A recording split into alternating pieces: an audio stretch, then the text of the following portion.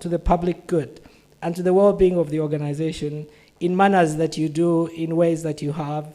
Conrad has also served on our board of directors. He just retired from the board recently and has also been a great made generous contributions to the Institute. So Conrad, we appreciate you, and you exemplify the spirit of excellence in the way you do things. I've come and seen some of your businesses and how you run them, how you're very intent on supporting people in less privileged neighborhoods. And that's the sort of spirit we like to continue seeing. So as we embark on today's conversations about sustaining high performance leadership, building strategic partnerships, and seizing the frontiers of opportunity, I invite you to engage fully. Ask the hard questions, share your struggles freely as your successes. I leave here today not just inspired, but equipped by already the conversations we had in the morning. So let's build together. Let us lead this purpose with purpose, and let us create the Africa we know is possible. So I welcome you all to the 2025 Annual Leaders Gathering. And now I have the great privilege of inviting Mr. Mudiwa, who I literally, Helena, you remember, I literally gave him no choice, right? I cornered him, but I also know he's intrigued by ideas and conversation. And so really, I would like to think first of all, it's a Saturday, so he's definitely not here as an MD, but I think he's here as an African leader and someone who's also intrigued with thoughts and ideas. So it's my pleasure to welcome you, Mr. Charles Mudiwa, to give us your keynote on excellence in leadership, and then we'll have a chance to have a deeper conversation afterwards. You're welcome, sir.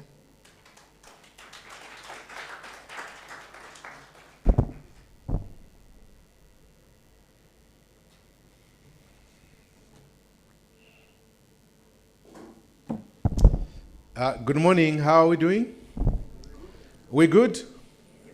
Great. It's nice to see you, and it's a wonderful morning this morning to share some thoughts around you. When I look at the faces looking at me, clearly there's a lot of Gen Zs here, and probably a few Gen Alphas. I don't know whether they're there or not, but quite a few millennials too. And I think it's an important conversation given the times where we are and what we're doing around the age that we have and what we need to do. Now, I've been asked to talk about excellence and what it means, and I think it's an important aspect of life and leadership in Africa. I mean, what is excellence in leadership? What does it mean? And what are those things that make it? Now, the reason why I spoke about the age profile of the group is because when we grow up in life from a professional point of view, you go through 4 stages in your life. Now, stage number 1 is when you've just finished university or you are going through university. We call it that the knowledge phase. So you basically are trying to understand, to learn, to hear things, to find out, to discover, and to know who you are. And most of the time when at college, when you finish, you get your first job. I mean, when you guys come out of university and we employ you in the bank or anywhere else, you are just raw talent. I know you feel like, oh, me, I've graduated as an accountant and what have you. You have absolutely no idea about accounts, trust me. You have no idea what you're talking about. Unfortunately, our works for the university, and I have to tell him that the universities sometimes do a very bad job of producing people they send to us. But after 2 years or so, you start to get some idea of how to translate the knowledge you acquired from university into the workplace and make it practical. Now, that gets you into phase 2. Now, phase 2 is when you start to ask questions around, because you know when you graduate, you get your first job. Now, after a year or 2, you now want to move away from your parents' home because you think you have enough money, you're starting to do things. We call that the accumulation phase, because you're starting now to say, well, I need to buy my own bed, I need to buy this, I need to do this. You're starting to accumulate, and if you're a guy, you're starting to date, or you're already dating anyway, but at least seriously dating. So you start to say, how do I get something? Because you now want to say, I want to have this. And you start, that's accumulating phase. So when you work and you're employed at that phase, most of people we find in the marketplace, they start to resign from their job. Because even if you have them one extra shilling, they walk away because they are looking for extra money. But also, that time, some people are getting married, so wedding costs start to come in. And I've attended a couple of, what do you call them, Kwanjura sessions here. They're not cheap, okay? Which is why some guys disappear. You know, guys, they don't show up at the Kwanjura. It's really bad. Huh? What's wrong with you guys? Yeah, I don't understand it. You disappear. But, you know, so a few times I've been asked to accompany a few young guys on the Kwanjura sessions. And you know what I do? I make them spend the night in my house just to make sure they don't disappear. It's serious business. So anyway, you are in phase 2. So that's when Kwanjura start to happen. So you're looking for money. Okay, so you are in that space where you're looking for money and accumulation starts to happen. Then you get to phase 3, which is now you have a bit of money, you're probably married, you've got one child, etc., etc. That start to happen. But now what you're looking for is a title. I call that the hierarchy phase. Now, you know, you're looking at your peers, they're all called managers or whatever it is. Now, you move from a job, even if you're made to run a tuck shop, as long as your business card says manager, you move. Because titles start to matter because you're looking at the hierarchy and you want to be seen as someone. Now, then, once you pass that, like they say in the Bible, you discover everything else is meaningless. And you get to phase 4, which is self-actualization, when you start to work for purpose. And I think when I walked in the morning speech, David was speaking about purpose and what it means for you. And what I was doing right now, calling you all together here, is purpose. We're trying to build purpose. And purpose starts to fulfill you. And you start to feel, I can do this because, not because someone is paying you, not because you need to make money, because you're feeling self-actualization and you have got a calling to do something. Now, this has nothing to do with age. Some people can be 70 and still be at phase 2. But you can also be 30 and be at phase 4. So my challenge to you and my question to you today, I'm supposed to talk about excellence in leadership. Where are you? So first question I need to ask you is, on stage 1, 2, 3, 4, where are you? Because that's actually the fundamental question I need to ask. Now, how many of us can safely say we're at 1? Don't be shy. Come on, guys. It's okay. Okay, 2, you're accumulating. 3, because 3, that's why most people die at, by the way. Some people never see actualization in their life. It never happens. They're always hoping and hoping, looking for that extra title. You know, and I find, having lived in this country for a short while, people are obsessed with titles. Engineer, accountant. What is this? Me, I'm accountant, Charles. What is that? Seriously?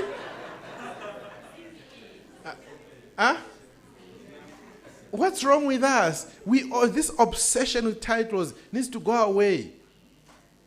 Are you getting me? So people die chasing a title. And if they walk in and you don't say Engineer Charles, they get upset. You're still in faith. You see a whole grown-up man in his 70s still getting upset that I didn't call him engineer. Come on, guys, let's get past that. Are you understanding me? So when I say some people never get past, they die at stage 3, that's what I mean. So I'm hoping this cohort and the work that Awel and the team are doing, guys, they're getting you past stage 4 into stage what? Stage 3 into stage what? 4. That you are self-actualized and you get past worrying about these small little things. Now, having said that, We then move to the next one and say, now I'm getting to stage 4. Now, what makes me an excellent leader? What is excellence in leadership? And what then makes me an excellent leader? So part 1, we now know where I am in my life. Now, part 2, how do I then become an excellent leader? Now, there are 3 things that I want to share with you that will make you an excellent leader. Now, the first one is a thing we call executive presence. Ever heard of that term? Anyone? None. Now, have you ever been in a situation where someone walks in a room and you see them? They don't have to say a word, but you feel them. Have you ever seen someone like that? Do you know someone like that? You have got an idea? It's called an aura. They have got this aura around them. Some have got good auras and bad auras, by the way. But this aura around them, that tells you this is someone who is worth knowing. There are people who are worth knowing because there are those people who are worth knowing because they know people who know people. You know what I mean? And if I look around here, I've got a few friends who are people who know people, and we must know those people. You getting it? Now, if you have got that aura around you, that's what we call executive presence. That when you walk in as a leader, you have to have an executive presence. People must say, here walks a leader. And you don't have to speak. And I'm going to tell you what makes an executive presence. It's 4 things. The first thing that you have is your purpose. You've got a character. That leader has character around them. So executive presence is what I call CSSC. It's 4 things. The first C is character. Are you purpose driven? What is your purpose? There are people who just walk around and they walk around aimlessly going nowhere. You can see, where are you going? Nowhere. If someone with a purpose, you can see they're walking somewhere and they have a clear direction and they have a clear purpose, and its purpose is printed all over their face. As I'm walking here, I see a few faces, I'm like, this one has no purpose at all.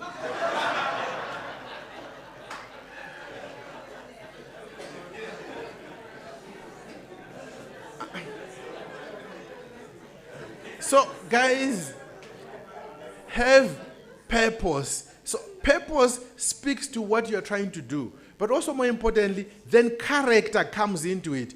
What is my character? What values hold me together? What are those things that people will never see that this person can never do this?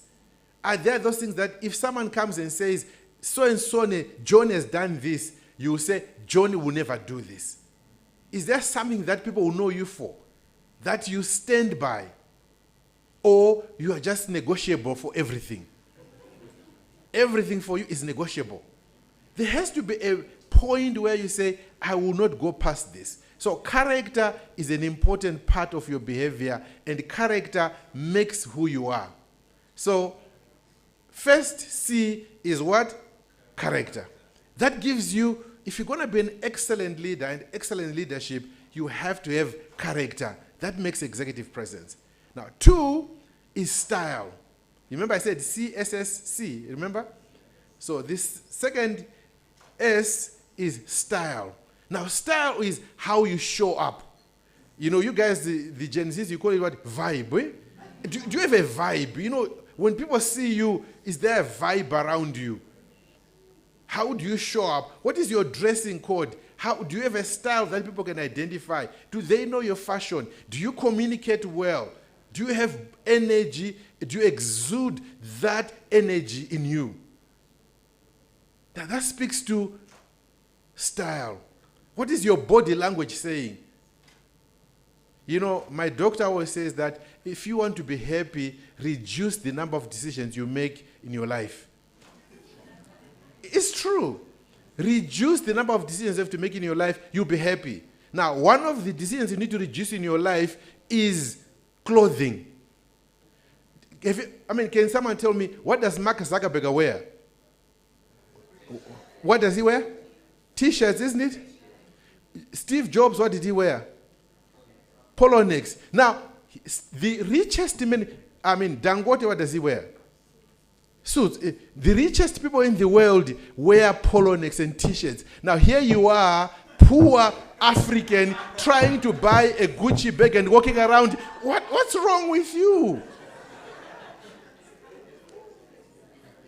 The real billionaires are wearing t-shirts, walking around in t-shirts, and here you are, running up and down town, flying to Dubai to shop clothes. You know, this week Dangote was speaking to a number of people, business people in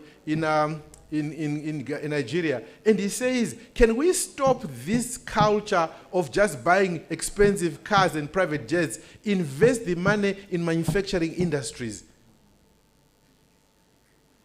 Can we get past that, please, Africans? We measure each other by wearing branded shirts. Then you show up. That's not excellency. That's poverty. You get it? We together here? So style, guys, is not about buying branded clothes. It's about being smart, showing up. So my doctor says reduce the number of decisions you make. Now what does it mean? You define your style. So that every day, you don't have to worry. You know, you wake up in the morning, like ladies, I'm speaking to you here. Can I hear an amen somewhere? Okay. Now, please, when you wake up in the morning, like, you know, you spend so much time. By the time you leave the bedroom, you have got a pile like this of clothes taken and put aside, because you're trying to decide. And then what happens? You get to the office so grumpy and so tired and so stressed because you're making a decision about clothes. That does not add value to your day at all. We together? So decide your style. Know what you wear. That is why Mark Zuckerberg wears a just plain black t-shirt. Do you think he wakes up in the morning and there's a pile of t-shirts to decide which one? He just picks one. Everybody knows what he's going to wear. Reduce the number of unnecessary decisions in your life, then you'll be happy. We getting it? I said the CSS, so the second S is substance. Now, substance refers to the knowledge. You know, some of us, we are pretty until we open our mouth. Then the substance real comes out. Please, take time to read. Find out. Spending time on Twitter, on social media is not reading. Read the proper books and get proper knowledge, not gossip. Because when you then have a conversation and you sit next to me, I ask you a basic thing, you have no idea. I ask you what's happening in Venezuela, you ask, what is Venezuela? You embarrass us. So take time to read, because substance starts to mean about, do you understand? When you are put in a forum, can you engage intelligently? Can you talk to people globally? Do you understand something? Some of you last read a real book when you graduated. Even when you graduate, you bend away all the books in your dorm because you say, I'm done. Keep reading and keep learning. That's what gives you substance. Are we together? Now, last one is community. What is the community around you? How do you build the community? Who do you surround yourself with? Now, if you surround yourselves with people who do not add value, then you will not grow. You know, there's an African proverb that says that when you bring wild fruits into the house, don't be surprised when monkeys and baboons visit you. You understand that? So guys, if you are surrounding yourselves with wild fruits, when baboons and monkeys visit you, don't complain. If you surround yourselves with criminals, don't be surprised. You are the product of your 5 best friends. If you show me your 5 best friends, I'll tell you who you are. Let's build communities of people who add value. people who can inspire you and whom you are aspiring to be, and start to make a difference. So we said for us to become excellent leaders, we have to have an executive presence. And an executive presence is character, it's style, it's what? Substance, and it's community. The second thing, I'm finishing, just give me 3 minutes. Okay. The second thing that gives us excellence in leadership is what we call strategic intent. So, to become an excellent leader, you must have an executive presence. The second thing you must have is strategic intent.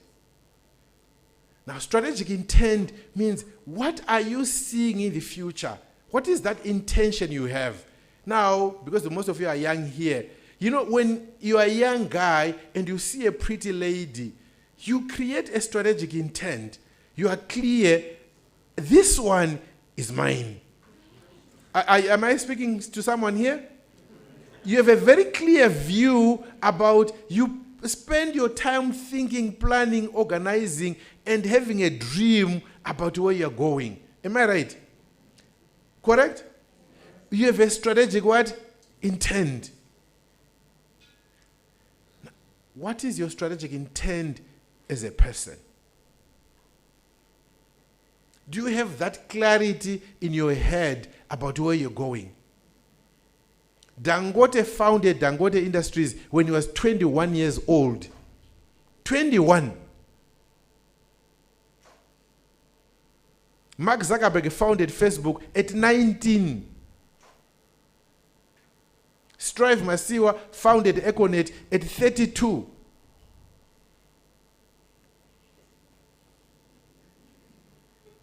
Are you getting the clarity of strategic intent?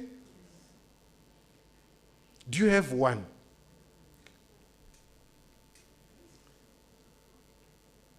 If you don't have a strategic intent, you'll not move. Now, I want to give you an example, a practical example. Egypt uses the Nile River. 80% of their water is from the Nile. I was in Egypt 3 weeks ago. Now, Egypt is the largest producer in Africa of wheat. Now, Egypt is a desert. You remember that, eh? They produce wheat, largest producer of wheat in Africa. Largest producer of dry onions. Largest producer of tomatoes. Largest producers of potatoes. Largest producers of cucumbers. Largest producers of garlic. Largest producers of citrus fruits. The list will go on. Their main source is the Nile. Where does the Nile start from? From where? Here. So what are we doing? Now, we have here 165 lakes. 35% of the country is fresh water. The largest lake in Africa, 47% of it sits here. Young people like you are looking for jobs.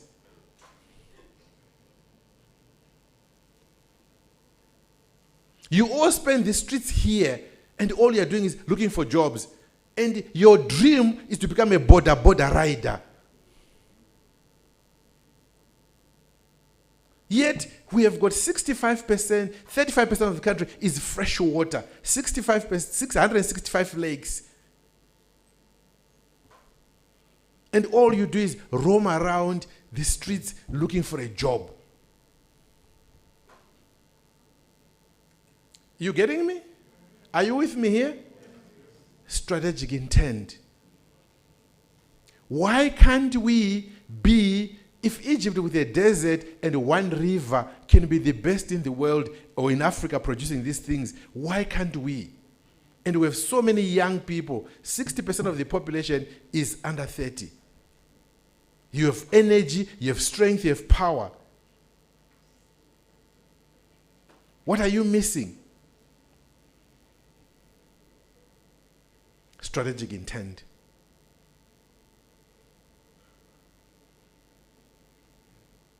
That's what we're missing. strategic intent. Because our minds are so focused, I must get a job. We just want to be employed. When can we start to be employers? When do we start to say, I can make a difference, I can found a business, I can start somewhere?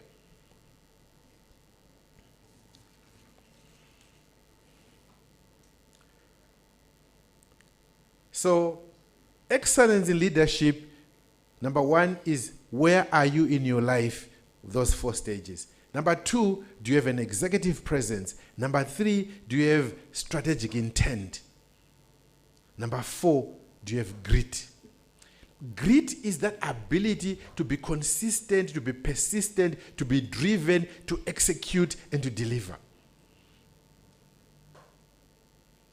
How much grit do you have? How much sustaining power do you have? When things go wrong, can you move? In my culture, we say a river cuts through the mountain, not because of its power, but because of perseverance.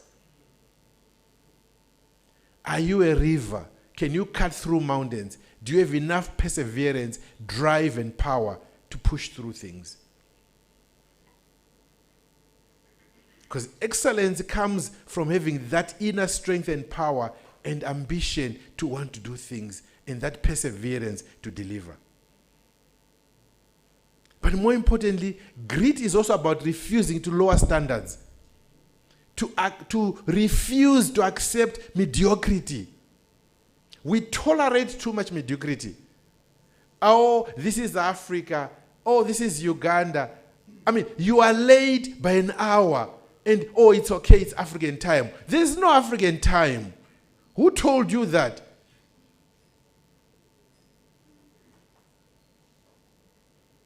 We need to insist on high standards. You know, one of the things that I've done in my life is to promote music. And I've done a lot of international concerts. And I just get amazed every time we do music festivals. Because we normally mix, I mean, like when I've done them in several countries, we have an international artist and a local artist. And we typically say, okay, we're going to have a concert, and so we give them time to do what they call sound check, which is to come and test the equipment the day before to ensure that everything is fine. Now, our local musicians, when we invite them for the sound check, so typically you say today is for the local musicians, next day is the international artist. Our local guys, when you tell them, come to do sound check at 8 a.m., okay, first and foremost, they show up at 10 or 11 a.m. Then secondly, after that, they are there and the band members come. The main actor himself doesn't show up. He will show up at 12. And then he'll come in and just do 1, 2, 1, 2 testing, 1, 2, 1, 2 testing. And they say, oh, it's all fine, they go away. Then the international artists, they come in. The guy comes in at the same time as the band. They sit there for 5-6 hours testing everything. So what happens? Have you ever attended local musical concerts? When the local artists come in, they play, it's in then the international artists come, boom, boom, boom, boom. And like, but it's the same equipment. What changed? It's excellence. It's preparation. It's grit. I mean, I go to concerts here, local concerts. Now, we are all seated in the stadium. We are waiting for you to play. Then they are just saying, ting, ting, ting, ting, 1, 2, 1, 2. I mean, in the front of the patrons. That's mediocrity. And we are abating it because we tolerate it. Someone fixes your car, they leave things hanging. Oh, it's fine. You know, African mechanics. There's no such thing as African mechanics. Either you're a mechanic or you're not.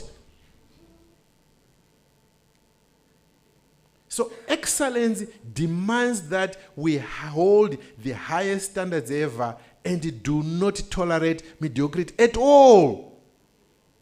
People must do work at the highest level possible. So bringing it all together, number one, which stage of life are you in?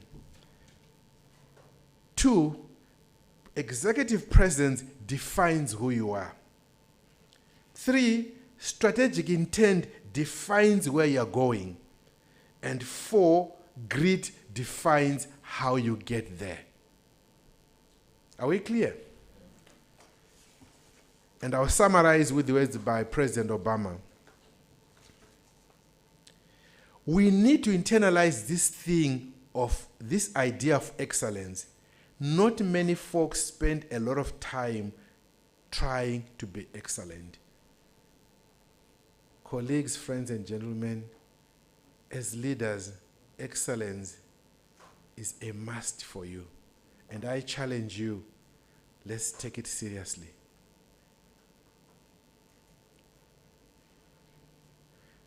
And above all, please hold your values together.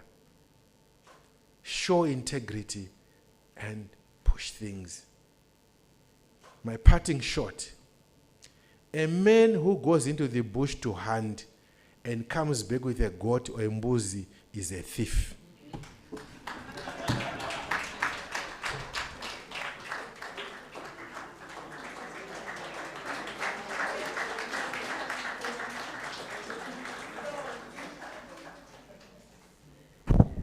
Thank you, Mr. Mudia, for that excellent keynote. Yeah, he came for us today, right? No holds barred. So I'm looking forward to the conversation that's following. So we were meant to be joined by Ms. Anna Reisman, the country rep for the Konrad Adenauer Stiftung. She was not able to be here because she flew in this morning and a lot of things happened. So she'll probably join us in the afternoon. So she was supposed to join our conversation. So I found a substitute, another excellent fellow. I don't know what, Huduma taking over you guys at Yelp. So I don't know what's happening.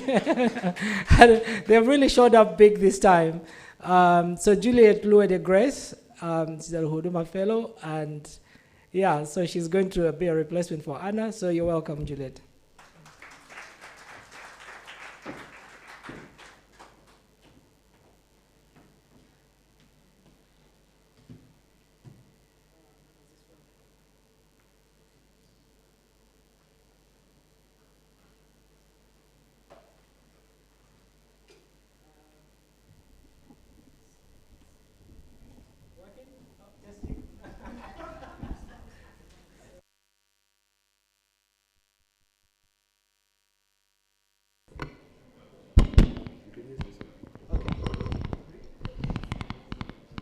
Okay, sounds good.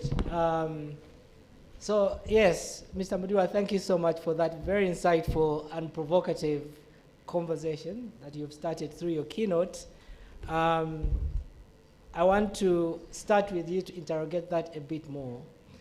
Some of the things you've mentioned as standards of excellence and how people should show up, someone could actually say the cost of excellence is also like really high. You know what I mean?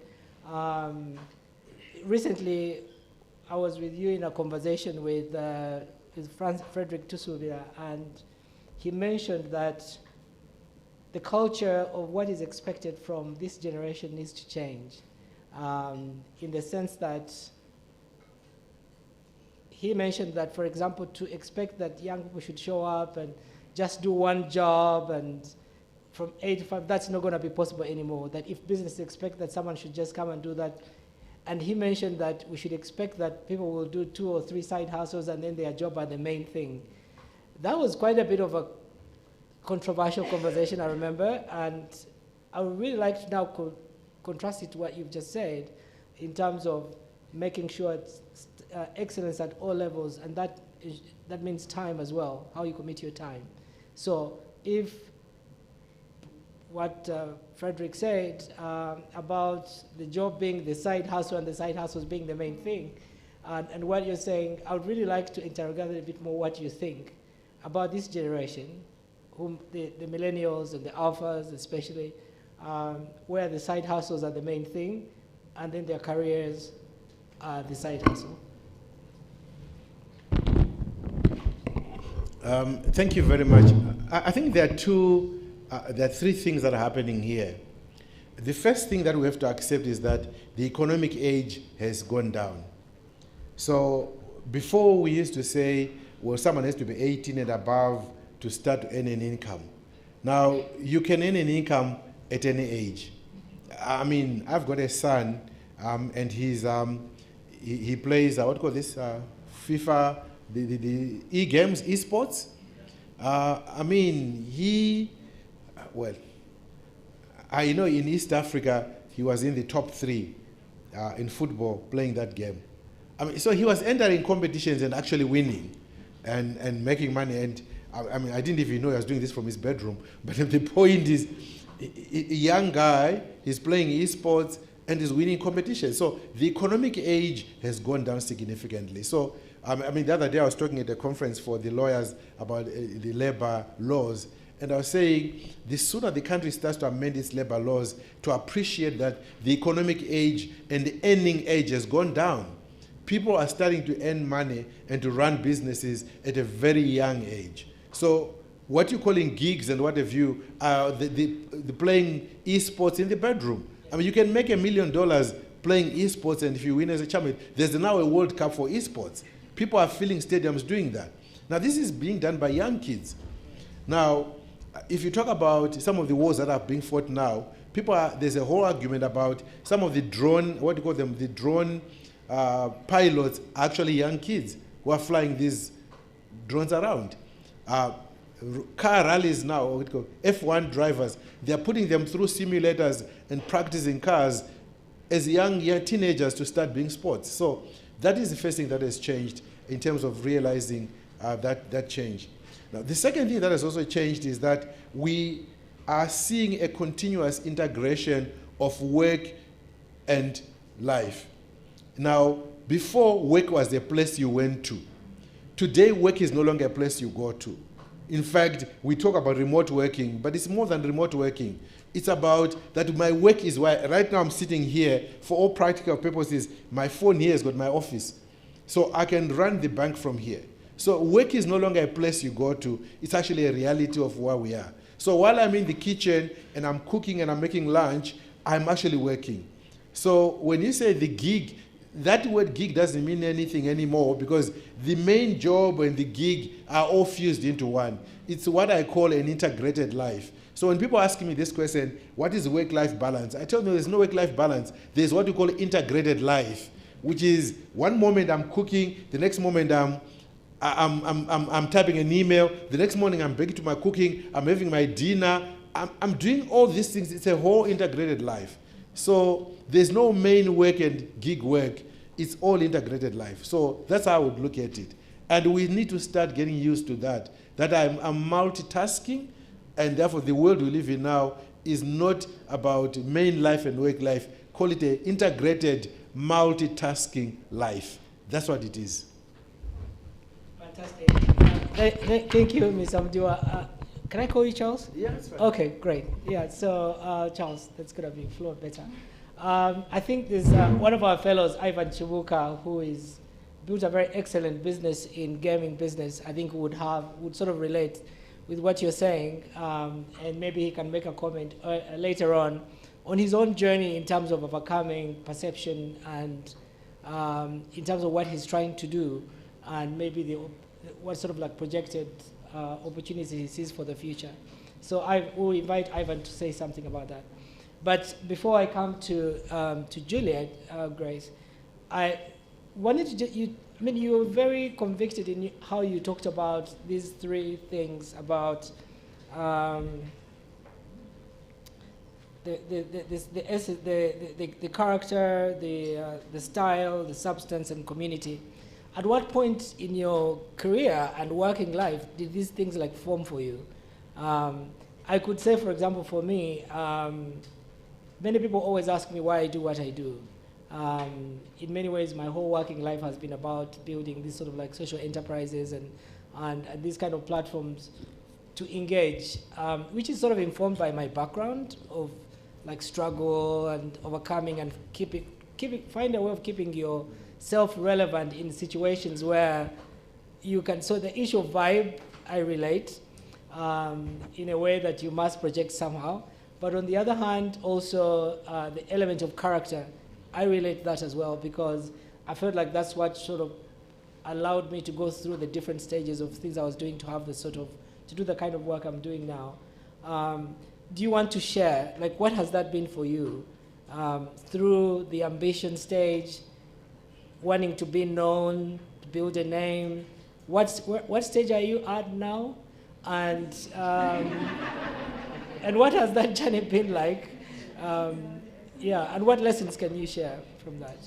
Yeah, I mean, I'll admit that I probably got onto the board much later on in life. I mean, I wish someone had spoken to me much earlier. And a lot of you sitting here, you are privileged that you actually have this opportunity to have this time in your earlier on in your life.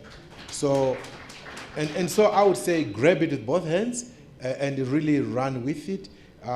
So my ask is that, number one, do get a very good mentor, someone who just helps you shape your purpose. Because once you have your purpose, you have clarity about why you do things and why you don't do things. Now, my purpose is a very clear statement. It says, kindle the lamp, spread the light. So my job is to kindle the lamp and spread the light. So when you invited me to speak here, I'm not speaking here because I want publicity. I'm speaking here because I'm fulfilling my purpose.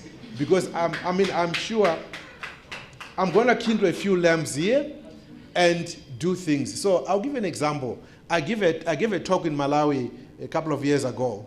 And there was a whole group like this, and I was challenging them the same way. It was a different topic, but I challenged the same way. And I was telling them, why are you all just sitting here in Malawi and not looking beyond Malawi?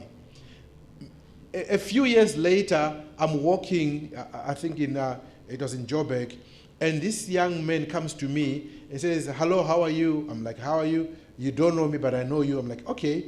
And he says, you know what? You spoke to me and you challenged me. You challenged us in that group. And I'm trying to remember which forum was it in. You told me. And you said, why are we just sitting here in one place? Why don't you look? He says, after that, I was looking for a job. I went on the internet and started to look for jobs outside Malawi. And I looked globally. And he says, I got a job at Specsavers. You know Specsavers? They were advertising a job for an accountant in the Caribbean islands. And he says, I just applied. Got surprised that they called him for the interview, and he got the job. This young man left Malawi to work in the Caribbean, and he says, because you challenged me. Now, for me, that is an example of kindle the lamp, spread the what? The light. So I hope one of you here will take up the challenge, how can I become a great person? And I want to meet you in the streets 5-10 years from now, and you tell me that talk inspired me. Now my purpose is done. And that's really why I'm doing this. And I can tell you, Mr.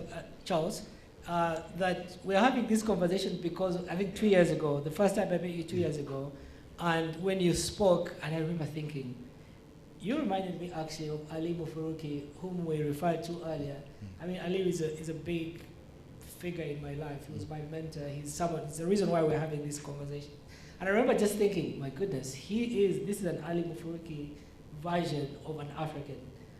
So 2 years later, we're having this conversation. So you're right. You can light a fire and it can catch on. So I'm glad we're having this conversation.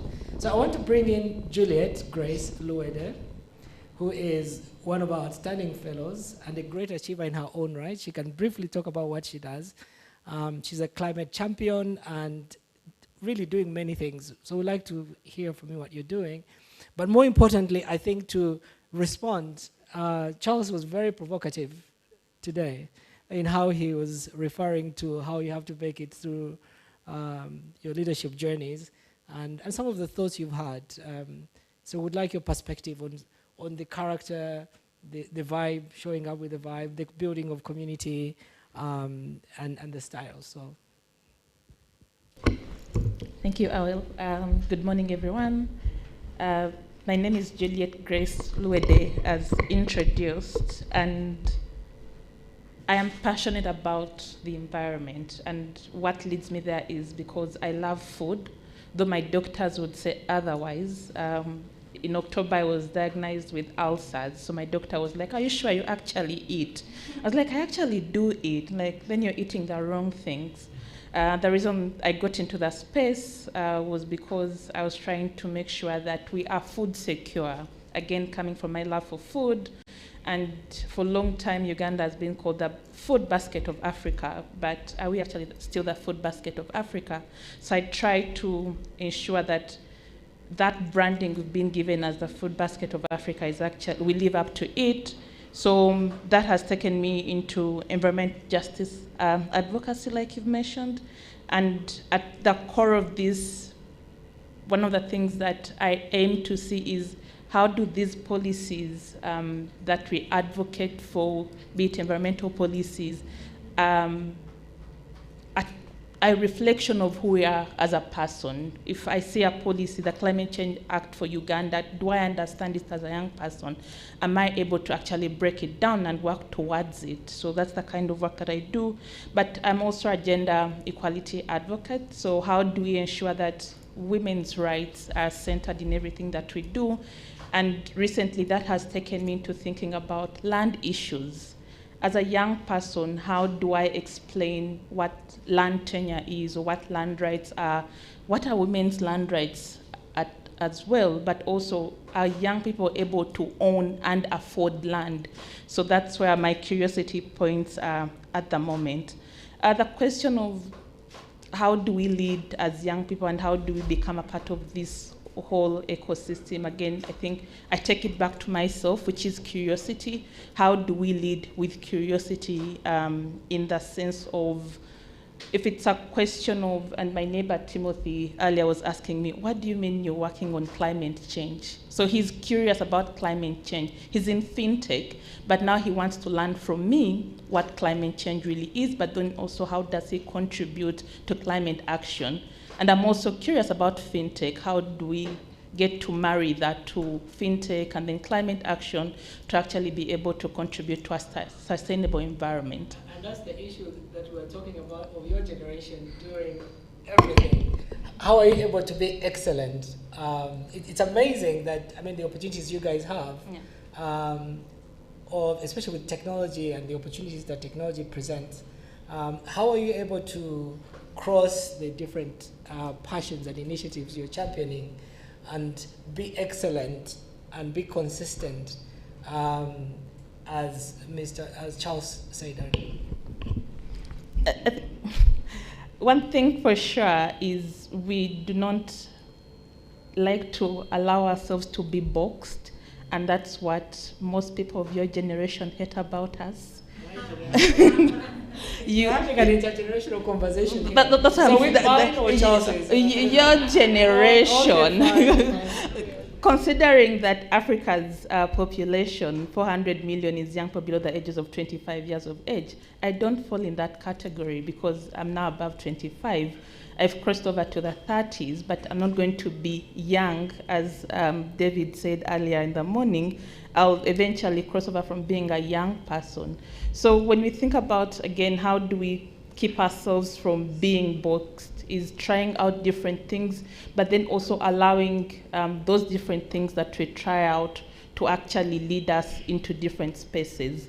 I saw Helena earlier on, and I just want to reflect on something. I don't know if she remembers this. In 2019, when she was still the ED for Hill and Norton Strategies, I applied for a job with no experience in PR. I've never gone to communication school, but she gave me a job as a junior executive for PR with Hill and Norton, and I learned about PR, right? I now know how to communicate. I know how to tell a difference. So even when I'm thinking about environment, I can do that because I learned. So people keep thinking, oh, you're good at communication, but I never gone to communication school. But she gave me an opportunity to learn under her leadership and her team, that I've been able to use this skill in the work that I'm doing, that even when we are communicating, I'm able to see a post and call it out with my team. I was recently at a UN event, and someone put out a video of me on Instagram that we recorded, and it was so wrong. And this is a UN page, that I asked him, why did you have to make all these typos? again, because I learned while I was doing PR, again, being keen and paying attention to detail, a skill I learned that I'm now able to bring into the environment space, a skill I learned that I'm now able to bring into my policy advocacy. So while we are trying not to be boxed and doing so many things that, again, people older than us think, you're not serious, why are you doing all those things? It's because we are picking a skill from this myriad of chaos that we bring into the new chaos that we are bringing in our lives. Yes, great. And that's a good, so I think what Helena did, unintentionally knowing what, so she has the vibe you're talking about. She's one of those who has the vibe, because I've seen you in spaces and how you're able to get things done or get people to do things for you. So she is, on that part, she exemplifies what you're talking about. That vibe, that sense of self-assuredness. But let me ask you, what does character actually mean for your generation? What do you think, yeah, what does that really mean? Because in many ways, you're in conversations, do you still have conversations about, I don't know, like, do you still refer someone like, oh, he's a good person, or you can trust him, or you can trust her, or you can, what does character mean for you, and what do you think it means for your generation in the context of excellence in leadership, as Charles shared? And this, so character varies for different people in different ways. Personally, as Juliet, character is walking into a room and then someone won't say, oh, I've heard about you, but you stole someone's money. Oh, I've heard about you, but you're corrupt. But someone to say, oh, you're the Juliet that I will talk to me about who is in this space. I would love to have coffee with you. But also character is me staying humble, where while people are singing me praise, I feel like I've not done enough.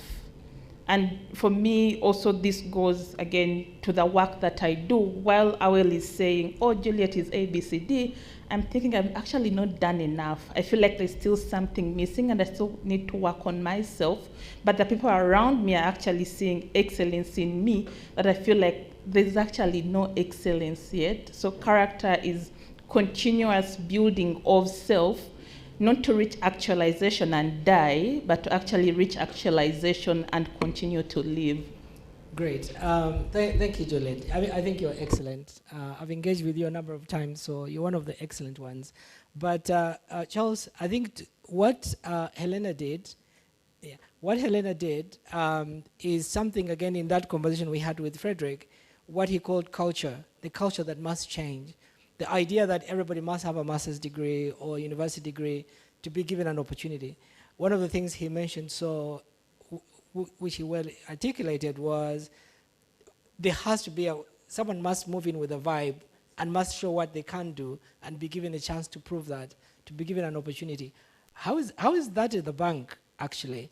How does, let's say, if Helena, now you're at the bank, would you give Juliet Guede a chance? How do you recruit? How do we change the culture that's what you were talking about earlier, of these people who are self-taught, who are ambitious, who are really thinking out of the box and can do things which maybe academic qualifications don't speak to? Okay. Well, first and foremost, I think you're talking about character. And the one thing I just want to say to the young people here is that always remember one thing: the internet never forgets. So whatever you do, just remember the internet never what? Forgets. And I've seen a lot of young people ruin their character because of what they post and done internet. I mean, you've seen what's happening with the US now, how to get a visa to the US, they are looking through your digital footprint. So when you talk about character, increasingly as employers, character is becoming an increasingly much more bigger determinant about who we give a job than academic qualifications. We spend more time analyzing the character of people than we do academic qualifications, because we know most of us can pass. And so by the time we are hiring you, so if I give you an example, we hired we were looking for graduate trainees last year. This year, actually, we advertised. We got 5,000 applications for graduate trainees. We were looking for 100. So can you imagine how did we reduce from 5,000 to 100? Now, character.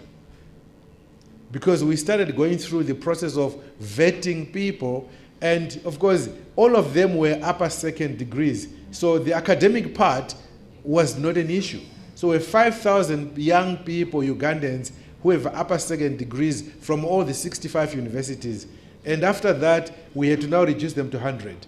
Now, we had to go through a whole process of identifying them and going through that.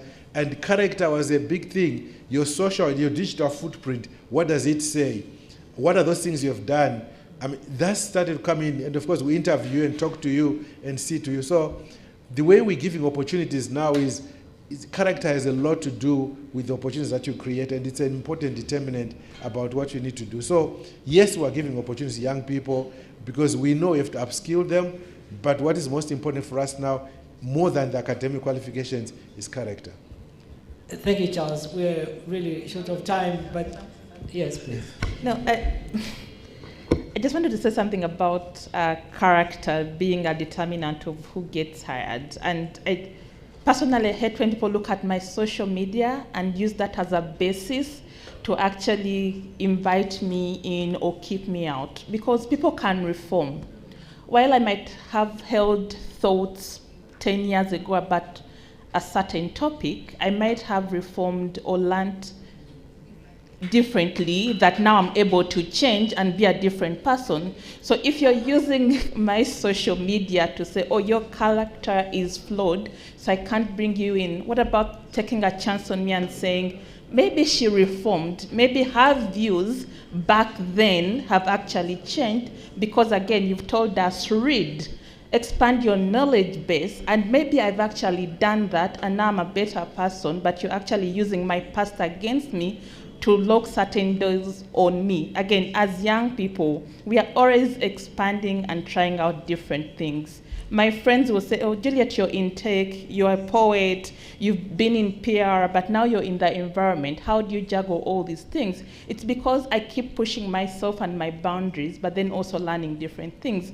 This means that people who have known me in these different spaces know me as a different person, but I'm able to use those different experiences to come at a job as a different person. So can we, and maybe I'm asking you, Charles, can we not use our social media presence or who we are as teenagers to actually lock doors in our faces? So I'll get Charles to respond to that, as because I can see the rebels are the ones who are clapping. There's some rebels that we know, so they're the ones clapping. But we don't have much time, Charles. We only have 10 minutes. But, you know, I wish we had more time. But this question of leadership, and you give a very good example of Egypt, a desert, and the picture you painted, and Uganda, 65% water, and all that, and our situation. What is, and this is also not just, I know Uganda as an example, but when you look at Africa, across Africa, you are in boardrooms, you are in state houses and stuff. What is the challenge of leadership in Africa, and how do we overcome that? Because I feel like for this community and what we're trying to do at the Leo Africa Institute is, it's actually the mindset. So it's thought leadership. And we have to think big, and we have to imagine that we can achieve big things as a collective, but also as individuals. But there's that condition of our countries and our societies that's still eluding us. What is the problem? I call it the waiting syndrome. You know, when Japan had the Fukushima disaster a couple of years ago, and they had someone, you know, and they were interviewing people, and I still remember this lady was being interviewed, and the question was asked, okay, so what will the government do for you, and what are you expecting from the government? And she said, I am not waiting for the government to do anything for me. The government has a lot of things they're trying to do, and they're trying to manage this thing. I will move, and the government will find me wherever I am. Now, we need to start having that mentality as Africans, that we tend to wait. people will not do anything. So you can walk, you will be shocked that someone would drive out of their house, there's a big pothole right in front of their doorstep, and they'll wait, and they'll be saying, oh, this council is not fixing this. Why can't you take a step and do something about it yourself? Remember we spoke about excellency. Excellence demands that we start to do something. We talk about NGOs.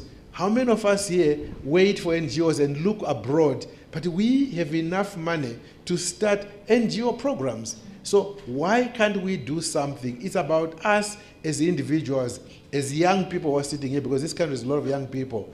What are the young people doing to start something? Start wherever you are. Do something about it. So let's start to do something.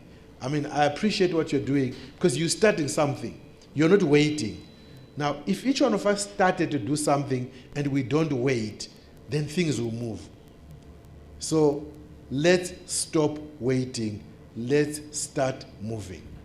And that's why we're inviting every one of you guys to build together so we can have scalable impact. I don't think that we all need to start a Leo Africa Institute organization, but we can work together, we can invest together, and we can have the impact we want to see. I must say that we have such a rich program coming up, and Charles is still here for a bit. You taught me something last time when he said, he was like, you people in this audience, I'm going to come and speak, and when I leave, no one is going to even come and talk to me. And then, so I went and talked to him, and now here we are. So I've learned quite a lot, and thank you again for spending your time, for committing this time on a Saturday morning and sharing your insights. Would have loved to have questions from the audience, but we're running behind time. So I'd like to, when we go for lunch break, I'd like to encourage you to have a chat with Charles and see what you can also pick up that can lead you into this. Thank you so much, Juliet. I threw you in the deep end because you had to fill in for Anna, but I think you did great and you provided perspective to these very important insights. Thank you again, Charles, and we look forward to seeing you again at the Annual Leaders Gathering. Thanks, everyone. Really appreciate it.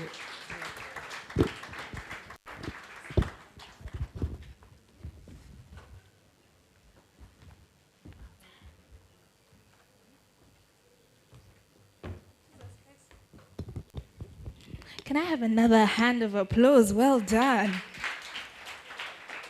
I fear to fall. How are we feeling? Just 2 responses from someone. How are we feeling? I feel checked. I'd say Jack, but I'm a babe. I'm a babe of many trades. And that question around, are you being excellent at the many, really, really called me out. How are we feeling? Do we have 2 hands somewhere? Somewhere? No? Hello, everyone. So it's really inspiring to attend this. So just one word. I feel shifted. Yeah. I like that. Shifted means moved. Okay, anyone else? Okay, just one more. Hello, everyone. I feel triggered to work towards living my purpose. Thank you so much. Okay, so now we're going into a bit of entertainment.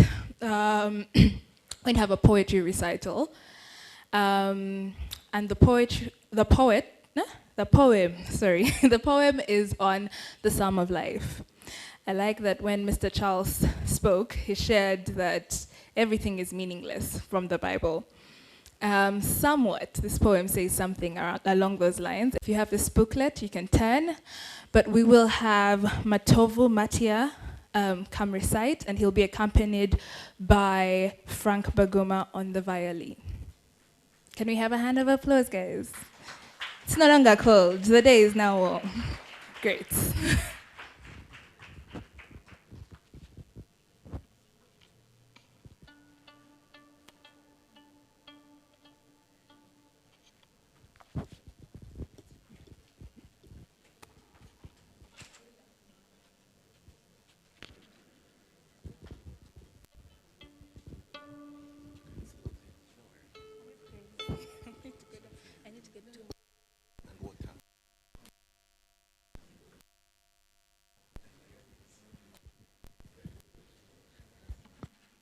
A beautiful afternoon, ladies and gentlemen.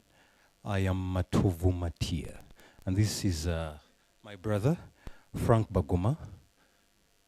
And we are going to tell you a little narrative, a poem that is very much in line with the panel discussion we've just had.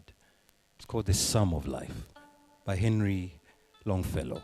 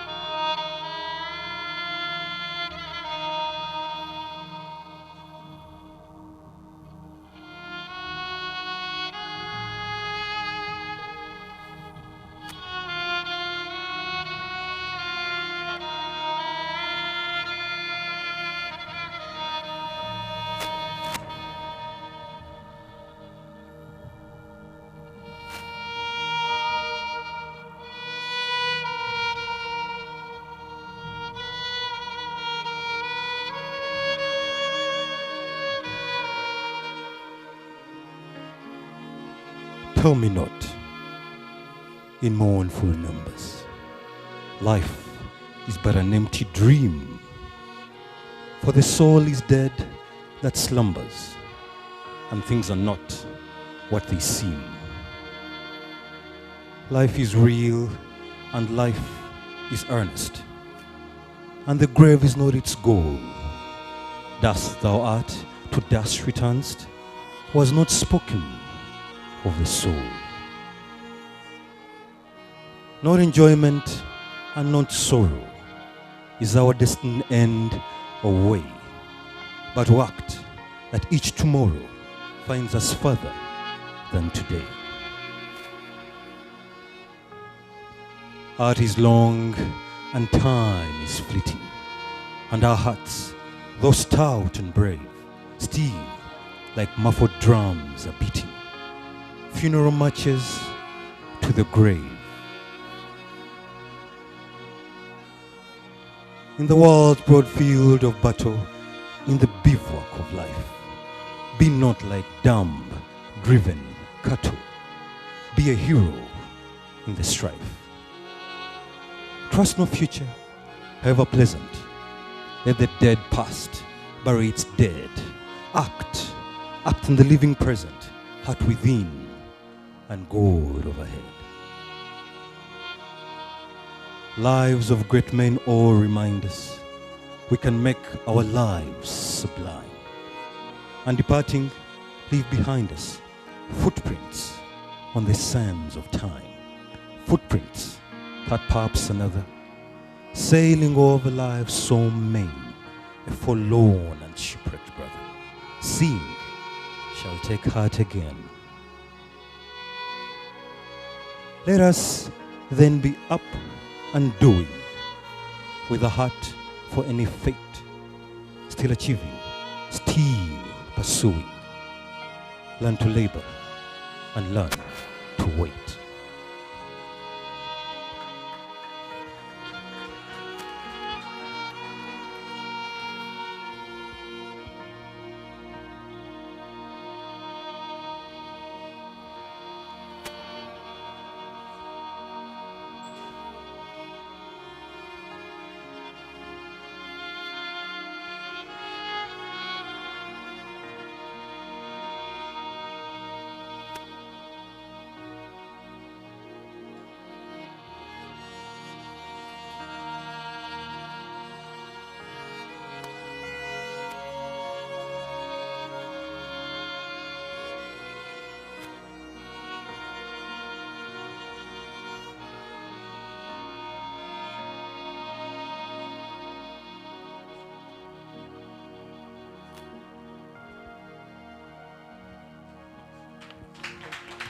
Thank you very much.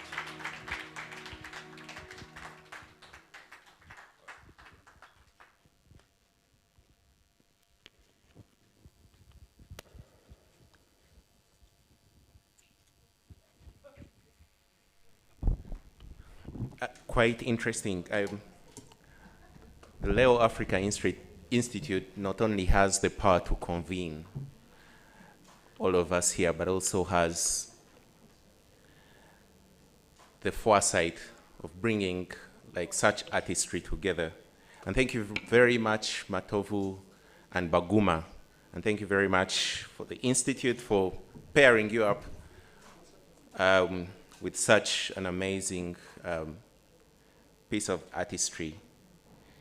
Friends, we are running out of time, so I won't take much of your time. We are going to discuss collective impact. That hard work of aligning pieces so that you arrive at the best goal possible. But I'm not the best person at discussing this, and the person going to lead us through this session doesn't need much introduction. Raymond Mujuni wears very many hats. And I won't introduce him further than that. On his request, he's behind there grumbling already about what I could possibly say about him. But welcome with me, Raymond Mujuni, with a hand clap.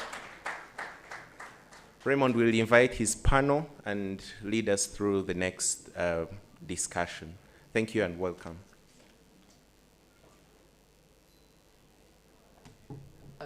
Thank you so much, Edgar. I think my introduction is really simple. I'm a Yelp fellow, and a founding Yelp fellow indeed. Yeah, I will allude to the fact that the Huduma classes are doing a lot better than the Yelp fellows, so we are going to try and work hard in this session to prove ourselves. I have a very diverse panel. Some are here, some are not with us. Some will be joining us by video, so please, you clap for the ones that are here. I don't know how we'll clap for the ones that are online, but we'll get a way of seeing them. So I want to first invite Mr. Michael Kayemba, who is an associate partner at Axum, to come to the front. Please clap harder. He may not show up here until you're clapping. Thank you so much, Michael. I want to invite Mr. Emmanuel Awori. I believe we all know who Emmanuel Awori is. He's the partnership lead for the Institute. Clap for him. Without him, the partnerships for this place will not be possible. We'll be joined by Muhammad Okash, who I believe is joining us online, but he is somewhere in Somalia. So I don't know how we'll get him on the TV screens, but yes, we'll have him there. We'll also be joined by Lucy Nshuti Mbabazi, who will also be joining us online. Lucy is a managing director for the Better Than Cash Alliance, but also an emeritus board chair for the Leo Africa Institute. For the Huduma Fellows, she came when we were in Yelp. And then very finally, my very good friend, Ms. Linda Mutesi, who is the co-founder for Future Generations Foundation. I think that constitutes my panel for today. I'm going to try and stay here so that I see how we get the people on the video. But very quickly, first of all, people have eaten into our time, which is not a good way to collaborate. But maybe I'll start with you, Michael. A lot of the people in this room are excellent individually, and they've hit the ceiling of that excellence. Now, to be able to advance themselves from that individual excellence, they need to partner with others to sort of break that ceiling. I want you to just speak to us about what does it mean, when you're at a point of individual excellence, to look across and say, these are people I might be able to work with.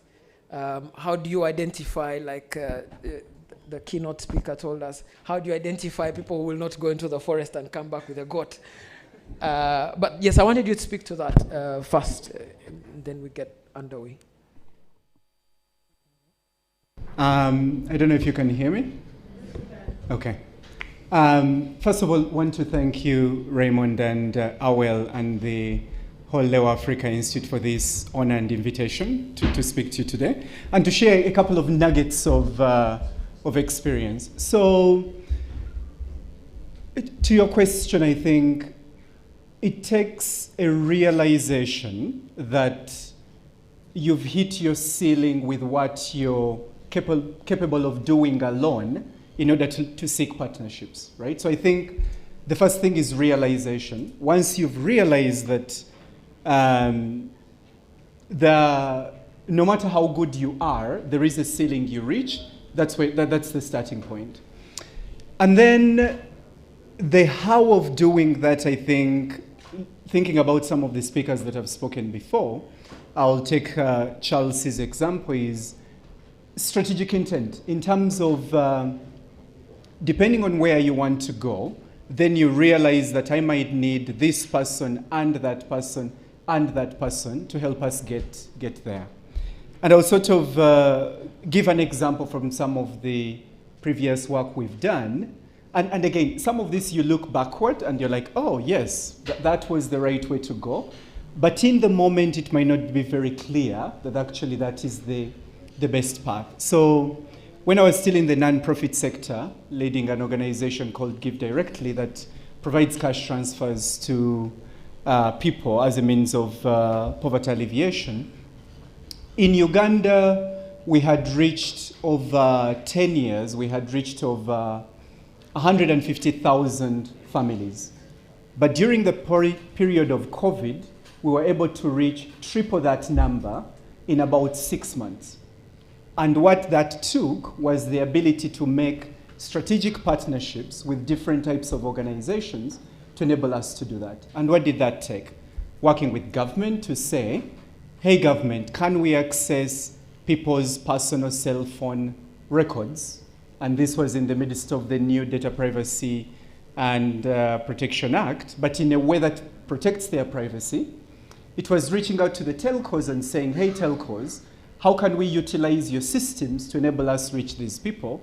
And it was reaching out to research institutions and saying, in the way that we are doing this work, can we make sure we can measure so that this work can be reproduced later, right? So that type of partnership is what accelerated some of that work to be able to triple the impact in 5 years and be able to reach more people in a shorter period of time. Yeah. Thank you so much, Michael, and that's a good way for us to start. I want to now ask Linda about impact. Sometimes the work that you want to do does not have immediate incentives for the partners that you need to work with. And it can be very difficult to convince them about some sort of impact in the long future. And I know that future generations, one of the things you have is impact in the longer term. How do you start those conversations with people to tell them, you may not have immediate incentives here, but in the future there are some incentives that might affect all of us, which might give some impact? Thank you, Raymond. Well, I think as a community-based foundation, one that started out of just two people, myself and my partner, Dr. John Mark Wanika, who's not here. I think it started from recognizing that there's so much good that happens within our communities and people who do so much with so little. And so when you realize that and you see how driven and how authentic these people are, all you need to do is to give them your time, that catalytic foundational indirect support, and knowing that that's what then takes them to the next level of impact. And so you find that normally it will be sometimes money, patient capital, money, time, your expertise, and just walking the journey with them and finding out exactly what they need and just listening to them and letting them do the work they're doing. Because most people who are doing this work know what they want to do. They actually understand their communities, they understand the problems they're trying to fix, and so our duty is always to just sit back and hold their hands and work with them. So there's no measured impact per se when you're a small foundation. It's hoping and holding and seeing people through failure, trying again, just taking off. And it's as good as just waiting, having a baby. Over time, you see the impact, you see the results, and it's not just you, it's everyone who's involved in that work. Our keynote speaker did mention earlier, and he made a great demonstration here of people who walk around without purpose. And I'm going to ask a very difficult question, which is, at what point in the hand-holding do you determine that, maybe this is not purposeful to continue with, and it needs to retool, or we need to let you go? At what point do you make that difficult decision to either retool the people you're working with or to let them go? That's a good one. I think that what I have seen with most, say, maybe institutional funding or, government or, very structured organizations, is that they don't give room for failure. Most of us here, and I'll speak for myself, start with nothing. We have no clue what taxes mean. We have no legal expertise. And so failure is high. And it's every day. It's everywhere. So when you understand that, you must carry the human or the initiative as much as you can. You have to be patient. Some people will grow up through the process of failure. And so I think for me, and the people I work with will speak to this, it's a tussle. We fight. Some days I'll be like, come in. We're going to talk about this, and we're not leaving until we do it. Or, this wasn't done right, but I'm not calling you an embezzler. It's that you must actually now account. And you teach them. And so sometimes if it doesn't work out, which is really rare, because it's trust-based, it's human to human, you'll find that someone will actually feel the need or not the pressure, but the need to be better, because they really honestly serve and care, and things they do are not for just themselves. These are people founders who start things for their communities with absolutely nothing on them. And so it's very rare, and I think that we should always give people the benefit of doubt. I'm not one to be tired too quickly. We must hold them. All right. Thank you so much, Linda. I want to come to you, Emmanuel, and then we'll get to our friends who are joining us online. And the question for you, Emmanuel, is vision. You cannot partner with people for whom you don't have a shared sense of vision and shared sense of purpose.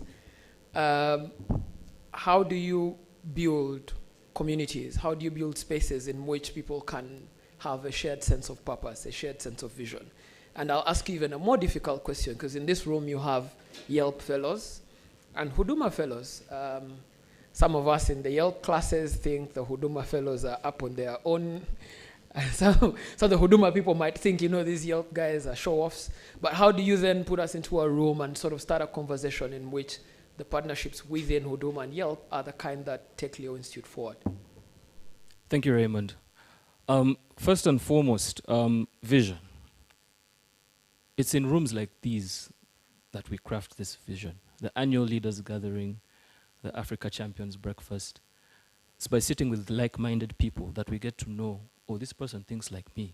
So-and-so thinks like me. We are like-minded. We're in different sectors, but we do have the same vision. If that's to fix the health sector, if that's to fix the tech sector, education, whatever it might be. So how do you identify somebody you share a vision with? And I'll task all of you in the crowd. You're sitting next to someone you don't even know their name right now at the moment. But by the end of today, you'll know their name, you'll know who you're talking to, you'll know what they do, and you'll know what their vision is. So it's with these conversations that we get to identify what's the vision, who does what, who knows where they're going. Mr. Mudiwa talked about working with purpose. Vision, work with purpose, right? Coming broadly, to the national sector, again, he said we have all these water bodies. We don't produce as much as we should be producing. Desert is producing more than we could ever produce at, by current standards. And it's all about who can we partner with. The burden is too heavy to shoulder alone, right? The burden of transformation, transforming your community, transforming Africa, transforming Uganda, is too heavy. All of you here have initiatives, either in your institutions or, whatever you've started in your communities. But you realize at the end of the day, just like Michael said, you're going to need somebody. Who is that somebody? So I think coming to conversations like these is where you identify people who are like-minded and have a similar vision to you. Now, to the Yale Puduma battle. Now you have the griots added, by the way, because that's another fellowship. Some of them are in this room. I hadn't mentioned them tactically. Tactically. Yes. Sorry. Griots, where you make some noise. Yale fellows, Puduma fellows, we have a lot of fellows in this room. I think by them coming to these gatherings, it can be a year, 2 years, 3 years. I mean, you were in Yelp in 2017. Here you are now, many years later, moderating at the annual leaders gathering, isn't it? So we'd like to have more of these kinds of spaces, more reunions, more gatherings, more convenings, so that we can just bring everybody together and just catch up. What are you doing? How can we work together on this and that? It's something as simple as that. But to do that takes resources. And this is where partnerships come in. So, the partnerships we've had with Konrad Adenauer and Siegel Family Foundation have really, really carried us up to this point. We're very appreciative of the support they've given us over the years, and they're pretty much the reason why we're here. But from today, we're looking to expand that. We're trying to reach out to more and more people that we can bring on board to broaden this vision. So I think that's the way we're going to do it. Before I move on to you, and we'll come to Okash immediately after you, the one difficult question I also wanted to ask you is on when we enter partnerships, is this moral righteousness? We are all chasing the same vision. And then we start working together and realize the difference in culture, the difference in approaches. I mean, our keynote speaker, immediately after he leaves this room, he might discover I've said some uncharitable things about his bank and their mortgage rates. And then that's where the difficult part starts, where we disagree with each other, but we have a shared sense of vision. So how do you also manage disagreement with partners? Disagreements are inevitable. Even with the most, what might I call it? With the most gelled partnerships, with the most well-oiled machines, at some point, friction is inevitable, right? So it's about knowing, okay, we do have this and this best interests at heart, Africa's best interests at heart. We may disagree on the approach, right? We may say, okay, I would like to do it this way, I'd like to do it this way. DFCU might want to charge interest rates, and another bank may say, no, we're going to do this. But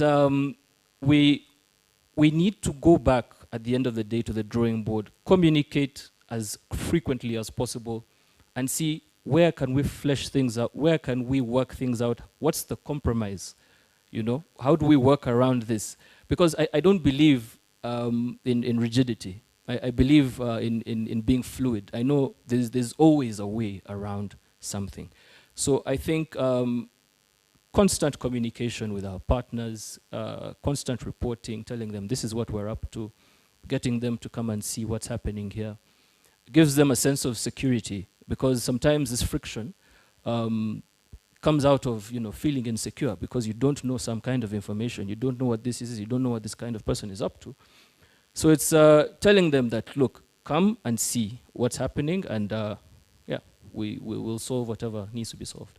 All right, thank you. Mohammed Okash, I hope we can hear you. Just say something so that you can greet us in Somali. Great. Are you guys able to hear Mr. Okash? Sorry, we can't hear you yet. I'm just going to make sure that our technical teams can put the sound through. Which means you have to say some things so that they figure out at what point.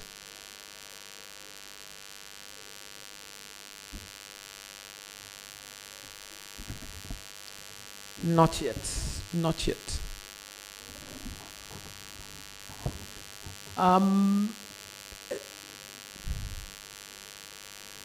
Okay. Can I try Lucy? Lucy, you have such a great background. That looks like the Zambezi Falls from the point of Zambia. I hope I'm right. And if I'm right, then you'll pay me some money for it. But let's attempt to hear you and see if the problem might be Okash's sound.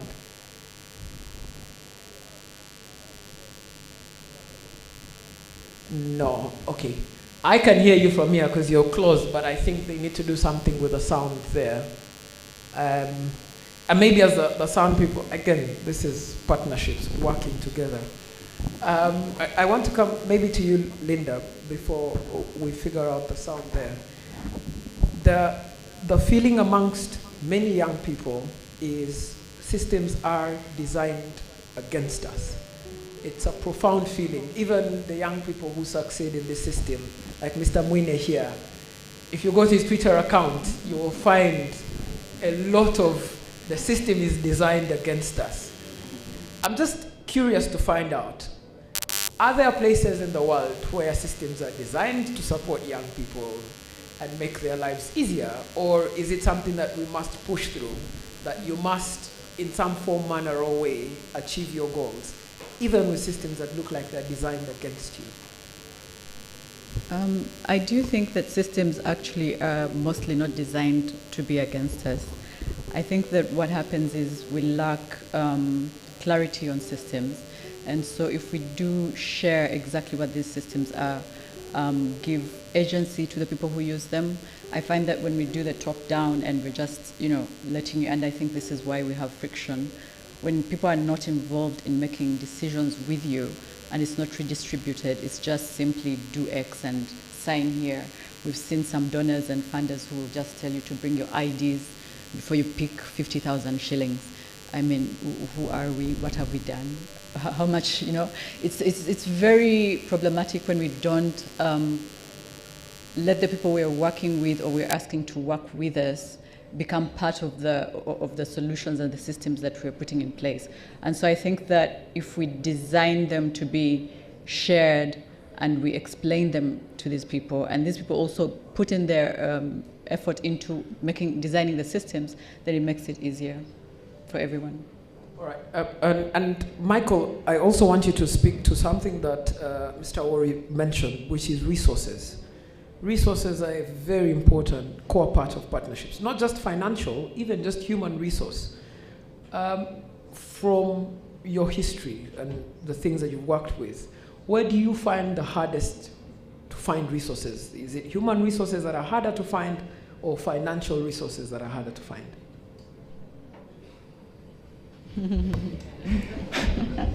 Or both.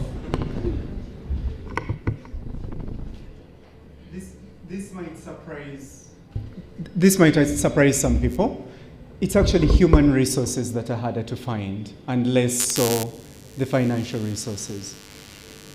So I'll give a very sort of basic example that I think probably many people here that have multiple side hustles might sort of identify with. How many people here are trying to dabble in some kind of like other type of venture beside your work? How many of those are in farming? All right, a good number. How many times do you need to change your work people? Right? Very often. And when you find the right one, you sort of hold on to for dear life, right? Okay. And I think the same is actually accurate in other spheres of sort of either formal employment or entrepreneurship or all these others.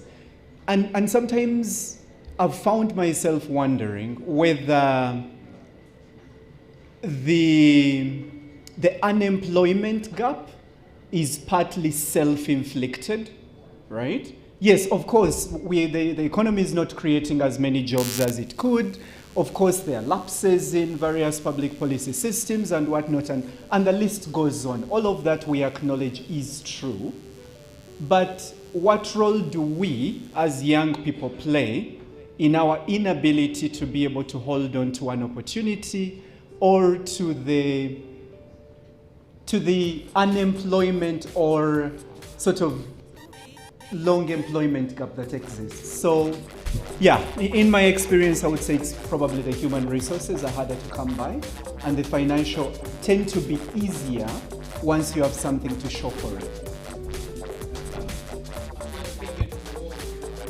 If you have a question, and Michael said some things in there where I felt I should have jumped in, but I will let you guys jump in. If you have a question, please put up your hand. Dr. Prosper here has a hand up. as we also figure out the sound situation. Yes.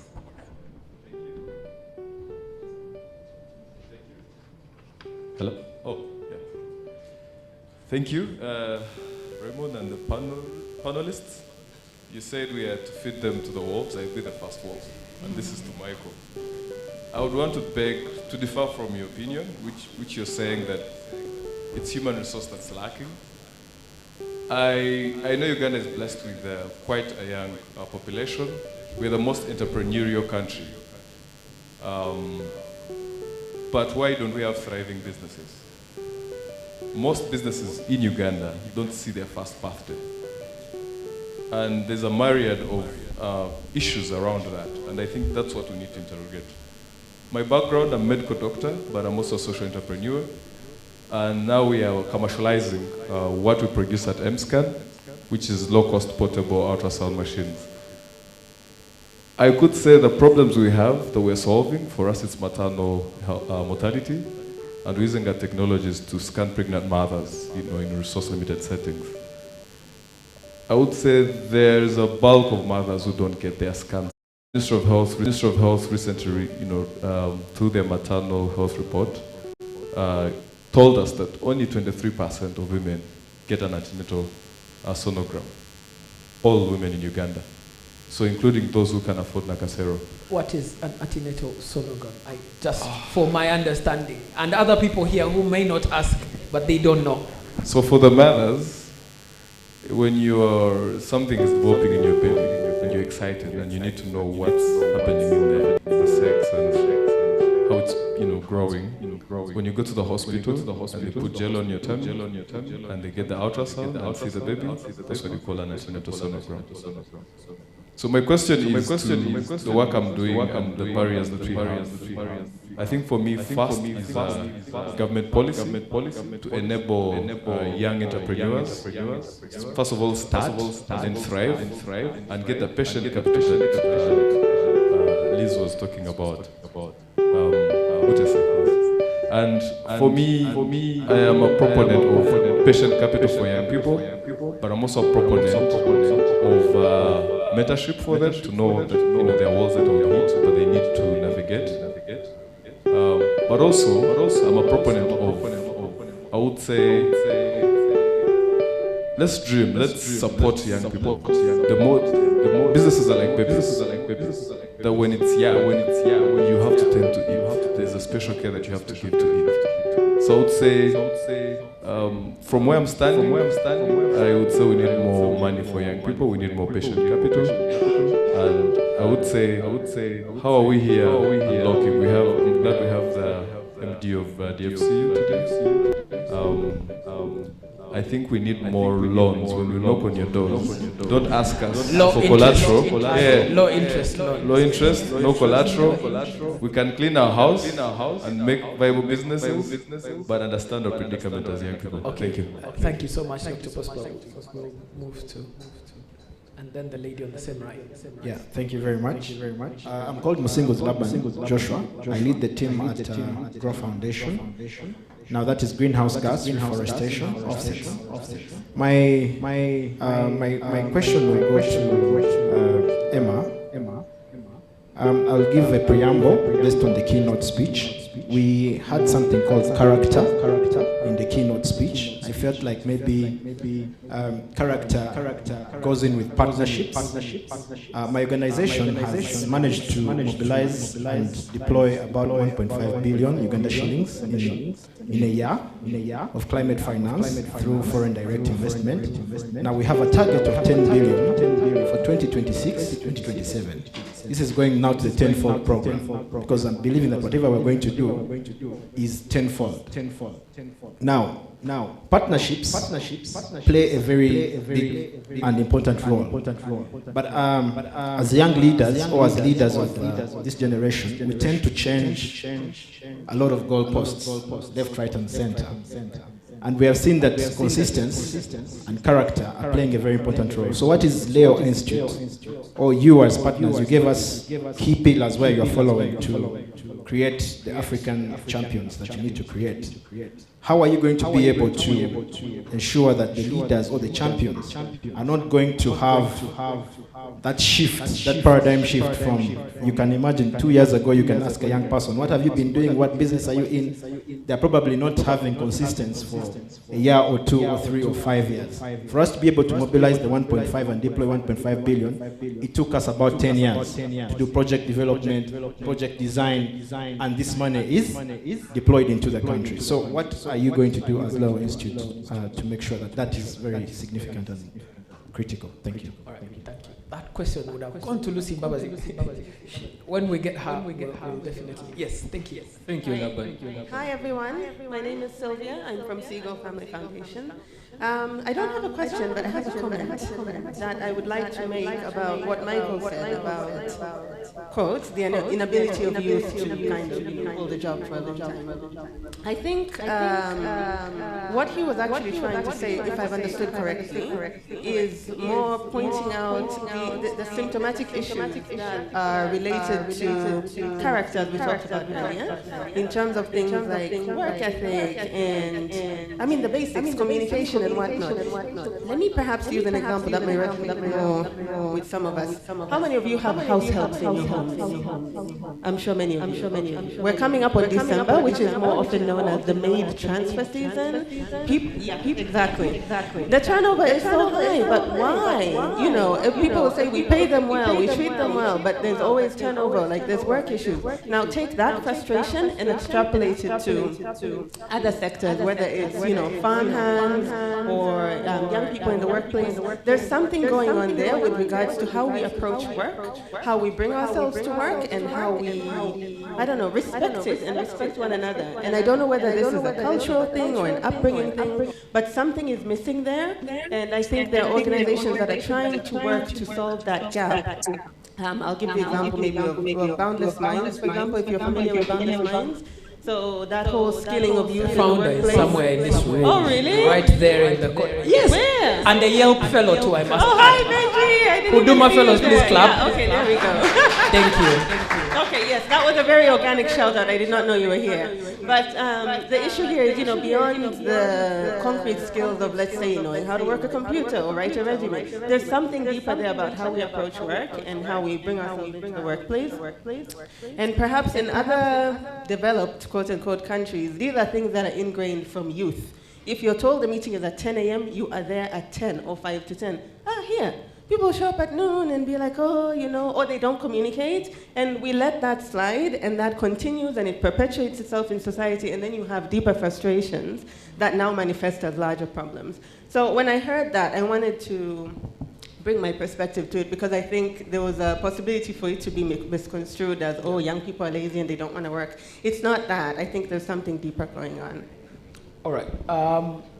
Okay, the guys at the back, I see a hand at the back. Oh, you have a question? Okay, we'll come back to the front. Thank you. My name is Chuck Benson. I'm a Huduma Fellow. And I work with the Uganda Revenue Authority. I'm a taxman.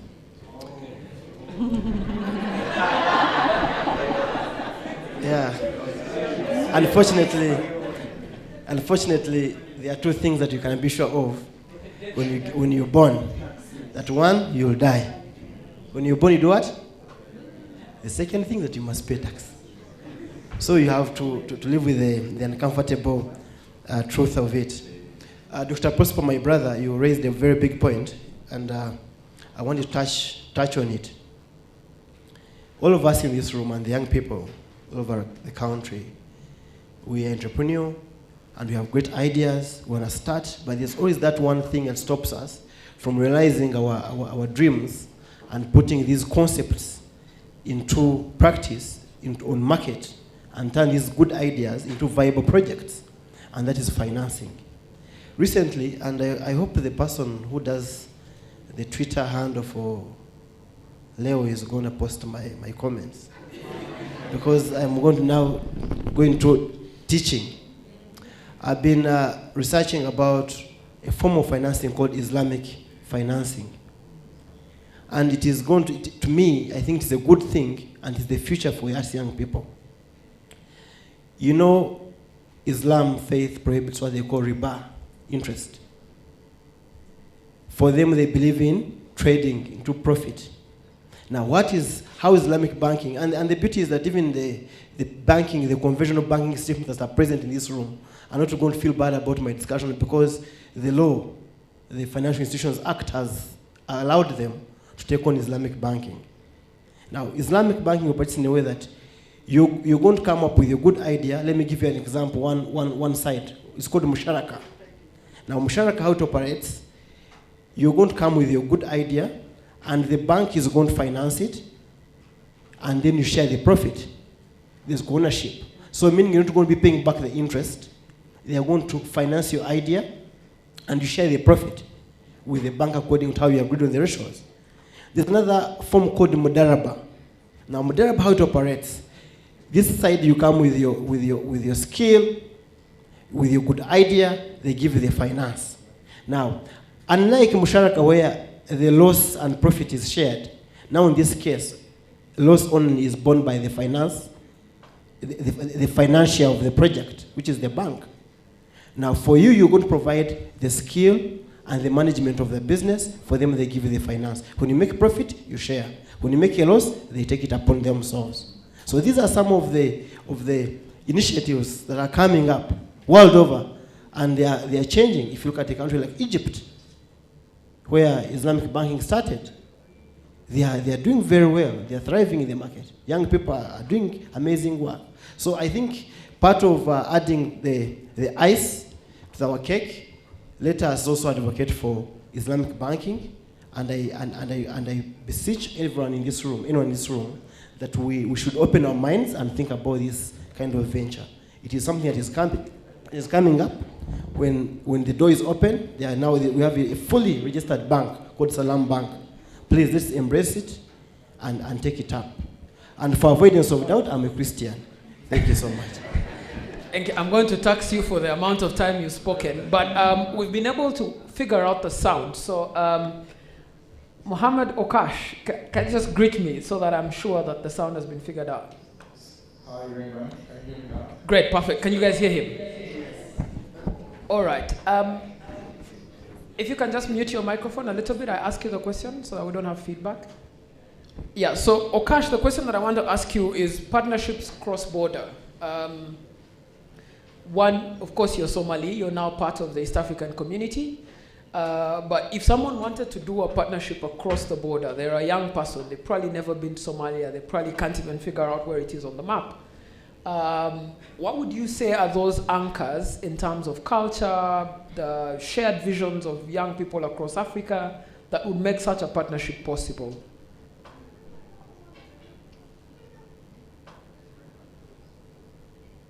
Well, I thank our team for bringing us all together here and creating such an incredible platform for leaders. Yes, partnership is a very analytical for the work we do as a leader, especially those who are in either business or social impact. And as some of the panelists said earlier, building partnership starts with how do we communicate the vision we have and the anticipated impact we are looking at.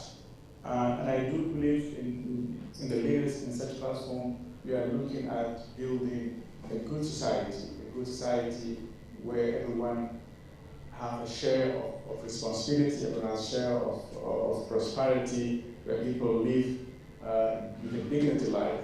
And that starts by taking an action. I like what Charlie said earlier. We should fight against the weight inside on. So I think if we took all of us action, and what is that vision, that impact we all desiring for, and that's the beginning of building a dignified life, building a prosperous life. And that requires a partnership, some sort of partnership, whether from different institutions or from cross-border partnerships. And building partnership will require a form of communication. For example, storytelling, how do we tell our story? How do we convince other institutions? How do we convince other people to bring on board their resources, whether it's the human resources or financial resources or their expertise, to build on a collective impact to build a good society. So, yes, in the metaphor used, yes, we joined the East Africa community, and that's really a very big platform and opportunity for both, not only for Somalia, but also for the region. We see Somalia will provide a lot of accessibility. For example, we are looking at connecting farmers from Uganda to the Indian Ocean, where they can export, their products to the world. So, as Africans, we are not much different. Yes, we are different in nationality, different cultures, but communicate on those visions. There's a lot of similarities we do share. And I think when we look at the structure of our economies, the structure of societies, there's a less diversity we do have. We have so much similarity, we have so many development challenges, we have most of similar history, we were all colonized. We are a very young nation. In Somalia is about 70% of its people are very young. And Uganda is similar. If you look at Burundi, Rwanda, we have such similarities. So I think communicating the vision of building a good East Africa, building a good Africa, that is the beginning of building a better and excellent, partnerships, and that lead us to build impactful communities. All right. Thank you so much, Okash. Clap for him so that he really hears you. Thank you so much. Lucy, I want to come to you. First of all, you'll confirm that maybe I'm right. The picture in the background is the Zambezi Falls. But the question that I wanted to ask you is really, what constitutes a strategic partnership? We oftentimes misuse the word strategic, even the word partnership. Some people are people you should do business with. They shouldn't be partners. What truly constitutes a strategic partnership? Indeed, that is Mosi Watunya from the Zimbabwe side, but certainly from the Zambezi River. And good morning to everyone. Congratulations, Awel and the team on this leaders gathering. For me, partnership has to lead to clear outcomes. There has to be clarity of what we want to achieve, right? And then the shared approach to achieving that, which is really striving for excellence in everything that you do. As I think about the work that I've been doing for the last 15 years, which is to ensure financial inclusion for every African, and now I have a chance to do this at a global level, every day I'm thinking about the partners that we can achieve this with. But I realized earlier this year that perhaps the approach we've been taking has not been very good in terms of we go and we seek out partners, but in generalities of we want to digitalize payments, but then for who, where, by when? And working with the team to now hone in on which communities need these services, what are they doing today, how are they transacting, who are the right partners that we need to bring on board to really drive meaningful financial inclusion. So for me, partnerships from the onset, because we can be like-minded and we can certainly have purpose, but purpose for what? What is that outcome? And I think this is the crux of the conversation as we interrogate, as leaders and as champions, what are we championing? And I have had clarity that I'm championing financial inclusion for 1.4 billion Africans since 2015. And so I've stayed on this path, and I'll be hard pressed to find like-minded people because they're not crazy to think 1.4 billion, but certainly inch by inch, when the common outcome is prosperity and dignity for every African, then it becomes easier to have partnerships. So I think as we all find our purpose, certainly when we come together is what specifically are we going to achieve, bringing our collective efforts and therefore partner with that clarity and hold ourselves accountable to delivering that every day with excellence. Lucy, before I let you go, there was a question that came from the room about young people not being consistent. And for me, this is a difficult one because we ask young people to be adaptable, so they must adapt to the circumstances around them. Sometimes adaptability means that consistency must be lost. So must young people be adaptable? Must we be consistent? Where shall we fall? You will fall wherever you need to fall to solve the problem you set out to do, right? I think adaptable is important because, again, when there is no clear path to getting to the outcome. There is no one way of achieving financial inclusion. There is no one way of achieving whatever we set out to do. So we have to be both, but certainly mostly adaptable, if I may say. But I mean, we shouldn't have to choose. You will not achieve excellence and you'll not achieve the outcome that you seek without being consistent. So until you reach that outcome, be whatever you need to be. If it is adaptable, then do so, because we all work different, we come from different backgrounds, but do whatever it takes and do it with excellence until it happens. Thank you so much, Lucy. Please, a round of applause for her too. So now, just come back to the panel. There were a couple of questions that were raised. Maybe we'll start with you, Michael, because I fed you to the wolves and they really came after you. So you have the most questions. Yes. First of all, speaking of partnerships and partners, thank you, Hani, for coming to my defense from the wolves. The seagull lady that came to my defense is my wife, so thank you for that. Please, yes. That's the most strategic partnership that you had. So I came prepared with a strategic partnership to save me from the wolves. But Dr. Prosper, so not to be misunderstood, right? Of course, there are things. First of all, Dr. Prosper, first go for the taxman, right? Before you come for me, right? Because, yes, so absolutely, and I acknowledge this, right? There are systematic gaps that need to be closed. That is true, right? There are funding gaps that need to be closed, and specifically, patient capital and angel investing, and people that will walk with you the length of the journey that it inevitably takes to be able to, even for the seed to germinate, let alone succeed in harsh conditions, right? So all those are necessary. However, there are opportunities that exist right now. There are employers that are looking for talent right now. There are people that are looking to hire people that they can depend on right now. I have happened to be one of those people in various settings and circumstances, right? As a formal employer in the NGO sector, as an entrepreneur, as a business person, as an individual, right?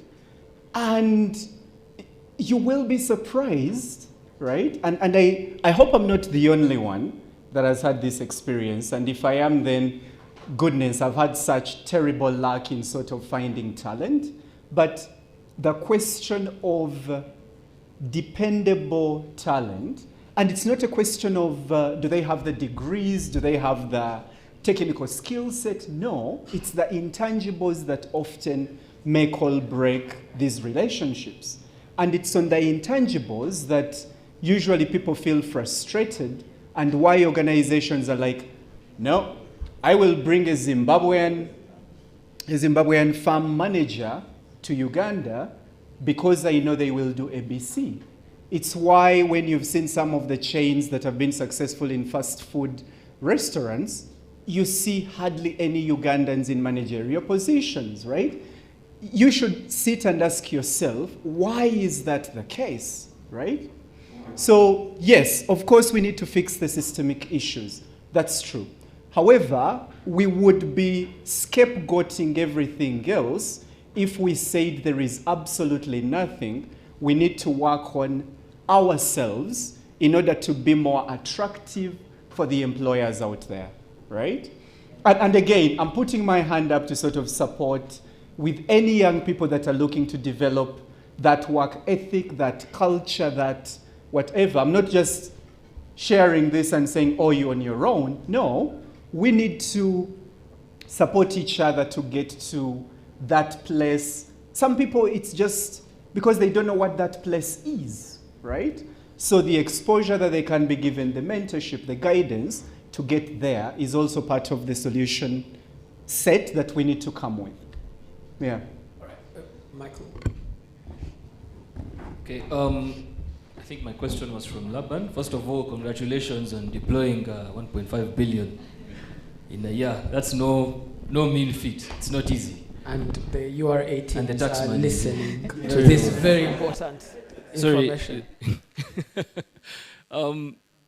But to answer your question, as Leo Africa, 13 years later, the mission is the same, just broader.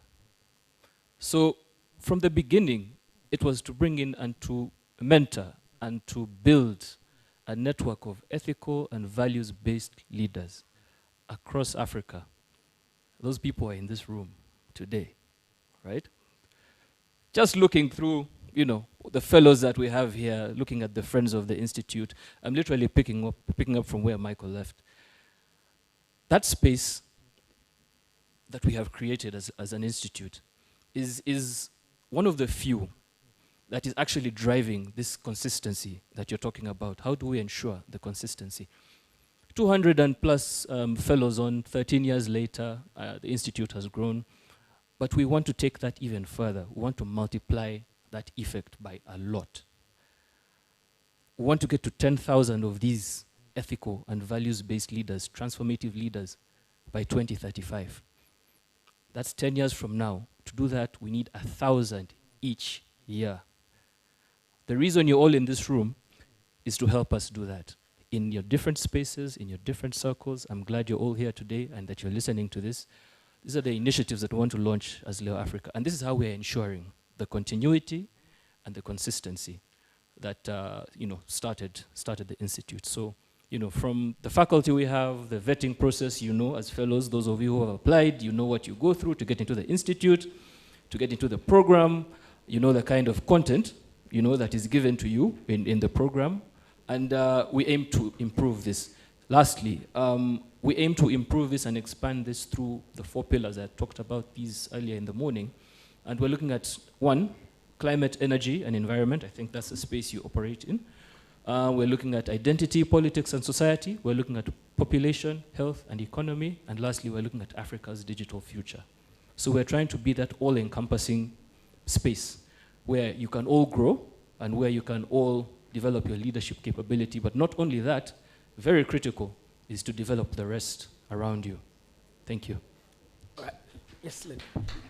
But I also wanted you to speak to the question of patient capital, because that's a place you work in.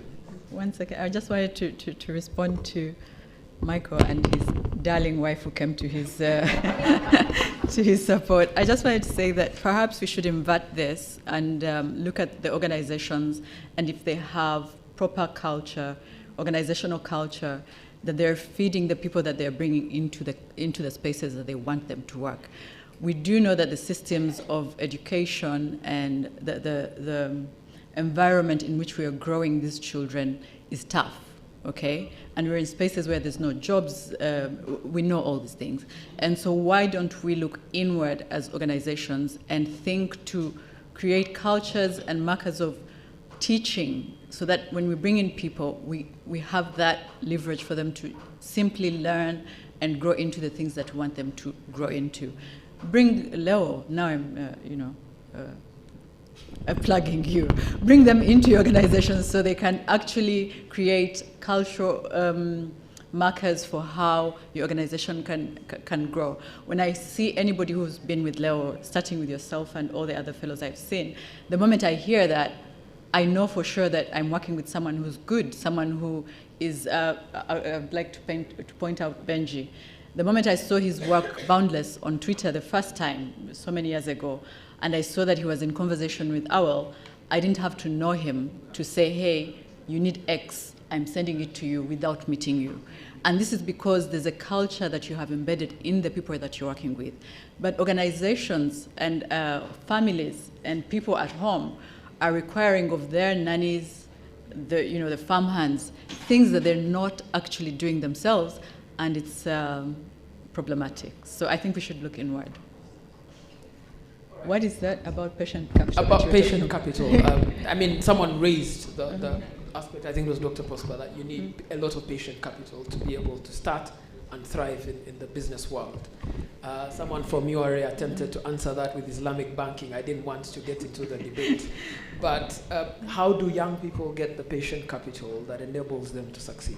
Exactly. The gentleman with the URA and talking about tax, Islamic banking, I think we need to mob him before we leave nicely about, policy and all that.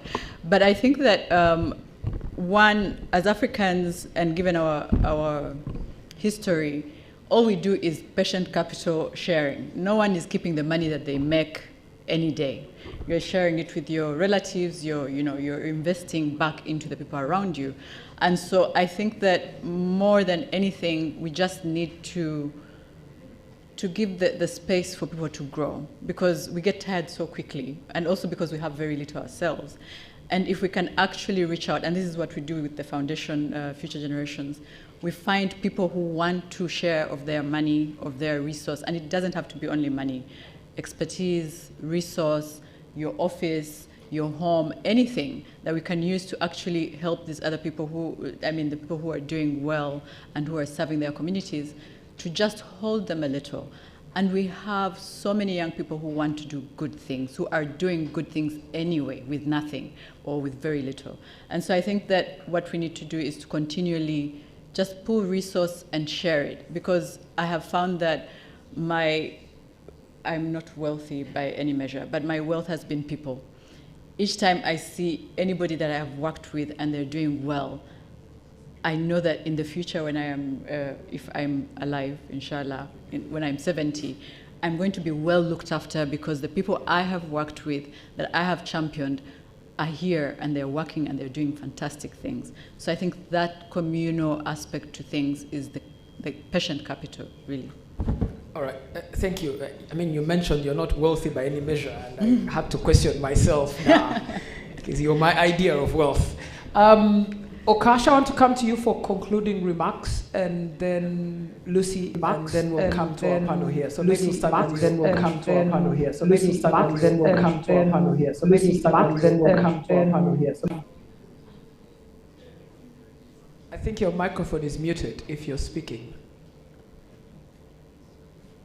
Yes, Raymond. Yes, your concluding remarks. Okay, thank you very much. So, this has been a great conversation, and I actually appreciate for all the panelists for their contribution. Yes, we have almost similar mission where we are looking at contributing to the betterment of our communities in different angles, whether those who work in a digital space, some of us work in climate, food security, health, or leadership or education perspective. I think we live in a very interesting era, different from the previous centuries. We live in intelligent age where the artificial intelligence is disrupting so many things.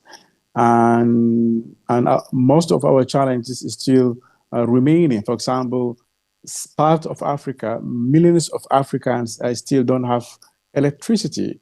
Millions of Africans are still out of internet. And part of the world are talking about, advancing AI, integrating AI into so many things. So how do we make sure that no one leaves behind? So I think that will be a question we all live with from these conversations. And how do we contribute that our communities are at the forefront of socio-economic transformation, especially in Africa? So that requires challenging systems, that requires questioning the policies we are implementing on a various institutions, whether they are private institutions or public institutions. That requires us refining our North Star impact. What exactly are we looking at to contribute in the societies we are part of? And also that will shape us how best we can build a partnership among ourselves, cross-border partnerships, whether we think as an institution, whether we think as a countries, and whether we think as a communities.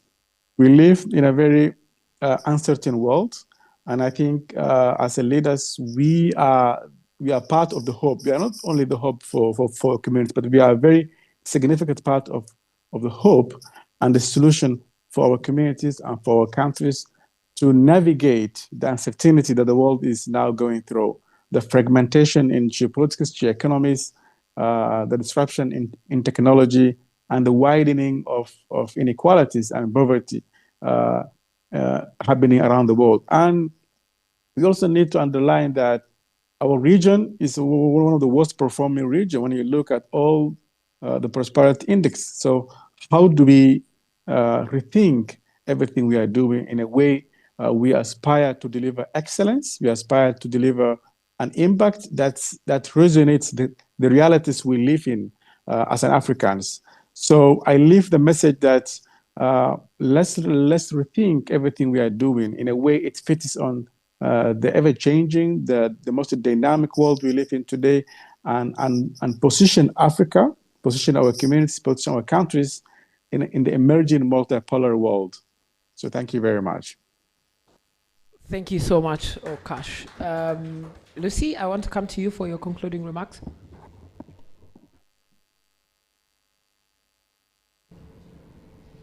Can you still hear us, Raymond? Yes, perfectly.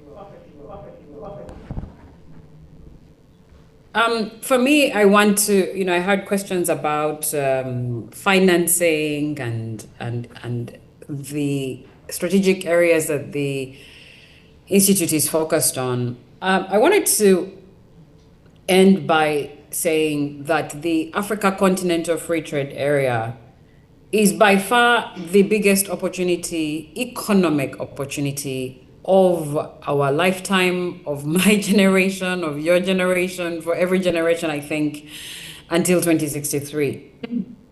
And to achieve it, it's basically just making life easy to connect us to the best of Africa, and to innovate the best of Africa, and to serve the 1.5 billion people market that we have.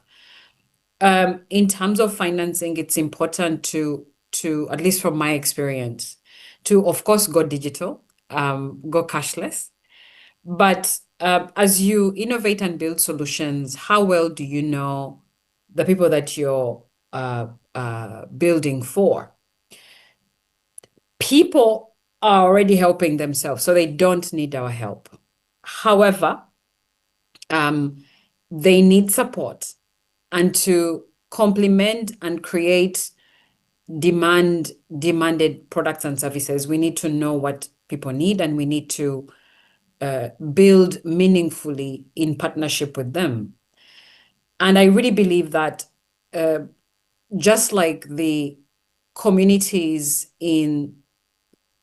that our grandmothers, our parents, and as it continues in the village savings and loan associations, perhaps there's an opportunity for Huduma or Yelp or others to come together into business cooperatives, and as a collective, de-risk each other to access finance, be able to stand together and as a collective approach financial institutions to see if you can get perhaps that Islamic funding. But what I see is that in rural communities, they've thrived in coming together and banding together to finance the futures that they're looking for. And I think as champions, as leaders in this regard, we can also do the same for the purposes of mobilizing that patient capital. But I think that as we innovate and take advantage of the One Africa market, aka the AFCFTA, as it's famously said in Uganda, money will come. It's just that we need to come together and build strategic partnerships that would allow us to create those assets that will attract the sustainable finance that we need to achieve our dreams and prosper, because ultimately people are looking for the bottom line and they don't want to take the risk of losing all their life savings because of taking a chance on young people. If we collectively come together and build our assets together, money will come. Thank you, Raymond. Thank you so much, Lucy. Of course, money is already here. A round of applause for my panelists who've given us of their time. And I was asked to close this at 1:45. I'm being charitable. I'm giving you 10 minutes. This is cooperation. This is partnership. But I would beg that you let these people interact with each other and film some partnerships in the next 10 minutes. So I want to hand us back to our capable team of MCs for the day. Thank you so much.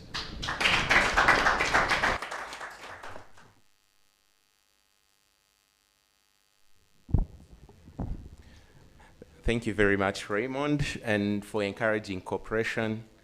While you stood here, you didn't seem to enable cooperation between the ELPs and the Huduma Fellows. Nonetheless, as the first valedictorian of the Huduma Fellowship, I invite all the ELPs to grab a drink later on. Oh, not, okay, to grab a coffee with Raymond. And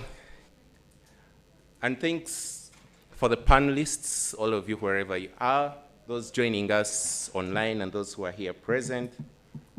Quite disappointed, Dr. Himbisiwe didn't talk about tea. He's a tea farmer just like me. I just checked how Ugandan tea was trading this ending week, quite miserably.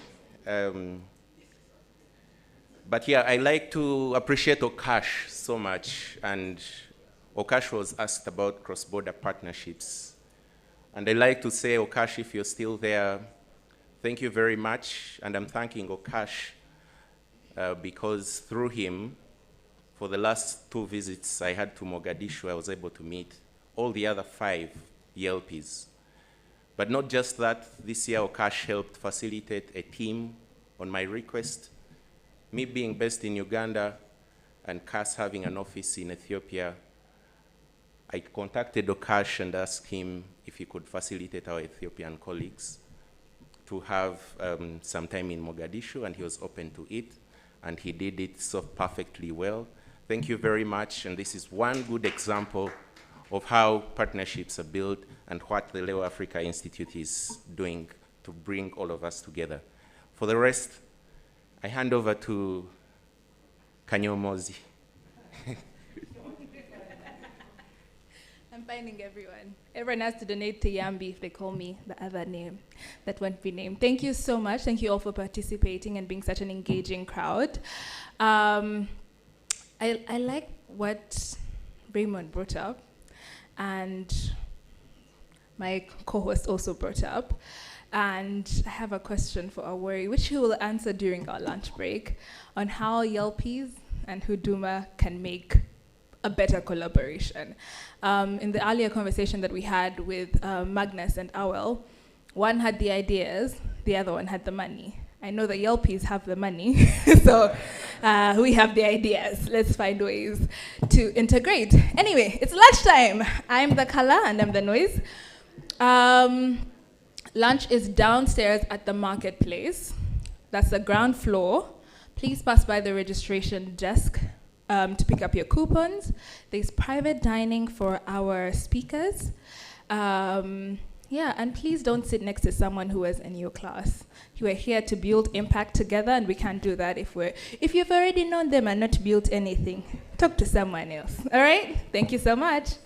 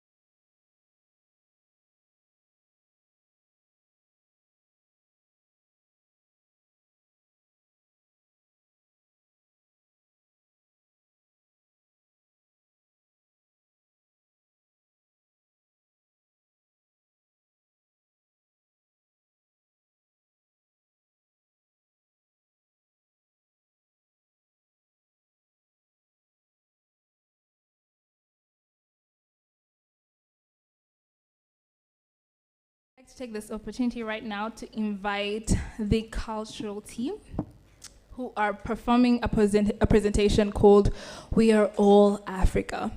One of the things I shared when I started off was Africa has the same unique problems, so we're all in this together. I'm very excited to watch their performance. We Are All Africa?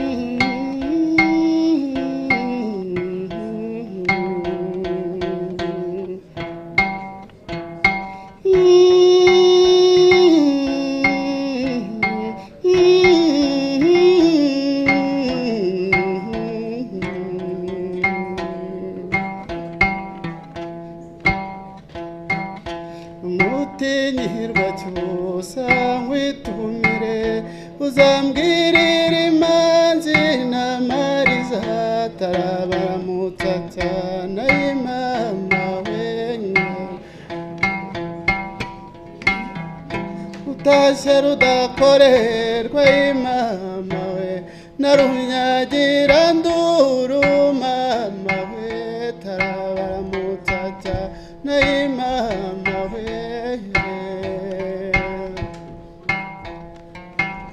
n'abanyina mariza imama umubyeyi w'imanzi uzamuramutse tararamutsa n'imama we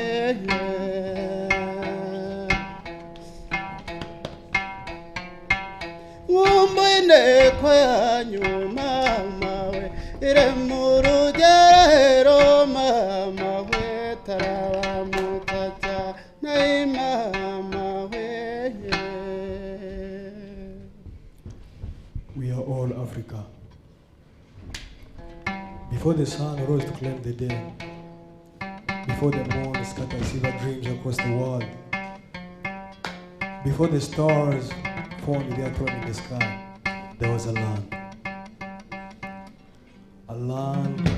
that holds stories of kings and queens, a land where songs rose before words were born,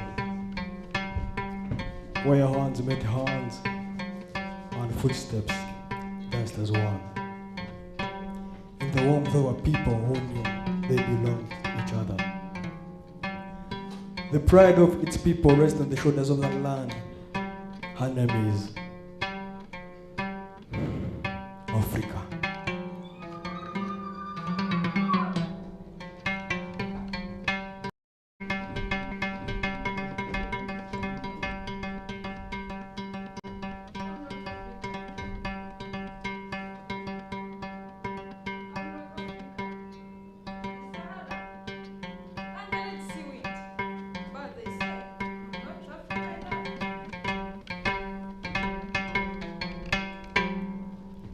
Mimi ni Afrika Mashariki, nchi nzuri na watu wazuri, milima mizuri katika Afrika Mashariki na jua linalochomoza.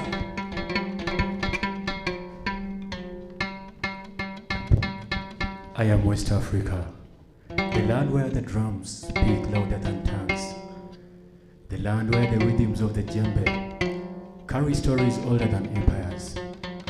From Songhai, where the scholars lead the world with knowledge. From Mali, that showed that Africa was great with gold. But they say, I'm not African enough.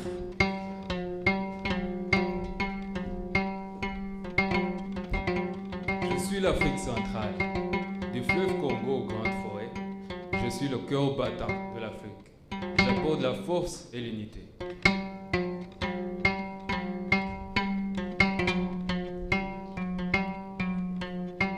South Africa, where the rhythm, the song, courage, and resilience is born.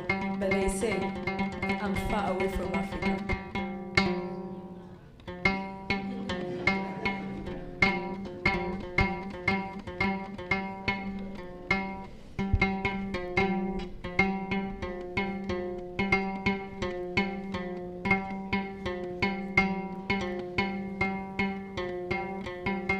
They played together under the open sky, laughter weaving through the air like a single thread.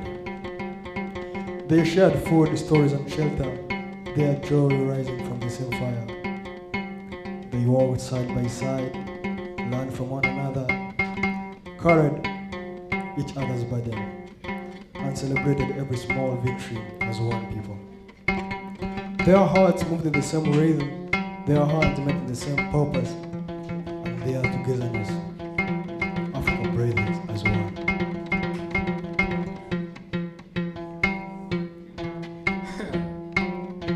Africa? Africa United? That's a myth. I mean, look at you. Come on, lads. The Maasai, the Kikuyu from East Africa, the Zulu, and the Khoisan of South Africa. You'll never be the same as the Arabs, the Babas from the Maghreb states of West Africa and the North. Africa? Unity is a myth. Evident from your skin tones, your bloodlines do not cross. Some of you have the Caucasian tone, some of you are blessed with the melanin. Unity is just going to spoil everything. I mean, people, do as I say, for your ancestors never agreed on a single point. So from today and onwards, you will not eat together, you will not dine together, neither will you intermarry. And from that, you will see the prospects of my gospel.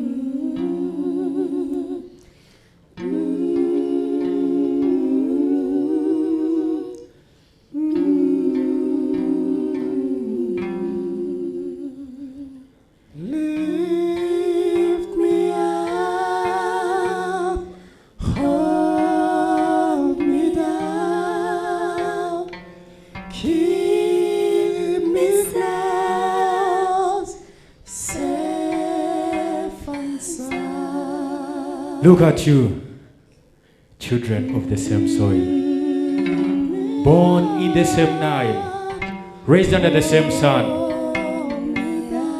I'm so depressed and compressed to see that strangers can split you up.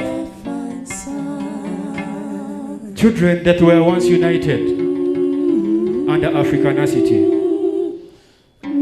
I know it is hard to heal, but the power to heal was never lost. The power to stand dwells in your hearts. The power to stand dwells in your cultures. The power to rise dwells in your languages. The power to get united dwells in our bloodline. Raise North Africa. Raise South Africa. Remember Central Africa. Understand West Africa. We are Africans. Proud Africans. Proud, proud, proud Africans.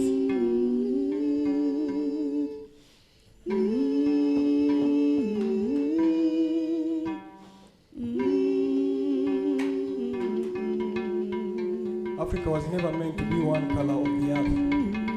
The land itself teaches us this. Deserts do not imitate forests, mountains do not copy valleys. Yet the earth is a whole because each one of them stands its own nature.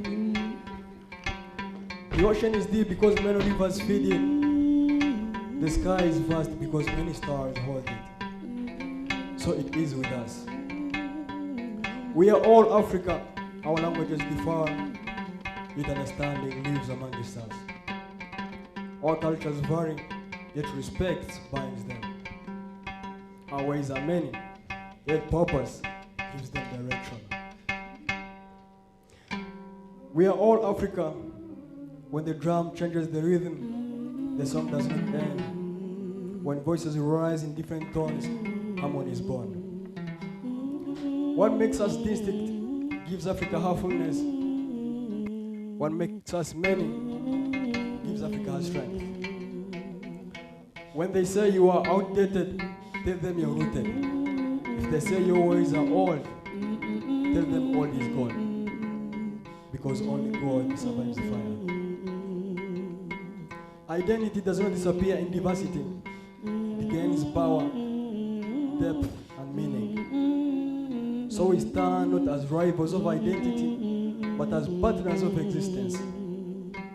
Not as fragments pulled apart by difference, but as a complete story told in many chapters.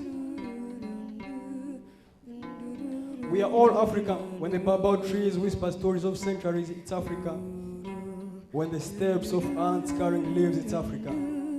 When children play barefoot under the sun, it's Africa. When women balance water and hope on their head, it's Africa. When elders whisper stories beneath acacia branches, that's Africa. When hands wave baskets and colorful cloth, that's Africa. When feet dance across golden savannas, it's Africa. When drums call hearts together in village squares, it's Africa. Africa is the aroma of spices in the markets of Marrakech. When they market hams with spice and chatter, it's Africa. When neighbors share, trade, and welcome each other, it's Africa.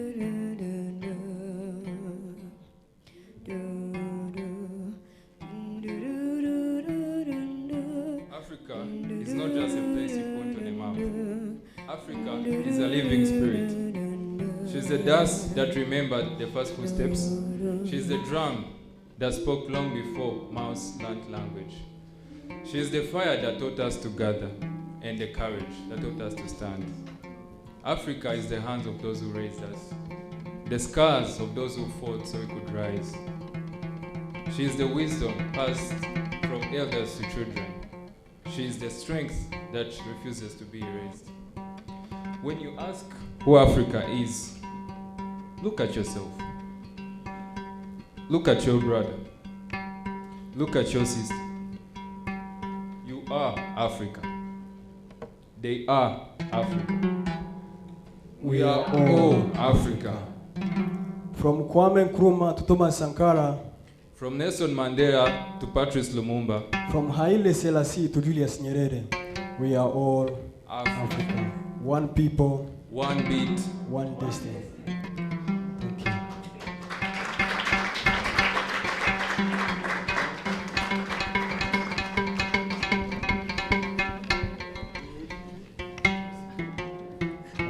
Thank you so much. My name is Iram Hunda Joseph, and we are students from Makerere University.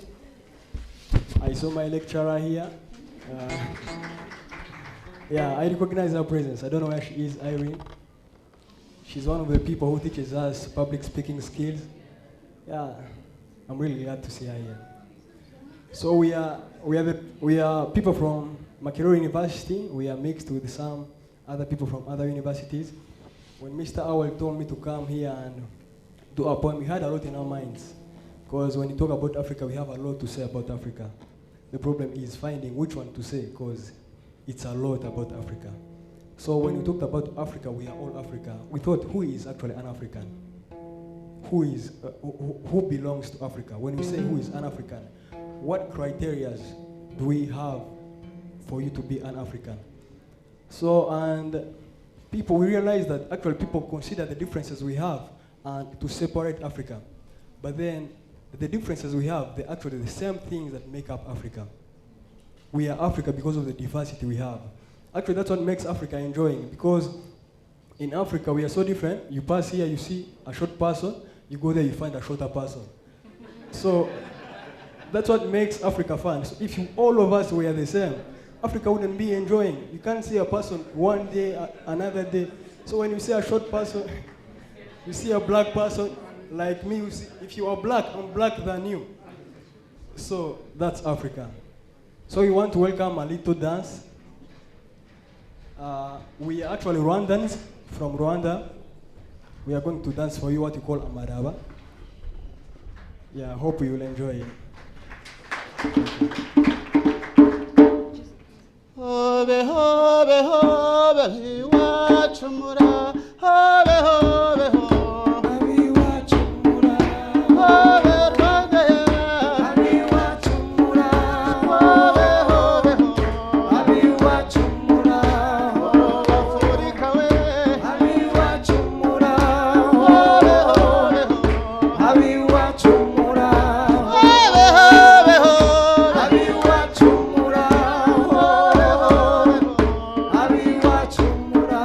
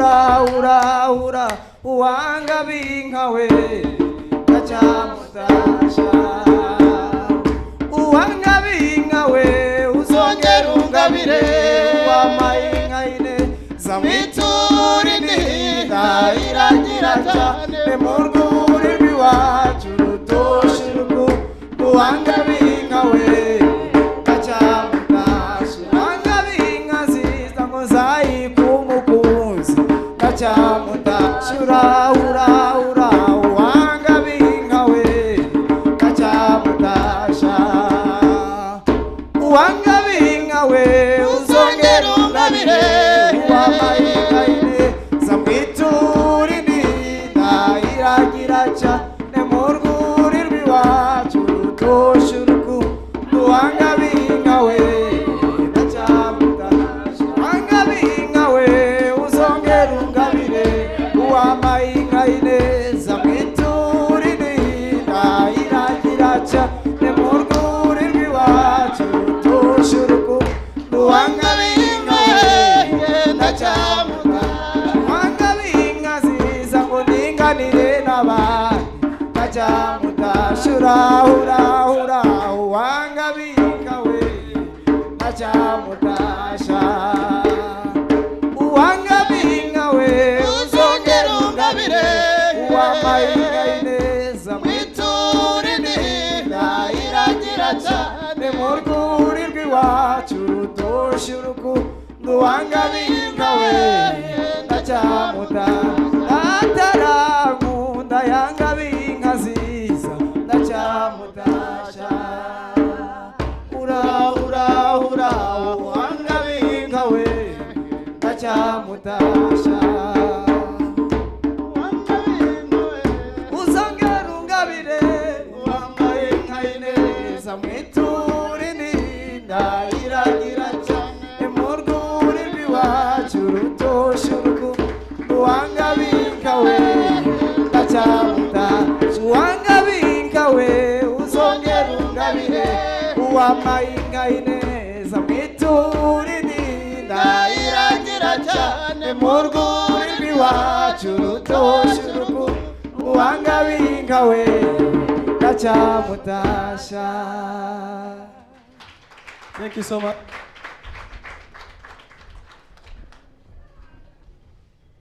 I genuinely don't think that round of applause was enough. Well, first of all, shout out to Irene. She's our cohort member, 2024 Huduma. Is she? Just left. Okay. She's the public speaking lecturer that they were speaking about. Wow. I'm sorry, I got chills when they did that We Are All Africa, because building impact together and knowing that if we're all able to work cross-border, cross-country, so many things would be better solved. People say it's idealistic, but I think it's possible. You have to dream first before you start working. Before we get into our conversations for the next half, I want to just do a bit of roll call, like a lecturer, like a teacher, and see which sections have learned something. What did you take away?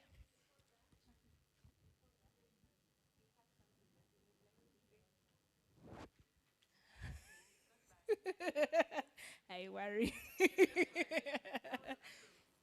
Okay, all right. I will hand over the mic to these ladies first.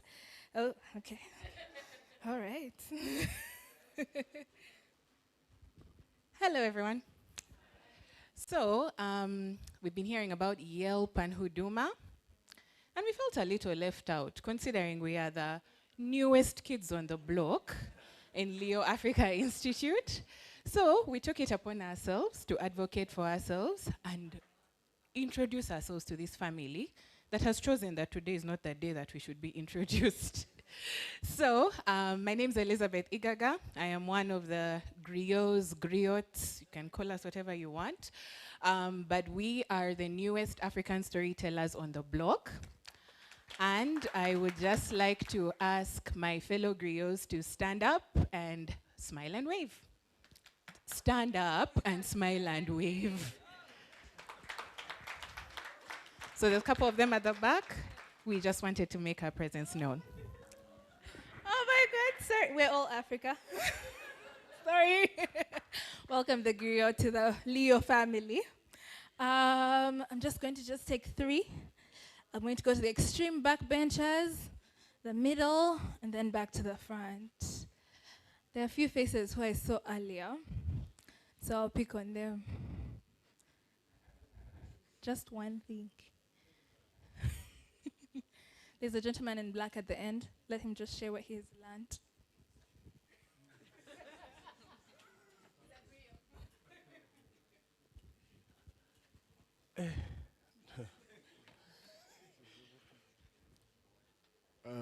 What have I learned? Sorry, one second. I've learned here because I was taking notes. I'm not like you guys who are just here on Coencha vibes. Me, I'm a serious man. The waiting syndrome.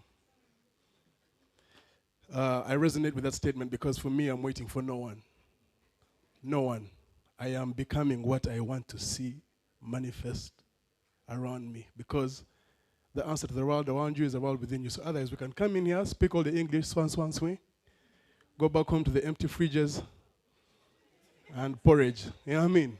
I'm speaking facts. I'm not here to take pictures. Or I'm here to manifest what I want to see happen around me. So, the waiting syndrome.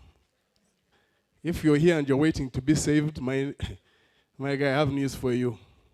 Nothing is coming. Nothing is coming. No one is coming. Stop waiting. We stop waiting. We stop waiting. Thank you.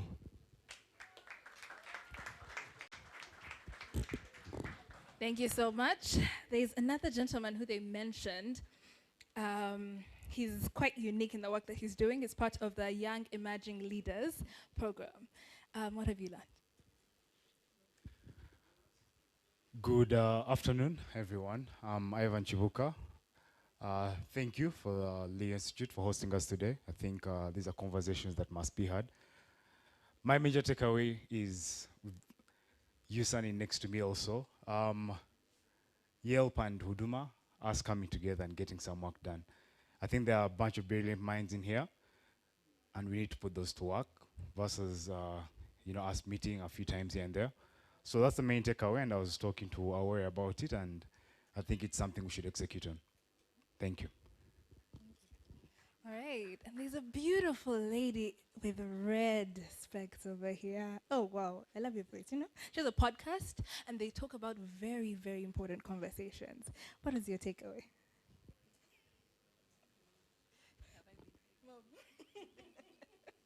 Hi, my name is Liz. I'm a Yelp fellow class of 17, the very first class. So I've been at a couple of these convenings. I could lie to you and just repeat what we've talked about here over the years. But, collective impact, community, a lot in and out, a lot through this ear, through the other ear. Some has stayed, but yeah, community, collective impact. Happy to be here.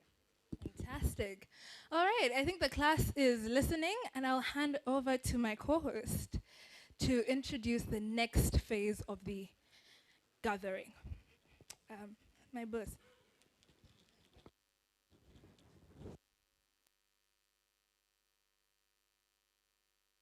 And welcome from the lunch break. I hope you had amazing food and you made good connections with the new people, with each other.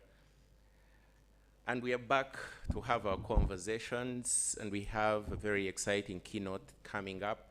I'm very excited myself to listen to Susan Sibirwa, who is going to be talking to us about leading with purpose, the imperative of collaborative leadership in Africa's next decade. But before I invite her here, I'd like to take the honor to, on behalf of the fellows that are in this group, I'd like to welcome you and tell you about the group that you'll shortly be speaking to. These Leo Africa Institute Fellows are a community of emerging leaders who, through various fellowship programs, learn and exchange and discuss about authentic African leadership. Authentic African leadership looks at so many aspects of who we are, from identity to collaboration, and how we can work together, and how we can nurture values-based leadership. So these are fellows from 3 different programs, the oldest of which being the Young and Emerging Leaders Program that started in 2017. That program has many junior career, okay, now they are very grown people now, but they join when they are at junior level or junior careers in private practice largely. But from 2021, there is another fellowship program called the Huduma Fellowship that was introduced by the Leo Africa Institute. And this is for young people in public service, so it's specific for the people in public service. And it is also meant to impart, values-based leadership, especially that they are public servants and they are serving in the public space. And most recently, the people who are claiming their space, the youngest of the fellows, no, not in age though, but the very most recent ones to join us, the griots. Very nice to meet you. Welcome to your very first ever annual leaders gathering. And we are very happy to be with you. We are not sidelining you, but we are very happy to be with you. And you can clap for them. So earlier in the day, we had a keynote address that, ushered in, that started off this conversation. And it was led by Mr. Charles Mudiwa, who is the MD of DFCU Bank. He talked to us about excellence as a standard, sustaining high-performance leadership in challenging contexts. So we'd like to welcome you to talk to us about leading with purpose.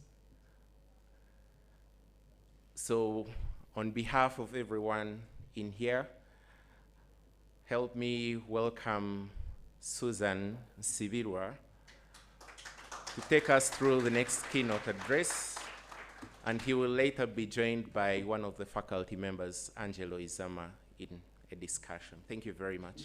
You're welcome.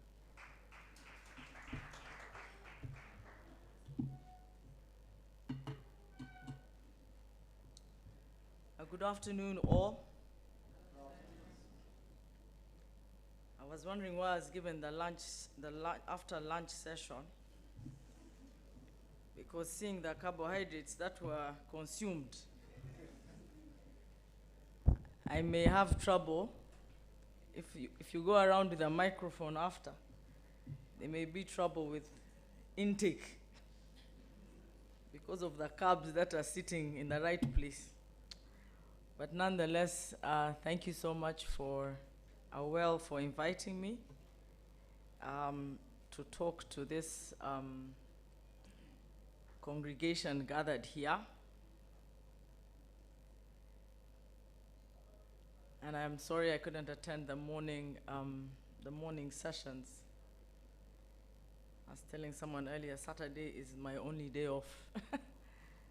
And so she asked me, so what tipped? I don't usually accept to do anything on Saturdays. So she asked me and said, so what tipped the discussion in Uwel's favor? And I said, talking about leadership, because leadership is one of my personal values. And so when I get an opportunity to talk about it, then it means that I am staying true to what I believe in. And so that's what tilted the discussion in Uwel's favor. So thank you again for having me, and I'm just glad to share my mind on leading with purpose.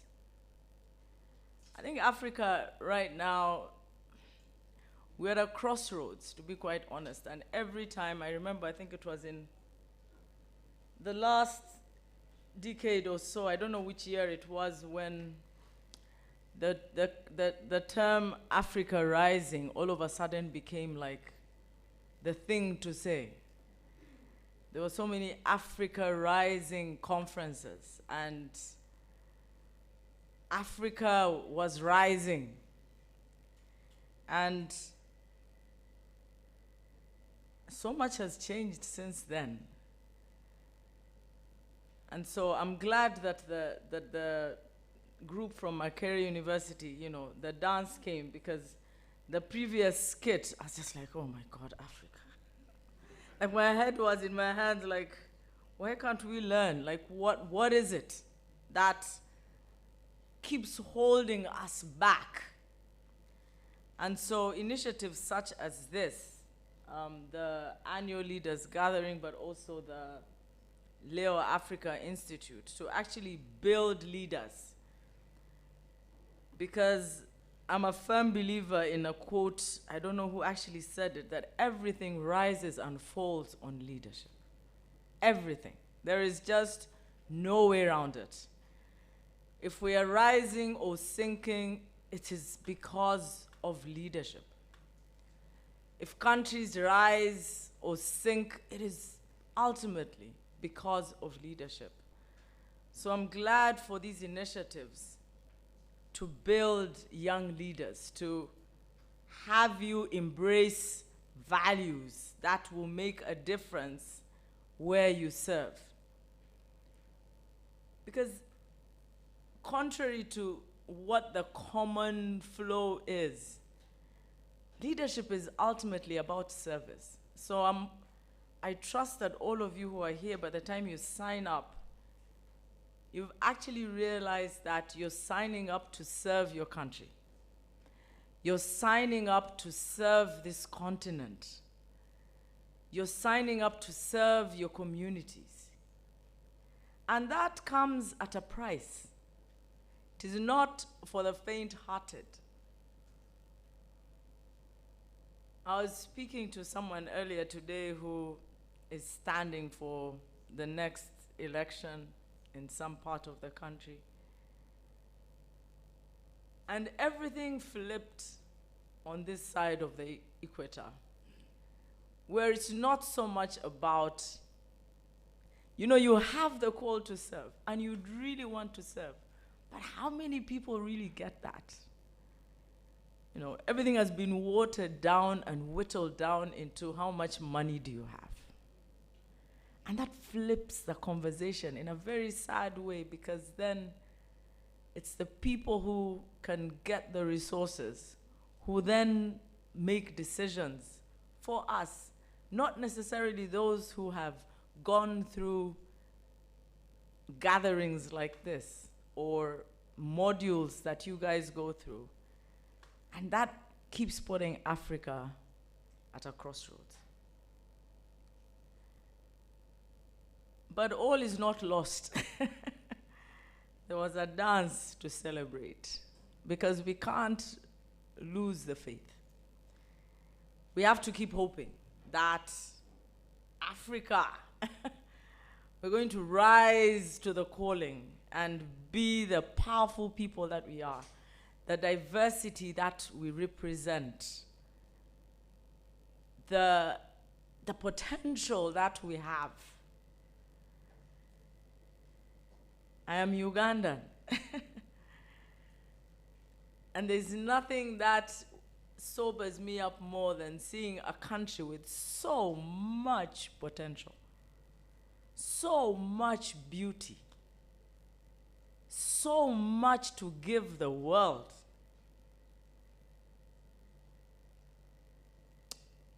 But everything rises and falls on leadership.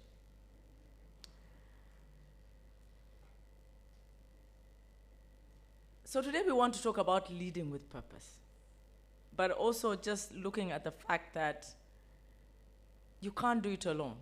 And I know that Charles, who I missed earlier here today, brought that point home as well. Leading with purpose. Why do you want to lead? Why do you want to lead? Why do you feel the call to leadership? Because at any one point in time, it's got to tie into who you are as a person.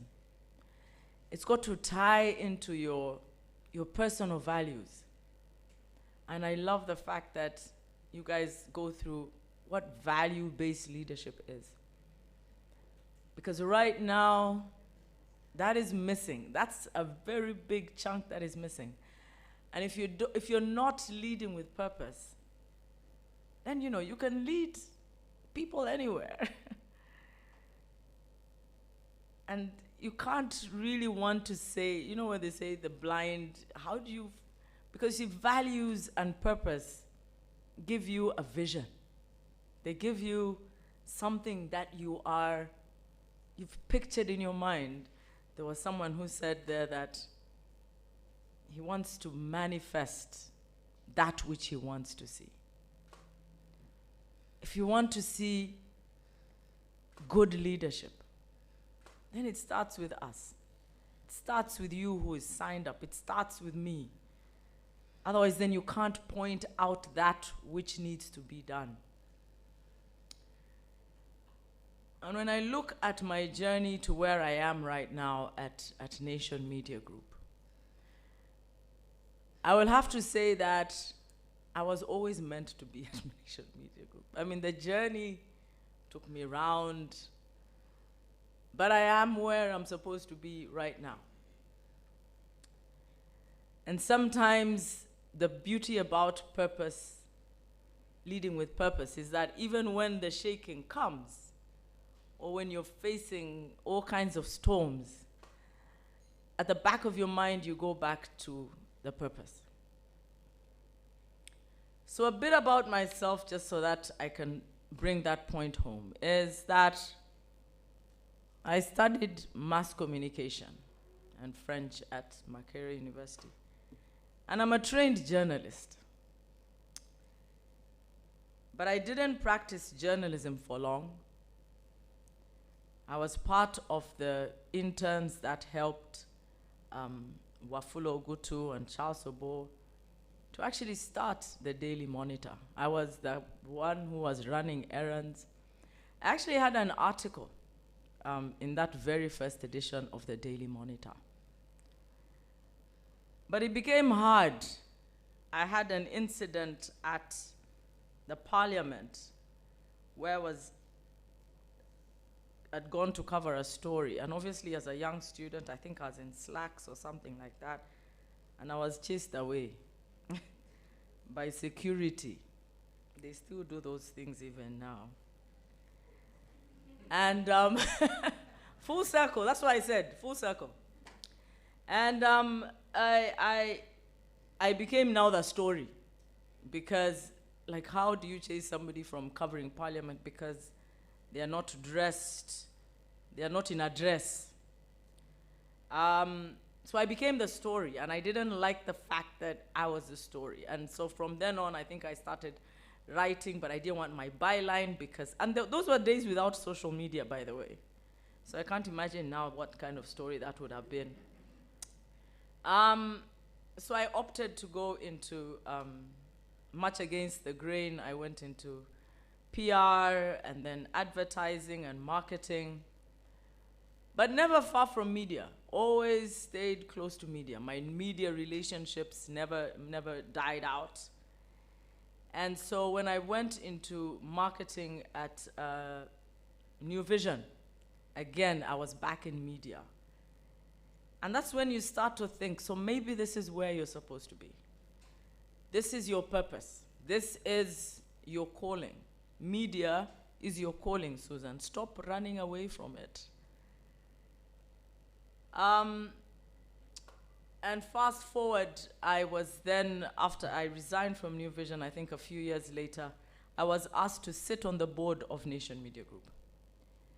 And at that point, I'm thinking, okay, I have a lot to offer in terms of strategy, in terms of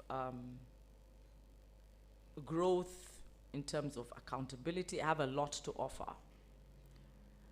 So then when I am asked to then apply for the job for managing director 2 years later, I have to go back to my purpose. And I ask and say, okay, is this what I want to do with my life? Is this my purpose? You've got to, and so the reason I bring this out is that something has to connect to who you are. Otherwise, you find yourself doing a lot of things that are out of who you are. They won't bring out your authentic self. And so I agreed to it. And I just had to go back because I journal. And I had to go back a few years to actually find the place, the defining moment where I knew that I would end up at Nation Media Group, leading Nation Media Group. And I actually realized that that journey started the day I signed up to do mass communication, because that was not my initial, my initial choice was to do political science. I wanted to sit at the feet of Mahmoud Mamdani. I had a crush on his brain. I was so in love with his thoughts about politics and about Africa and Uganda, and I was like, this is it, and I was only 17. Then I was convinced and I was told, no, when you study mass comm, you actually study political science under Mahmoud Mamdani. I was like, way to go, this is it. So you find yourself now at a crossroads, not at a crossroads, at a place where a lot of the things that you were learning at university about freedoms and about liberties and about those things that make you uncomfortable about your own country, you now find that you're in a place where you're standing up for independent media, and then everything comes together. Everything comes together. The lectures under Mahmoud Mamdani, everything then comes together. And then that's when you realize that you're in the right place at the right time. And so you then ask yourself, okay, so why am I here at this time? Because all the experience now says that somebody has got to stand up for what is right. Somebody has got to stand up for a constitution that was debated and constitutional rights that were debated by many people who have long gone, and the rights that are enshrined therein.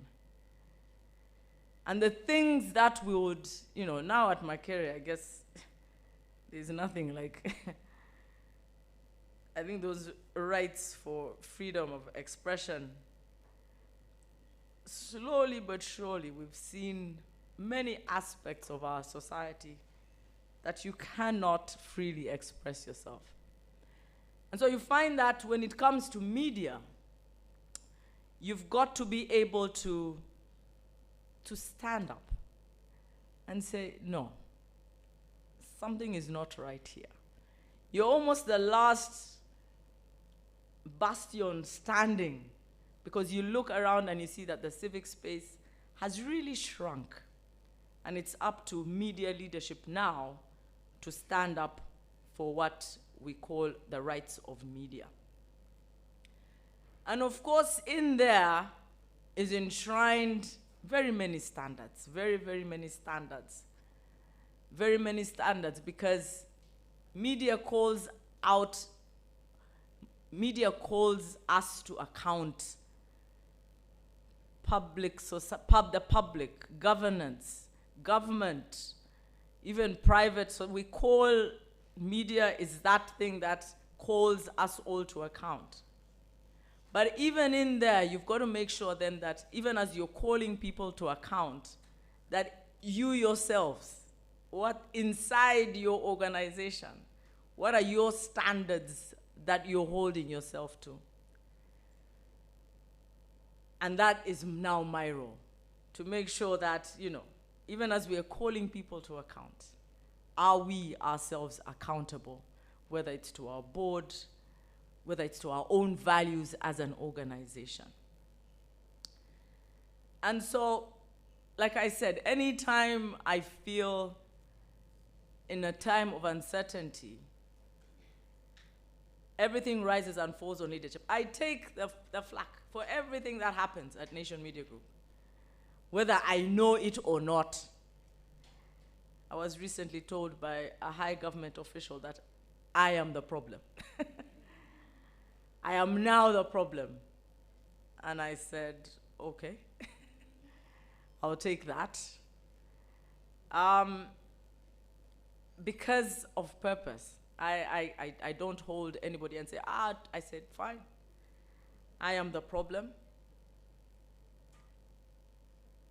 Because it calls me to ask, for the few years that I'm going to lead this organization, what is the legacy that I'm going to leave behind? What is the legacy? Too many of us right now in leadership positions, I don't know if we think about legacy. I don't know if we think beyond what I am doing now or what I am earning now, whether I think of the next generation. Am I still the same authentic person 10 years down the road? If I write, am I going to be like, who's this person who wrote Rich Dad, Poor Dad, and then file for bankruptcy? After you've told millions how to get rich, and then you file for bankruptcy. So what is the legacy? One of my pinned tweets, I think the only pinned tweet I have actually says, ask not what your country can do for you. Ask not. Many of us at that stage were like, Uganda, but what you can do for your country. And that's what legacy is. What can you do for your country? So for me at this stage in time, I know what I can do for my country is to stand up for the rights of media. Stand up for the rights of media that are enshrined in our Constitution. Speak out against brutality. Speak out. Yesterday I met a young person who says, but Susan, you're so vocal. And I said, somebody's got to say something. Somebody has got to say something. Because you see, whether it's West Africa, East Africa,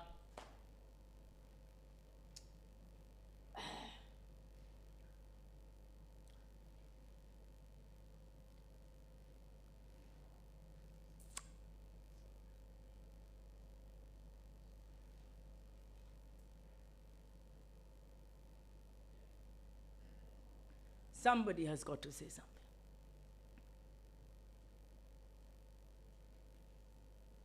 Because we are all one. Brothers, sisters, we are all one. And the hopes of our continent actually rely on us thinking of our legacy beyond KPIs. So how will we solve Africa's problems if we can't see each other, even just me beyond a political party? How do we solve Africa's problems if we can't agree on how to tackle youth unemployment? How can we solve it if we can't agree that Nachivubochano is actually, it's not a political thing. It is a Ugandan thing, beyond colors, beyond language, it is Uganda. It is our land. We only have one land. We are only ever going to have this one Uganda. We can't afford to destroy it because we are making decisions that are based on short-term gains. We can't. Because if we destroy the entire channel, what are we leaving for the next people? This has been, I get very passionate about these things, I'm sorry.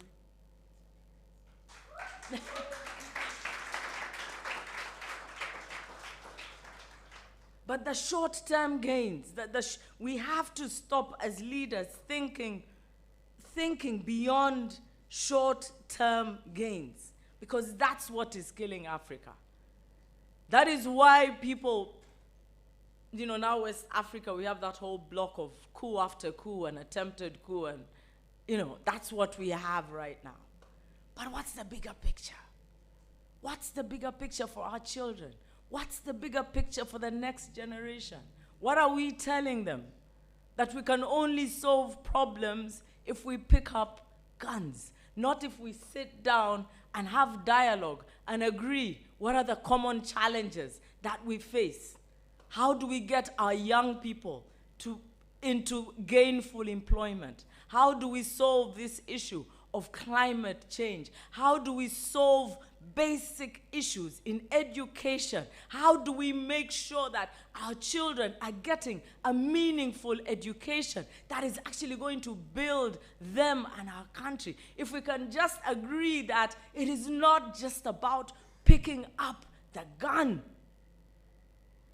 that we can agree, if we can agree on that the hopes of 1.4 billion people are looking to these leaders to provide solutions. And no single sector can address these challenges on its own. As media, for example, we have platforms. We have platforms, and we partner, for example, with organizations that are fighting climate change. Because we have the platforms. We can tell the stories on the impact of climate change, rivers that are drying up, agriculture that no longer makes sense, young people that are struggling with technology. No simple sector can address these challenges alone. And as media right now, we work a lot with people. We look for partnerships. We look for partnerships with institutes even such as yourself. So we can tell these leadership stories. We can tell stories of impact. We can tell stories of what needs to be done to improve society. At Nation Media Group, our mission statement includes the term positively impact society. How does our media positively impact society? And we work, obviously, with different people. We work with government when they allow us. We work with civil society, tech companies, foundations like the MasterCard, Bill and Melinda Gates, all that to see how we can contribute to the development conversation. And that really shows that we've got to work together. We've got to work together. Obviously, it costs. It's not a cheap thing. But when you have an organization that has on its agenda youth employment, then we come together with them and they spend with us and we put together resources as well. How do we work together to tackle the youth employment problem? How do we work together to talk about gender imbalances? How do we work together to see if we can correct inequality with people with disabilities? And obviously, media is a great influence in doing that, and we continue to look for collaborations where this can happen. And even as we do that, we have to make sure that the theme of excellence, it has to be excellent. It has to be excellent. There are standards that you must put together that you must be able to say, I am proud of my work. I am proud, we are proud of the work, the impact that this work is having, the positive impact that this work is having. Not all collaborations obviously work. They all don't work. But it's important to understand, like we as media, when we say we want to positively impact society, we will collaborate with those who we know have that shared value. So there has to be, number one, some kind of shared value where you're looking to collaborate. And to find that your purpose has to have some kind of alignment with your potential partners. So yes, we work with banks who want to do financial inclusion programs, because even for us, people who are financially empowered, it also works for us, because then they're able to spend on our platforms as well. So there has to be that shared value when you're collaborating with others. But again, when we sign some of these collaboration, you obviously, you're working with people who have built something. We trust that as media, we've, been around for over 30 years. So you trust that we are going to deliver. But sometimes something goes wrong, even as we're working towards executing these partnerships. And, the trust is broken. And so it's very important that when you're working with others, collaborating with other sectors, that you build that trust. Build that trust, because once that trust is broken, it's very hard to be able to come back. And then it's very clear that we're partners. We are partners. It's not, and it has to be mutually beneficial. Sometimes people come to us and it's like a one size, and then you're thinking, okay, but what's in it for us? What's in it for us? So partnerships is very key. We actually have a strategic objective on partnerships. We have a committee that handles partnerships, so that we convene different players across different sectors, and we see how we can work together. There's nothing that has humbled me more than working. We have a partnership with Light for the World. It has really humbled me in terms of where we agree to talk about challenges that people with disabilities face and highlight those challenges. But part of that is we take on associates. We take on people with disabilities into our work, into our departments. And that has humbled me, because until you actually come across, many times, I don't know if it's self-limiting, whereby jobs are advertised and they don't apply for them. So this is really affirmative action. Affirmative action, when you're talking to somebody about a piece of work and you know that this person has maybe a visual challenge, can't really see, and yet they do such an excellent job. And so that kind of diversity, so we've embraced diversity as part of our collaborations. We've embraced that in terms of then how do we, and then we've had a whole exercise in our organization where then we do a whole awareness thing for all staff to actually understand the challenges that people with disabilities face, how we can embrace them in our work, in our workspaces, and the fact that they work equally as hard as all of us, and there's absolutely nothing wrong with them.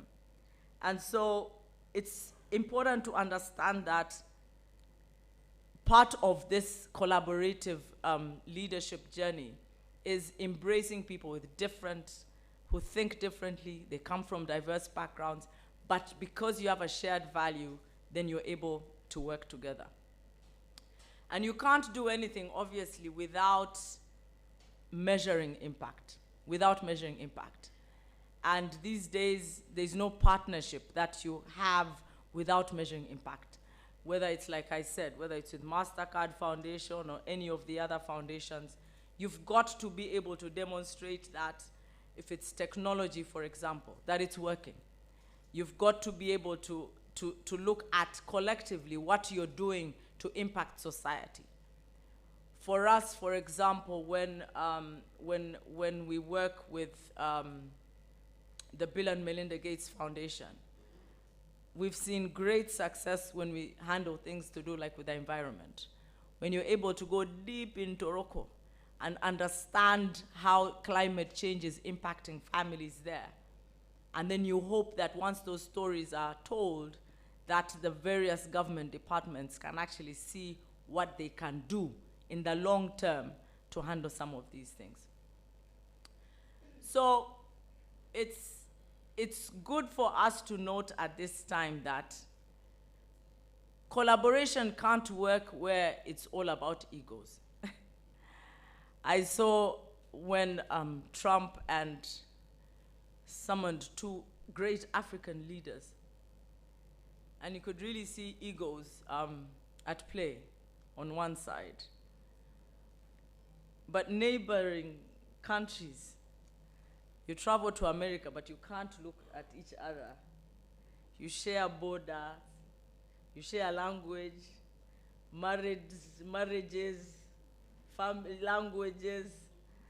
It was really interesting that ego can't work when you want to collaborate. Egos can't work.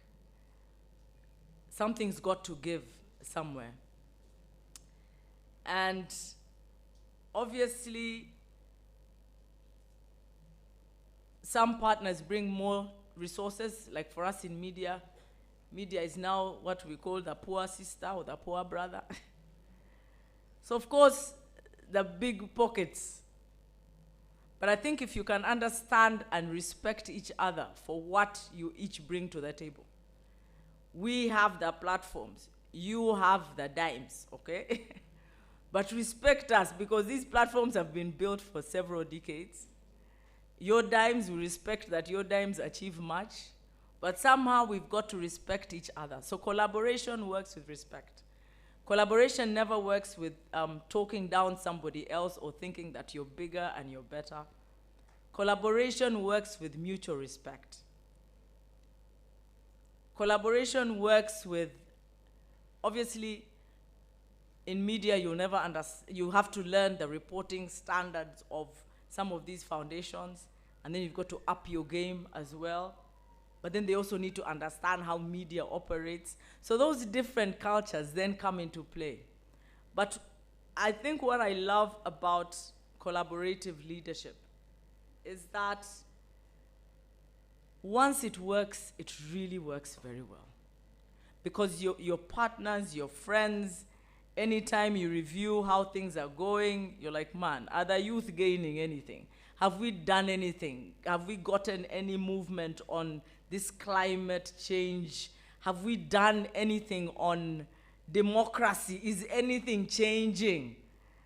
And so I think that the satisfaction that comes from having these reviews and these discussions, I think are what make it really, really important.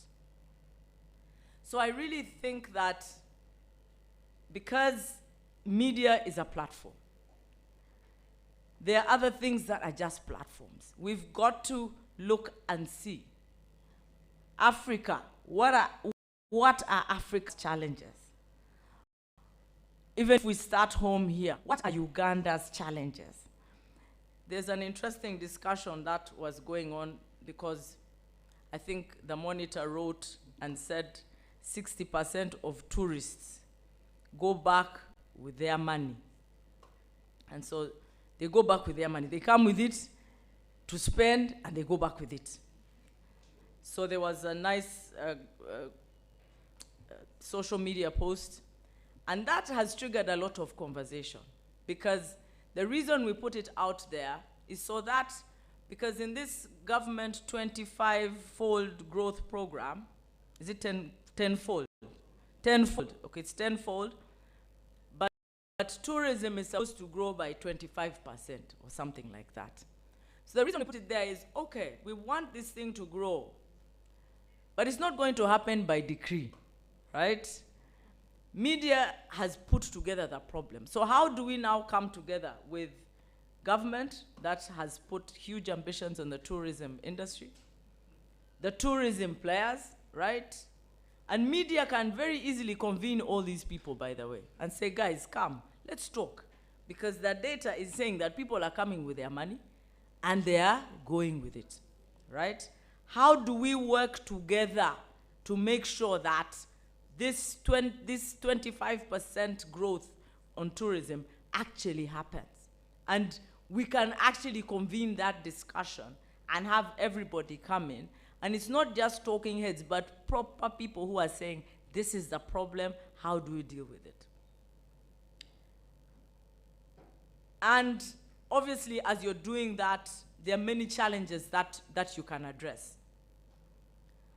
So the thing then that I want to say, because I'm always looking for collaborations. We're always looking for, because we are a platform.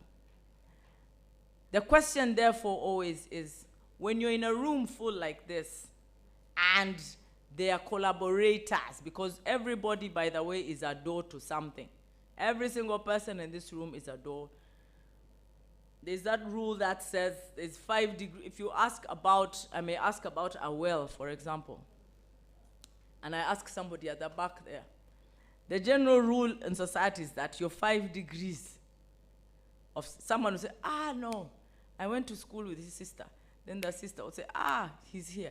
There's always like just 5 people between you and the person that you want to connect.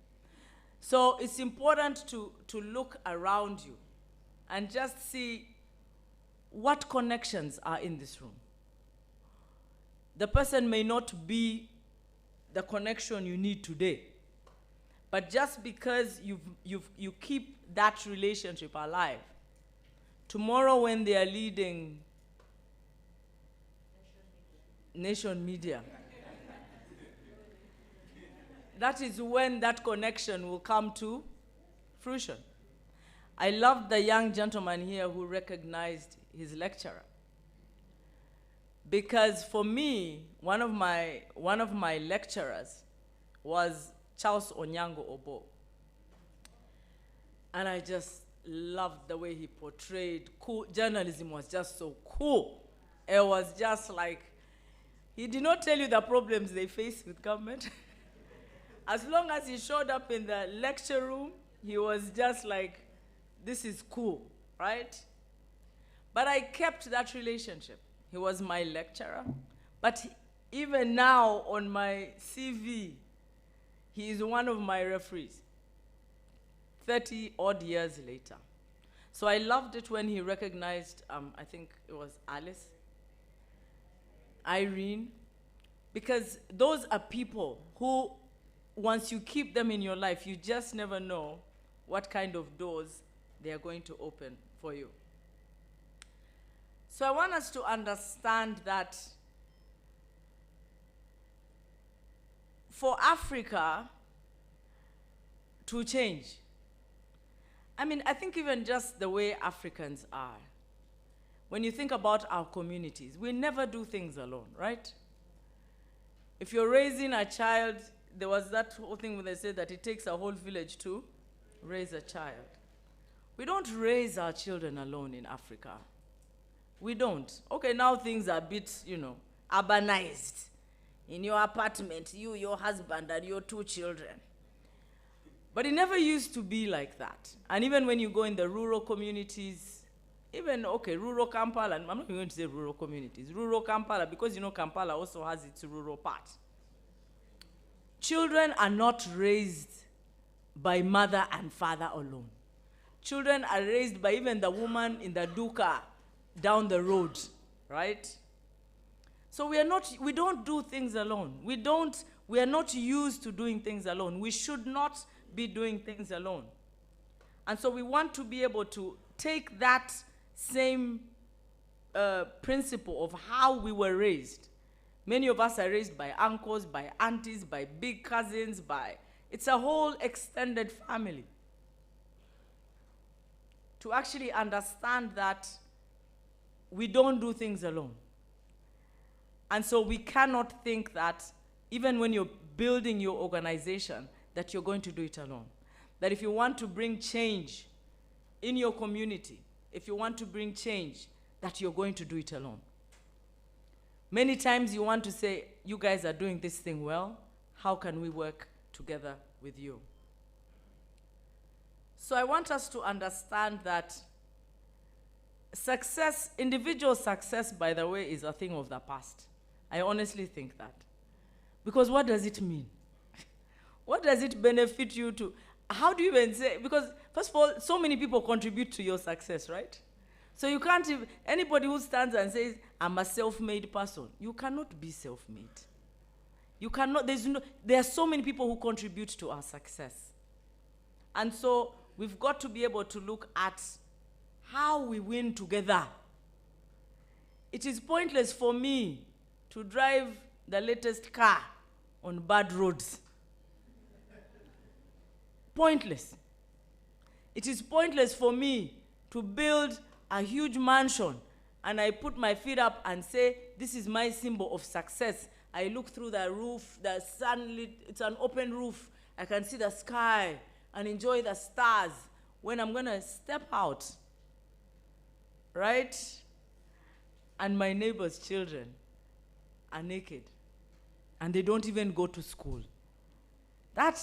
I don't know how you can live with that, by the way. It doesn't make sense. We all have to win. We have to see that I only win if my neighbor wins. I only win if my village wins. I only win if Uganda wins. Uganda only wins if Africa collectively wins. So today I want us just to think about those things. Collaborating to win.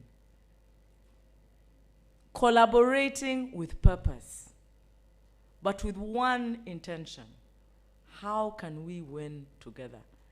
And in winning together, it's not just winning for the sake of winning, but winning with excellence. Winning with excellence. So I hope that with those few thoughts, the next conversation will be interesting. Thank you very much.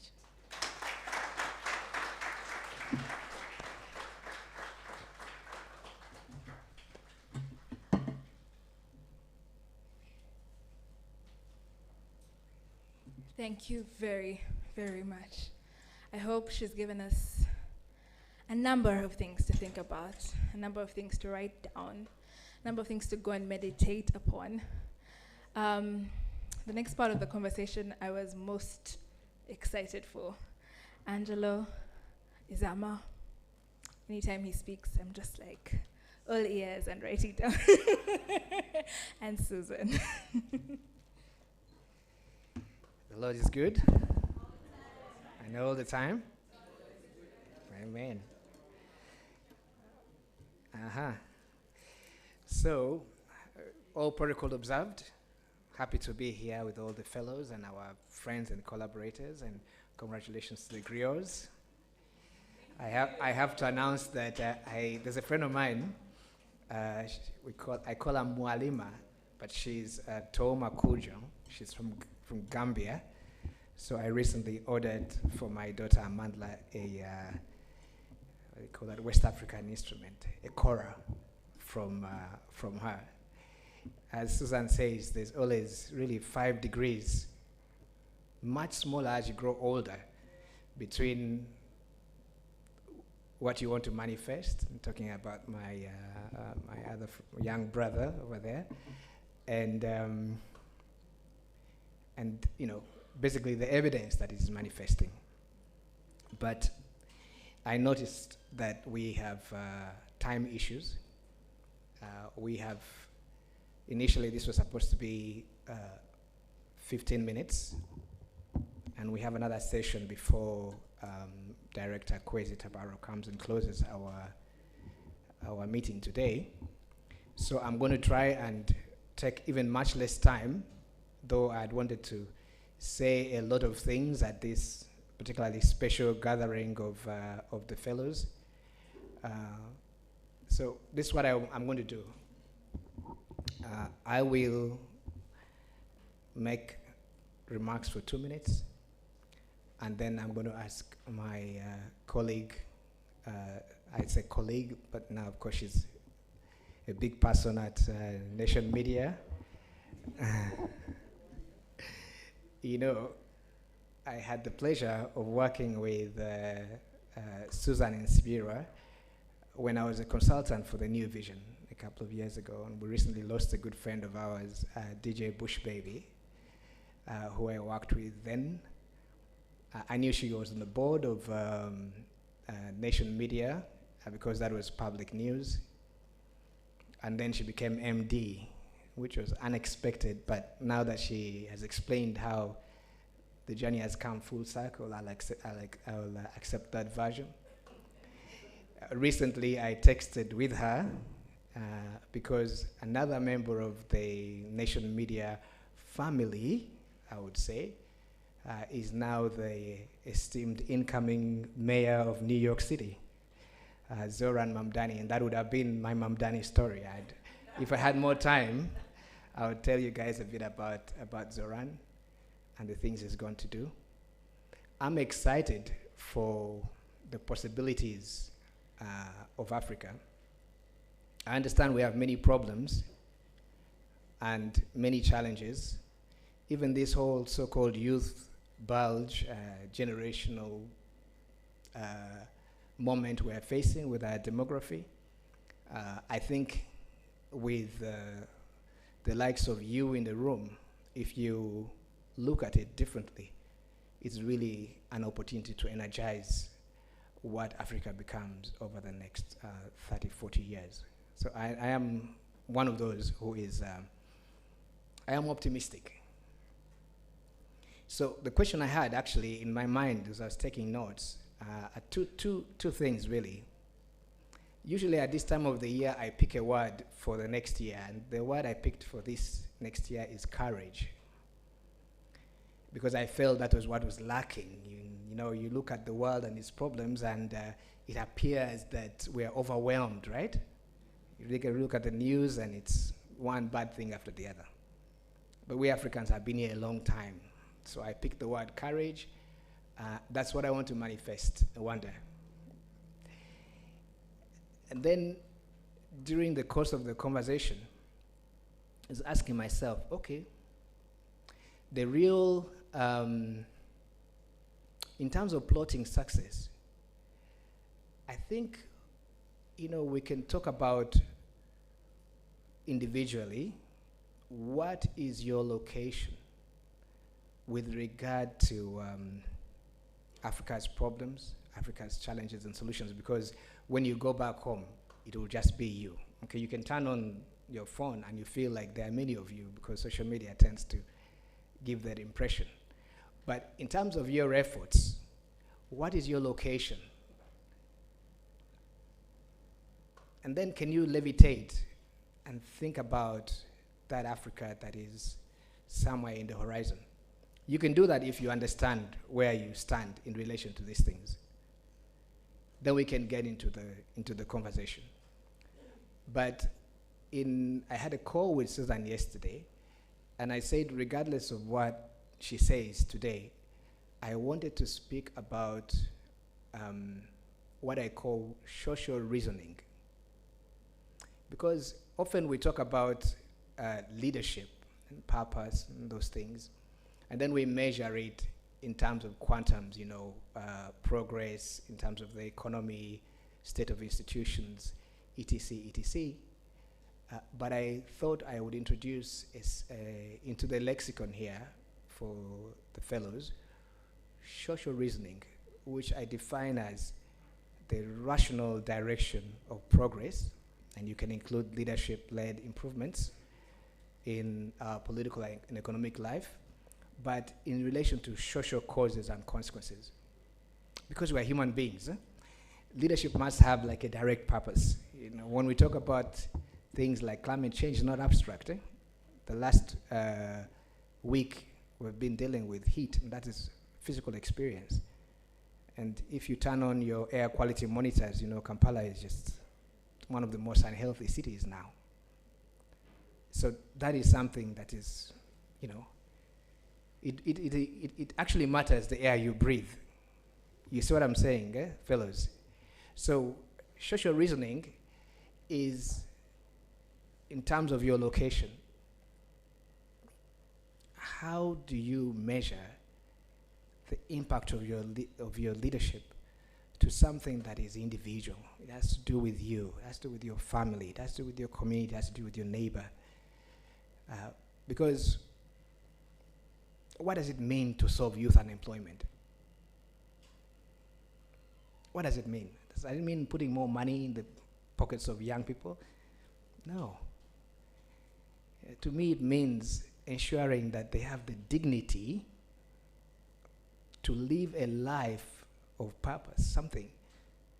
So I want to talk about, and we'll get time, we don't have time today, but we'll talk about social reasoning at some time, but I want to talk about the impact of leadership on our collective dignity. I think dignity, that is a tangible outcome of purposeful and transformative leadership.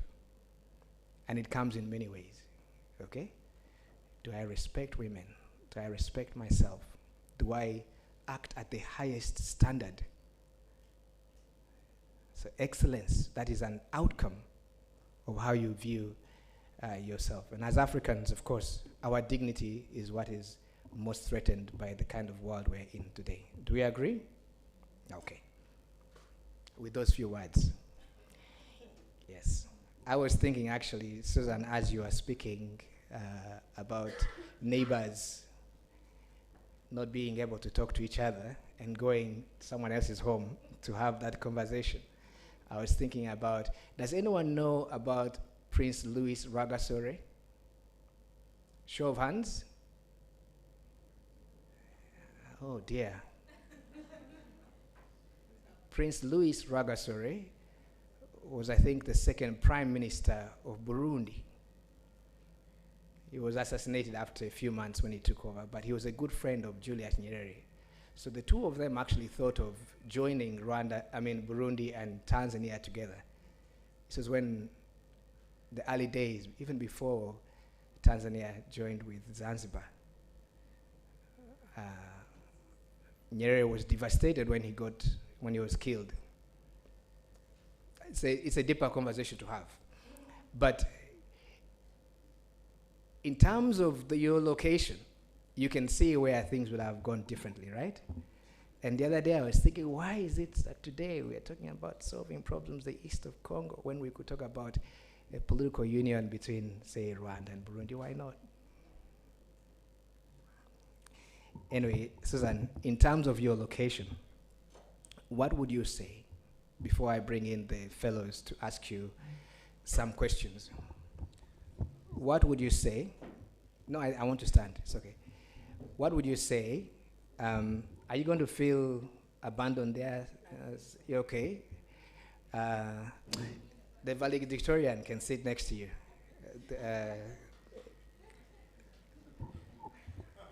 Don't be intimidated.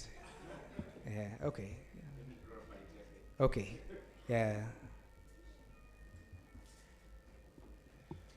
Susan, Mwine is one of our valedictorians. He was a leader in his class.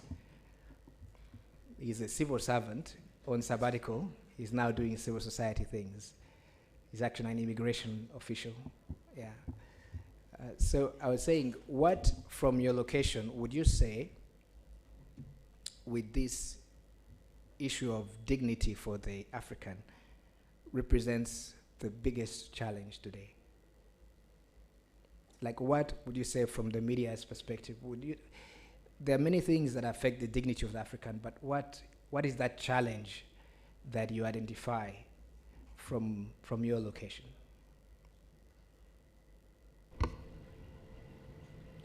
Oh man. You know, I think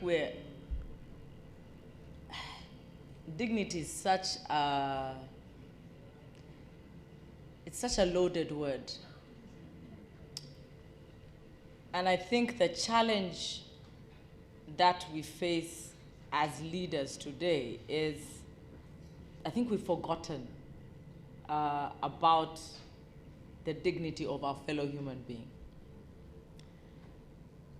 So I have a patient right now in one of the hospitals. I won't say which one,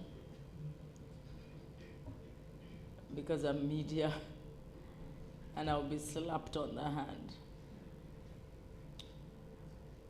But when I go to see this patient, like on Sunday, I almost couldn't. because you're walking past people sleeping in the lobby of the hospital. And with all the drips and the lobby, like what is like the lobby? The reception area on the floor is full of beds and their carers. And I said, what happened to the dignity of the Ugandan sick person? And you ask, and you see the thing about dignity is to always ask, we say it's the Christian rule, but I think it should be a rule for mankind. Do unto others as you want them to do unto you. But you see, for those who make the decisions, when their people are sick, the dignified thing to do is to put them on a plane. That's the dignified thing to do. But then for the majority who can't afford that, I really think that the dignified thing to do is just to put the resources where they are needed. And that's really basic. So for me, dignity must be addressed in terms of basic service delivery for the people of Africa. That is education. Honestly, the dignified thing for me as a leader, as a person in authority, for my children to be dignified, and I'm saying this with a lot of satire, is to take them to an international school. But the common man, those schools, under a tree, in some mad thing, where all the classes sit together, P1 to P7. So the dignified thing is to ask, if these were my children, is this dignity for them? And then you expect them to come and compete P7, PLE, with a person who is driven to school in an air-conditioned car. Already you've lost the battle even before it has started. The battle to life, the battle to resources, the battle to just a dignified life. I deal with, I have a charity that handles lots of some of these things. And you know, when someone stands up and says, the person could be like 13 years and has never gone to school without being chased for school fees. As in, like, it has never happened in there. You grow up and it has never, you don't even know the experience of going to school, completing a year. You understand? You finish, then the next year you show up, and then you just land in P2. Then you show up in another school in P3, and you keep going. So I think for me, how to handle the dignity of our fellow Africans is to say, do unto others as you'd want them to do to you. If these were my children, what would I kill for? What would I do? Because, let me tell you, when you deal with some of childhood trauma is a real thing. If these people land in positions of leadership, you know they start with LC, right? Start with LC. Then before you know it, that's the MP. The only thing he can remember is that in all the undignified things that he went through. And now this becomes your leader, filled with all the childhood trauma. Trust me. How do we land in a better place with someone like that? Okay. Have I answered Edgar, your question? no, you're answering it in many ways. You're speaking in tongues, actually. Because I think these guys recognize that leader you're referring to. But as Susan says, you know, whatever succeeds can confer your dignity, convey your dignity. Excellence confers dignity. Your high standards, as Magnus was saying earlier this day, if you choose, confers dignity.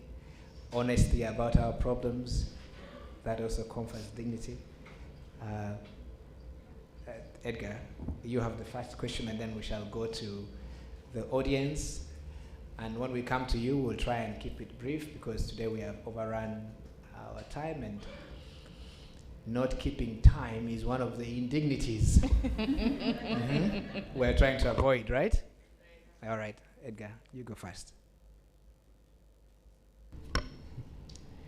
And not sure I have a real question, but maybe to reflect on what Susan has been talking about, dignity.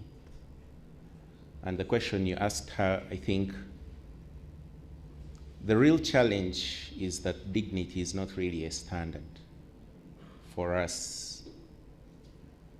And it reflects in many ways.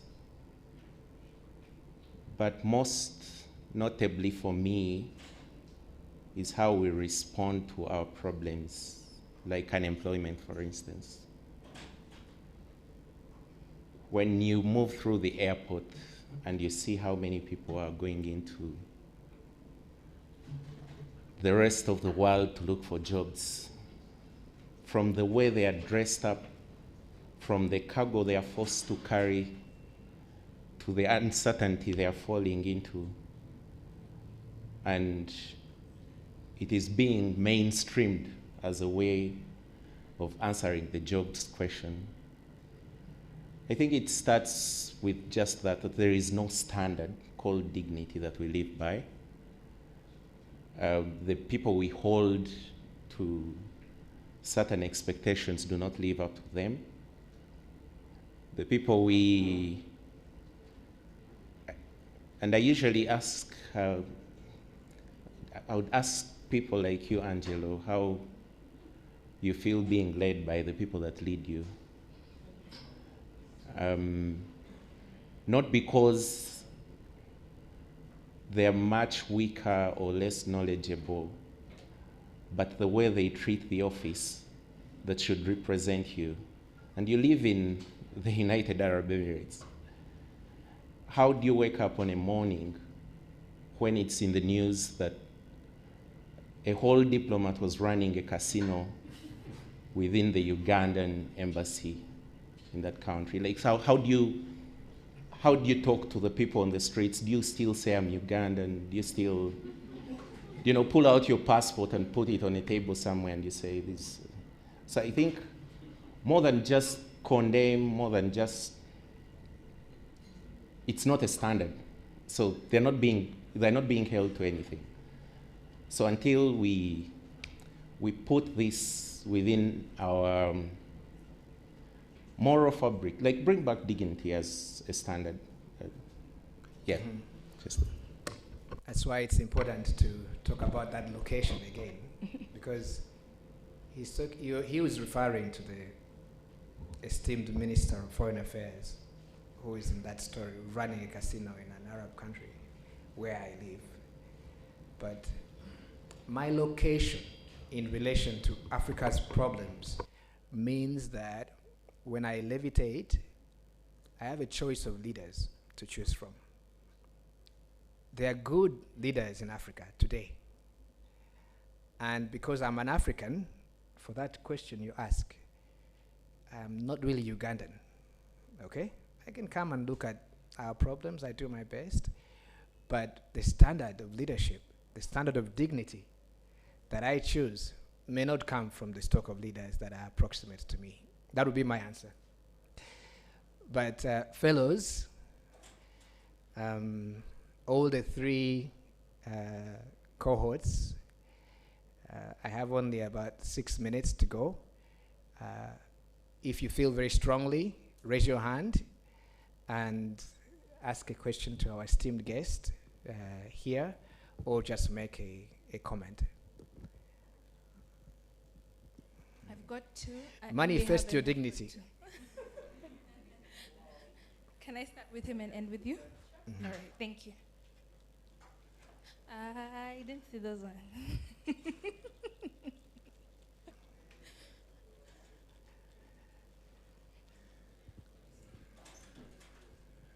Thank you.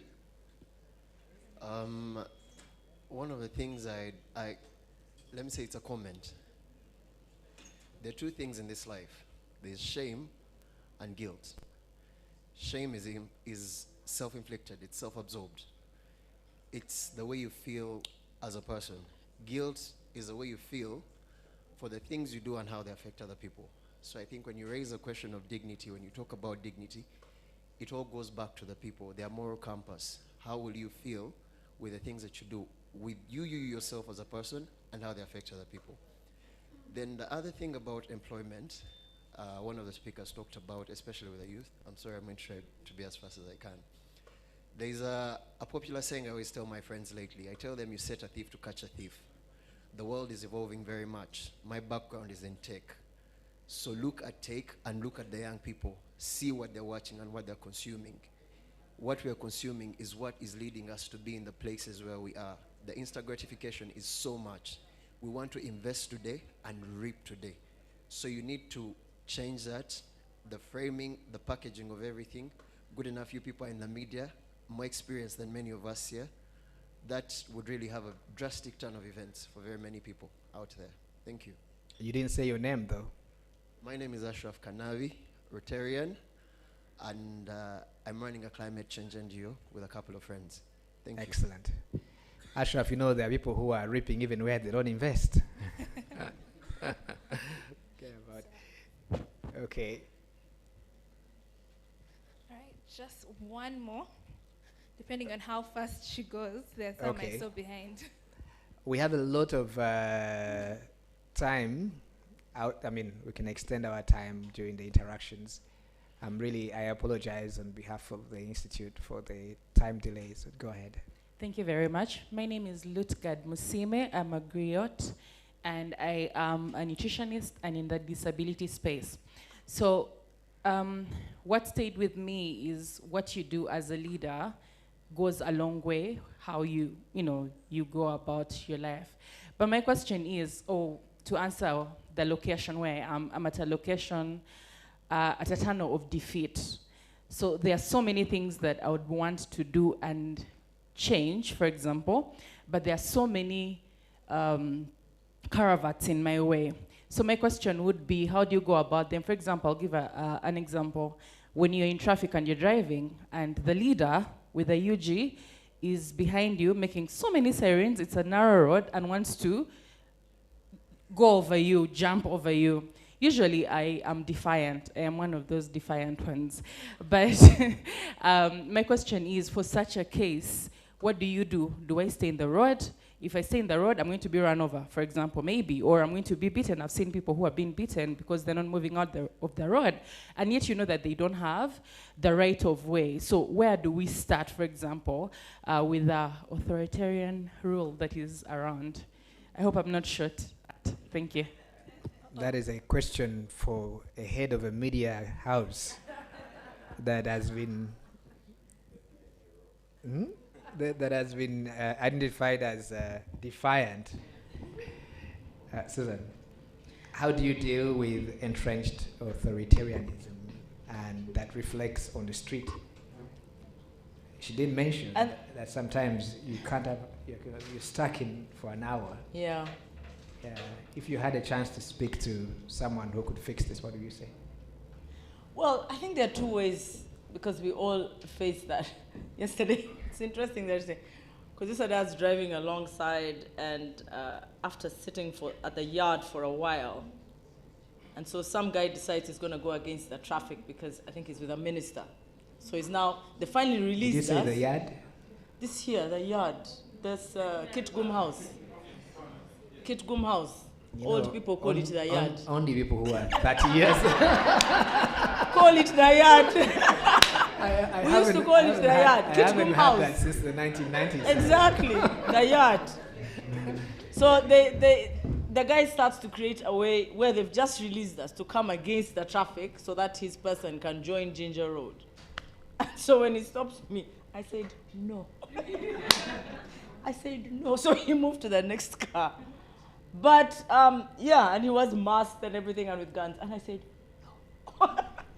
But I think the thing with is to choose your weather. Do you understand? Just choose your weather. The truth is that is now like a big problem. And I single-handedly, we can keep calling it out and keep calling it out, and it just gets worse and worse. But you choose your weather. And that happens many times in life, because you ask yourself, what can I do right now to change this situation? Or sometimes you get to a point where siren here, they are all sirening each other. And then you're like, wow. But what can I do as an ordinary Ugandan? Pretty much nothing. So at that point in time, you've got to choose your weather. Are you going to growl? Are you going to scorn? Are you going to keep expletives in your car and dampen your mood? What are you going to do? I play some very nice jazz music. With all the I was just like, wow, okay. I'm just moving on, like, you know. And it's not that it doesn't conflict with what I know is right. But at that point in time, do you want to get your car smashed? Do you want to get beaten? Because you know nobody's going to be held accountable for it. It's just not worth your energy at the end of it all. So you just say, you know what? Let me do what you want me to do and keep my peace. Because at the end of it all, I think keeping your peace as an individual is, and your resilience. Because I think right now, many of us are, your key word you said was courage. Many of us are, I think my word would be resilience. Where you just develop a resilience. Where you get an opportunity to speak out against something, speak out against it. But to put yourself in harm's way when it's not going to change, I don't think that's worth it. We tell our journalists that there's no story worth your life. You understand? It's not there. There's no story worth your life. If you get into harm's way, please retreat, go back. Editor is not going to say, why did you stay for the story? So all I'm going to say here is that choose your weather.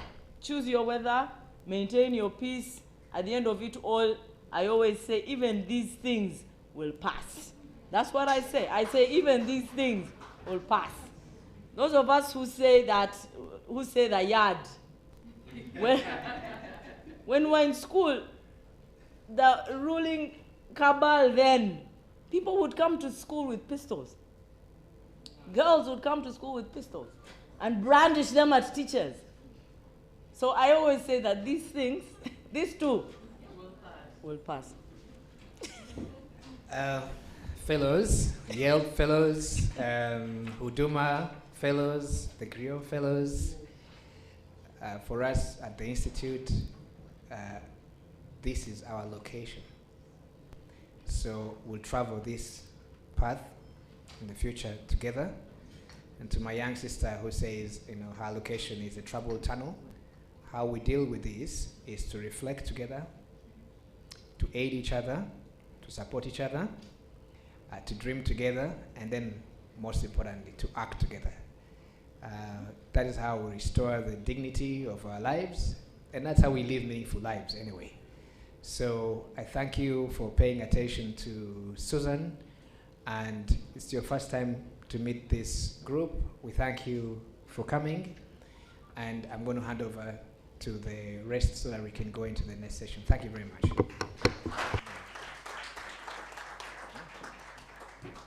How are you doing for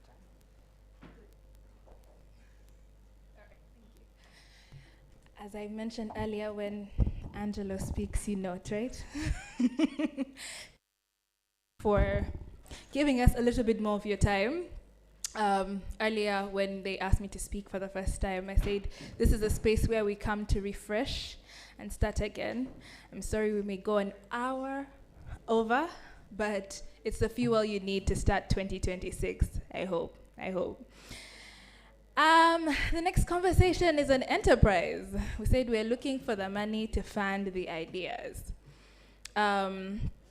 It's frontiers of opportunity, innovation, and enterprise growth where excellence is the standard for success. I'm excited to invite Diana Dongo, who will be moderating this, Diana Donga, who will be moderating this conversation.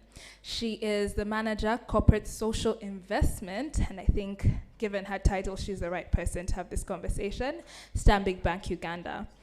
Diana manages corporate social investment at Stanbic Bank Uganda, overseeing the bank's investment in socially beneficial and sustainably focused projects and programs. With over 20 years of banking industry experience, she has demonstrated expertise in customer care operations at both Stanbic and DFCU Bank. Diana brings a unique perspective on corporate responsibility and sustainable banking practices to leadership conversations. A hands of applause.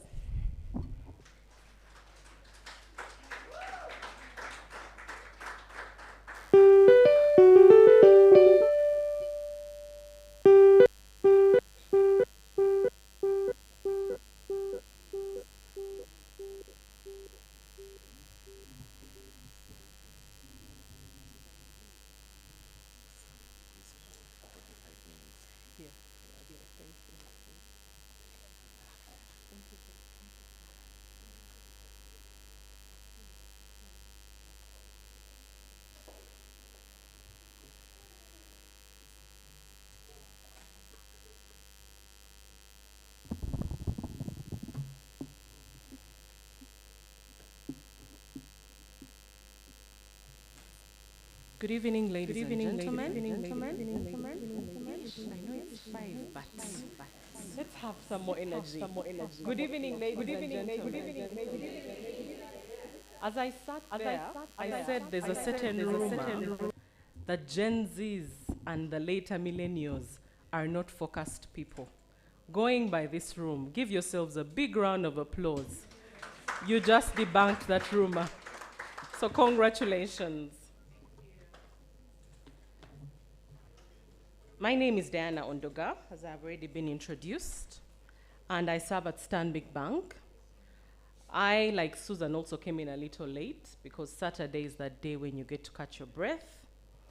I missed a few of the conversations, but when you look at how the day has gone, it's been a build-up from high-performance leadership to individual excellence to collective impact, collaborative leadership in Africa's decade, individuals, collective enterprise, and excellence as the standard for Africa.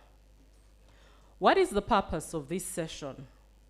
We're going to explore innovation, entrepreneurship, and enterprise growth as key drivers of Africa's development, emphasizing excellence as a standard rather than an aspiration, and 2, significance as the ultimate measure of leadership impact. I think I'm going to turn this way. Yeah, okay. What is the panel going to focus on? The panel is going to showcase emerging and established leaders who demonstrate excellence in business, innovation, sustainability, and enterprise growth. Also highlight practical strategies for scaling ideas, fostering innovation, and creating sustainable businesses that generate lasting significance. Also, inspire participants, and maybe all of us, to shift from pursuing success to building significance and creating value that transcends profit and touches lives, communities, and future generations. Lastly, to reinforce the annual leadership gathering theme. And one of the things, or some of the things that we're going to understand, which has been a golden thread through the day, is that 1, success is about achieving goals. There is usually a number, a KPI, a PAT, revenue, and building profitable enterprises. But significance is about creating a lasting impact, transforming industries, empowering communities, and leaving a legacy that outlives the immediate business wins. This year, when I think of legacy, I think of 2 people that have left us. I think of Diego Jota, the Liverpool player, and I think of Raila Odinga. Their lives are an example of legacy. Allow me invite the panelists. Their profiles are in the book, but I'll give just a brief introduction. I'll invite Mr. Silaji Kanyesije, Managing Partner at RKA & Co., Tax Advisor and Chartered Accountant. He brings technical expertise in compliance, tax strategy, and structuring growth-oriented enterprises. He provides insights on the financial and regulatory foundations necessary for sustainable business growth and how excellence in these fundamentals enables entrepreneurial success. Please put your hands together for Mr. Silaji. Next up, we'll have Lydia Paula Nachigude.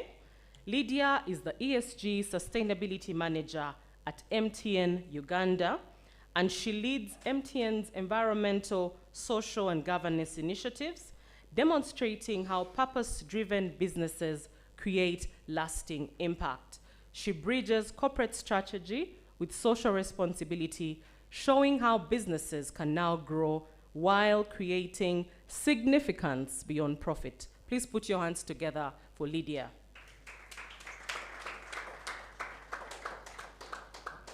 Our next panelist is Reginald Tumusime. He's the CEO of Capital Savvy. He brings entrepreneurial experience in financial literacy and investment. His work focuses on empowering individuals and small and medium enterprises with the knowledge and tools for financial success, demonstrating how education and access create pathways to enterprise growth. Ladies and gentlemen, let's put our hands together for Reginald. Our next panelist is Mr. Conrad Mujisha, a businessman, a Yelp Fellow of the class of 2017. He brings practical entrepreneurial wisdom from building and scaling businesses. As a Yelp Fellow, he embodies the journey from individual excellence to sustained enterprise growth and understands the realities of building sustainable enterprises in the African context. He's already on the stage, but let's put our hands together. And joining us online, we have Catherine Rose Barreto, who's the co-founder of Binary. She's at the forefront of tech-driven innovation in Uganda. She provides perspectives on building digital enterprises that solve real-world problems and create scalable impact. Emma, can we confirm that Catherine Rose is online? Wonderful. Hi, Catherine. Hi, Catherine. Hi, Catherine. Hi, Catherine. Hi, Catherine. Thank you very much. Thank you very much. We're going to get into the conversation, which is split into different segments. Our first question, and I'll start with Mr. Mjisha. Success gets you on the map, but significance keeps you there for generations.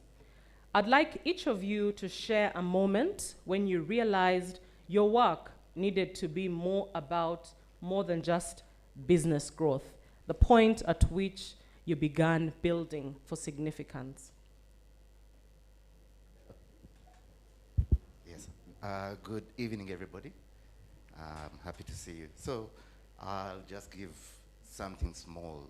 I think when I started out joining the business world, I'd already come from being a fellow, a Yale Fellow 2017. Like so many, I was idealistic in the sense of how I want to see the world, how I want to better people, how I want to see that we are in these spaces, we are creating, we are doing what. But it also came with the reality of we will never own the narrative if we don't own our own money. By being able to do business and do it good, you're then able to assist people and move them from one point in their lives to another point. The cleaner that you give a job, there's impact there. The baker that you bring in and you teach a skill, there's impact there. So you create your impact through what you can do best. And now if you're doing business, it's how many of these people can I employ and give a chance and ensure that their lives are changed and their lives are impacted. Thank you, Mr. Mjisha. If I were to summarize, the piper. Thank you. And just to build on the conversation around dignity, when someone is financially fit and financially able, the likelihood that their dignity will be maintained is higher. So thank you very much. Lydia, would like to hear your take on that. Thank you, Diana. Hi, everybody. So just to, should I say the point where I realized success was beyond, sorry, could I just say significance is more important more than success? I would state maybe just to give you a bit of background. So my background is in environmental, so I was very excited to hear the different conversations earlier around sustainability, around climate change and all that. So the point that I realized this was I have a consulting background in environmental right before I joined MTN. And the point that I realized that businesses, as they operate, it's very important to consider the environment of which they operate in, because you cannot build businesses in communities or environments that are being depleted. So back then when we were doing consulting in the oil and gas sector, there was a lot of regulations around it. And so many stakeholders came in saying, oh, the regulations are a lot. So it was more of tick box. So it was a step back on my side of why is this important? And when I got to see the lives that are being impacted, or just if you look at Markshan Falls, for example, the significant impact that could result from just mining of the oil and all that. So it also brings a point of shared value. And I know the previous panelists talked about creating shared value. And I could say at MTN, this is one of our beliefs, that we have to create shared value in everything that we do. So for me, it was a point where I took a step back and realized, why are we actually pushing for the environmental agenda? Why are we pushing for financial inclusion? So the why, I think, is what drove me to really push for such conversations and to even be part of the conversations here. Okay, thank you, Lydia. Someone may ask, Teleco, sustainability seems far off. Could you explain how MTN is playing in the space of sustainability? So at MTN, I could say that, as I mentioned, that if I could start with our belief. So we believe that everyone deserves the benefits of a modern connected life. And I think this goes down to things to do with dignity. If you go back, and there was a report that was released this year by the World Economic Forum on the future skills, future skills and future jobs, if any of you have read it. It highlights the future jobs, and it also highlighted that 39% of the jobs are going to be obsolete. Yes, and it also highlighted the fact that digital and telco telco innovation is what is going to drive the future jobs that are coming in. So driving down to what MTN is doing in this space, we are trying to promote this digital agenda, and also knowing the fact that if any of you knows that the amount of emissions that come from just operating one data center, it's a lot.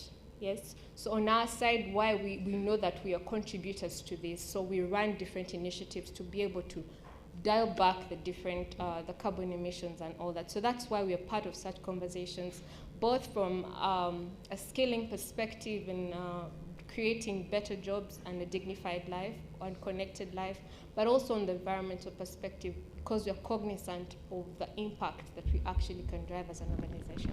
Okay, thank you very much. MTN takes significance very seriously. Reginald, please tell us of that time when you realized your work needed to be more about business growth, when you moved and shifted to significance. When I had the question, I had a feeling you had consulted with Owl to come up with that question, because these are conversations we've had.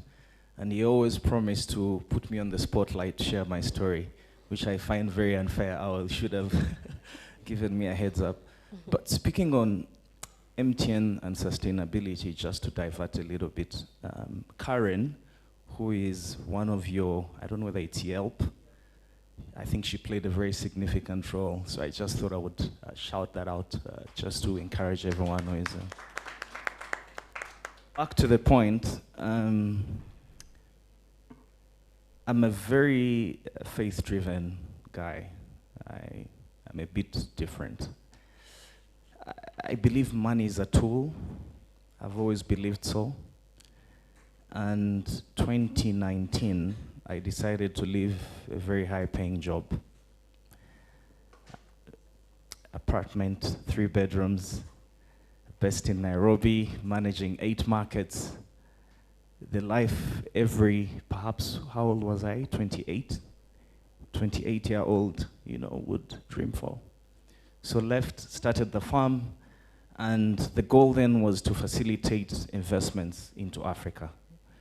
And the truth is, we didn't even know what we were doing, right? But that was the goal.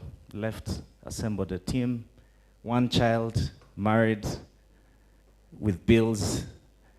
And I think that was a very interesting moment for me because, and recently I had a cup of tea with a friend of mine, Gayaza Gal. How many Gayaza? Very good school. And she shared a very interesting story. She said to me, when you left the job, we gathered as friends and decided to discuss you. And we thought you were running mad, crazy, And I found that quite profound. This is almost a month ago when that story was shared with me. And so I began to reflect on a lot. And another friend of mine about 3 months ago called and said, Reggie, you remember while we used to be at campus in Nana, you used to tell us how you're going to build a bank, and how you're going to change the world. And by the grace of God, these things are already happening. And so I think for me, my story is the consciousness that we are a result of the expression of God and his divine purpose for us. So I always carry the consciousness that I do not know, right? And we have a few friends of ours from the farm joining. I call them friends, they're not colleagues. And I always tell them at the farm that the anthem of this farm is, if any man thinks he knows, then he does not know. It's somewhere in scripture. And so that humility, that sense of purpose and drive, and the ability to put money, things under your feet, literally, and focus on the mission. So I think to answer your question, I don't know. I really don't know when that moment was, to be honest. Many think it was back then at campus. My brother Awel thinks it's recent, perhaps 2-3 years ago. So I don't know. The answer is I don't know when. I just feel like I've always been privileged to be very intentional about my purpose, my why I'm on earth. And just to close, there's one thing that stuck in my mind years ago. I received a success card. I don't know if it's still the trend with high school kids today, but it comes with some cash these days.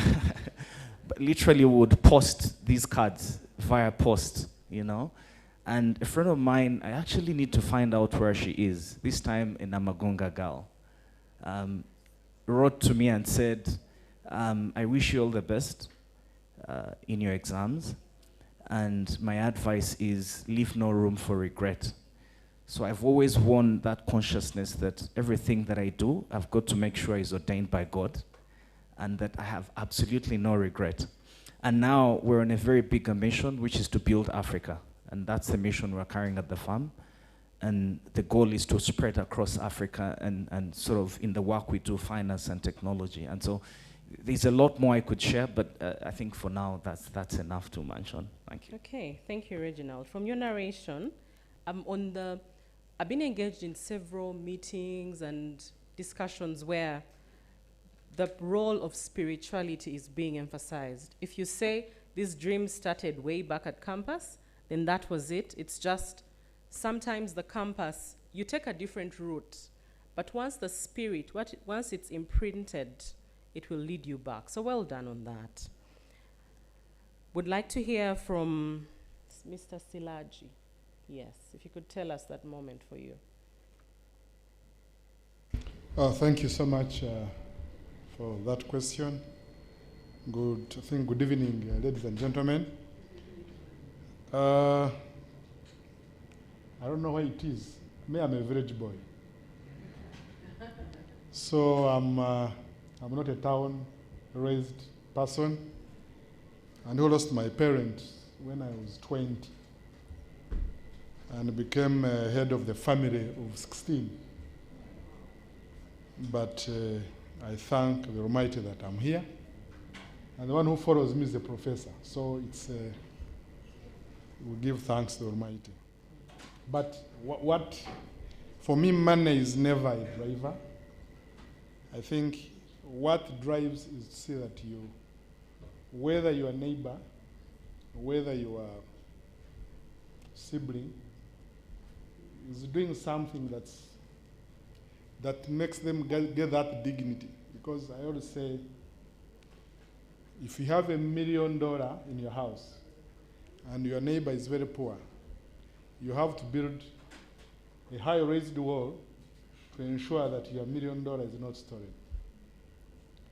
And then 2, if you are in a family where you are the only tall tree, you can never be called a forest. But if you are so many trees in one place, then you will be called a forest. And if wind comes, you are the only tree and falls, that means all trees will disappear. However, if you are trees that grow almost at the same level, there may be one who is taller, but when wind comes, it may only break one, but the forest will remain. So if we have to build Africa, for me, it starts with everybody that asks, can I help my person who is next to me? And therefore, money never, if you focus on money, you lose it. Today morning, I was talking to one of my staff. We are doing some rental contract. And one of the clauses was that once you finish arbitration, that is it. Whatever results are final. The lawyer said, no, we must fight this. I said, but what am I going to lose? I gave an example that I had, again, from the village. Somebody had stolen one foot of land, entered into our family land. I was in Kampala struggling. But for us to argue that through the court, the LC system, it required me to keep going in the village. The value of that land was maybe 500,000. But the cost of almost going to the village every now and then was much more than that. So if you focus on that value, you lose it. I told the neighbor, I'm adding you 1 meter into our land. And today, we are very good neighbors. Actually, I think I've gained more from that family than the value of the 1 meter of land that I gave out. So therefore, relationships, very critical, and don't focus on money, but focus on uplifting people how you are within your circle. I thank you. Thank you. A big round of applause for all our panelists.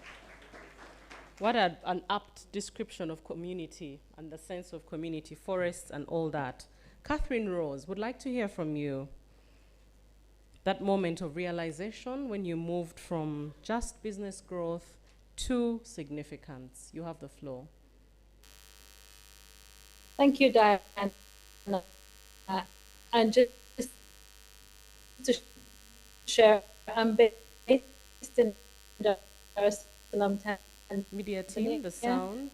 But one of my partners is Ugandan, so we are working across East Africa. I think for me, it's because this morning I've said it, dignity, intention, consciousness. It's a continuum of making the decisions I'm making. So 2 things that really stick out for me maybe is my first tech conference that I was ever involved in organizing about 10 years ago here in Dar es Salaam, and the realization that I was one of 2 women in the room that was going to be speaking that day, and I was the only African woman going to be speaking.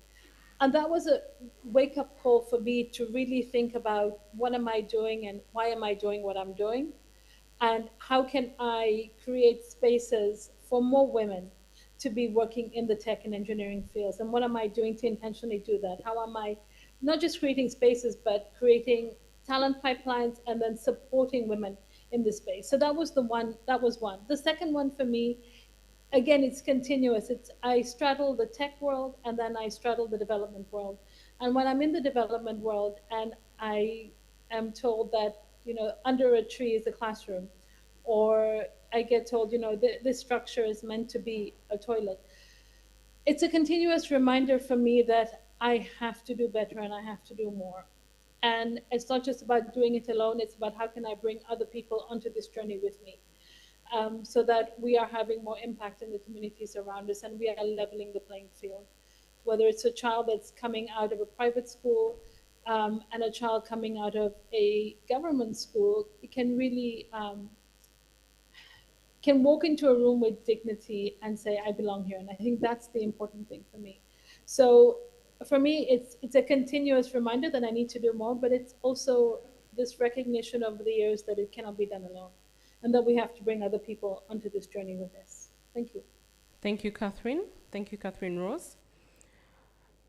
Moving on, excellence is often described as what you do when no one is watching. I'd like to ask Lydia this question. How do you cultivate this internal standard in yourself and your team, especially when external pressures push for shortcuts? I know we're in the same field, so I understand that pressure, so I request that you answer that question.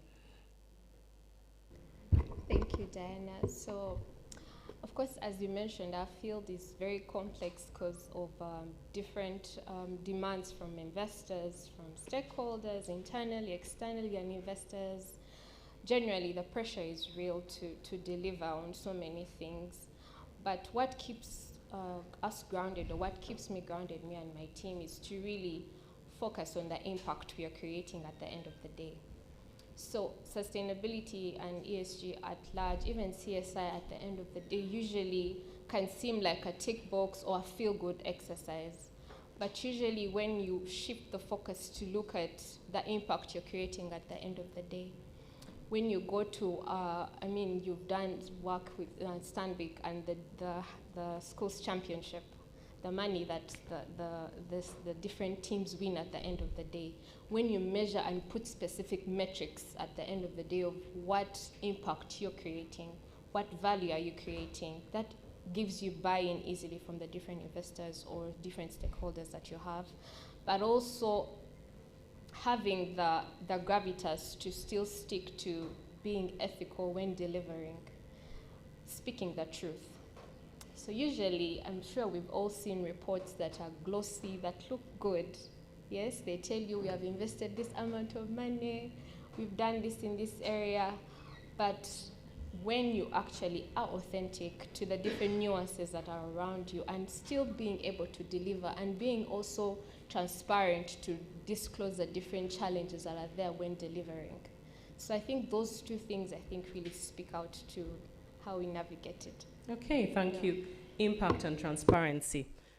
Conrad, I'd also like to hear your view on that. Thank you, Lydia. So my mind wandered a bit, so I'll ask you, can I hear it again? Okay. Excellence is often described as what we do when no one is watching. How do you cultivate this internal standard in yourself and your teams, especially when external pressures push for shortcuts? I'm saying external very slowly so that it lands. Okay. But over to you. Thank you. You know, as I said, I come from a business practical perspective. So in being able to achieve that, I will say repeatability.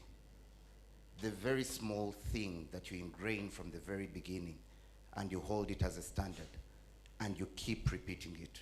Repeatability creates culture, and that culture, once impacted there, should be able to remain even when you're not present. I'll give you an example of CJs. Every CJs you go to, the birthday song is the same, the way the stuff come out is the same, and all that comes from repeatability. Okay, thank you, Conrad. I'll move on to Catherine. What habits, practices, or principles have helped you maintain excellence as a non-negotiable standard rather than a situational goal?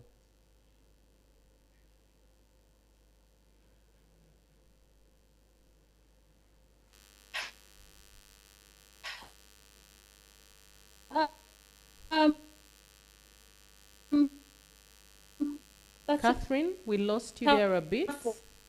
Catherine Rose, just give us a minute. Media I team, think we need to fix the sound. It's Catherine come Rose, just a through for minute, me please. and for us around ordinary decisions. Oh, it's a network, eh? Catherine, if you don't whether mind, it's maybe kind you of this could idea put of us on refusing to. video because Sorry, can you hear me? it's buffering on our side on the audio. Would you like me to repeat the question?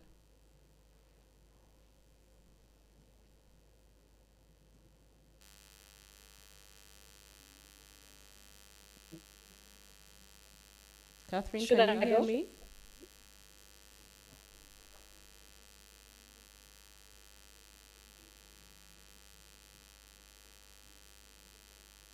I'm not sure if you can hear me, Diana.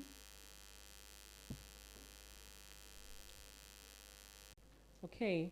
Emma, if you're in the room, a negotiable standard rather than a situational goal. You told us about your faith and your goal and your relationship with God. What other principles, practices, or habits? That's a very interesting question. I think for me, it begins with the realization of the fact that there's a very big difference between work and a job.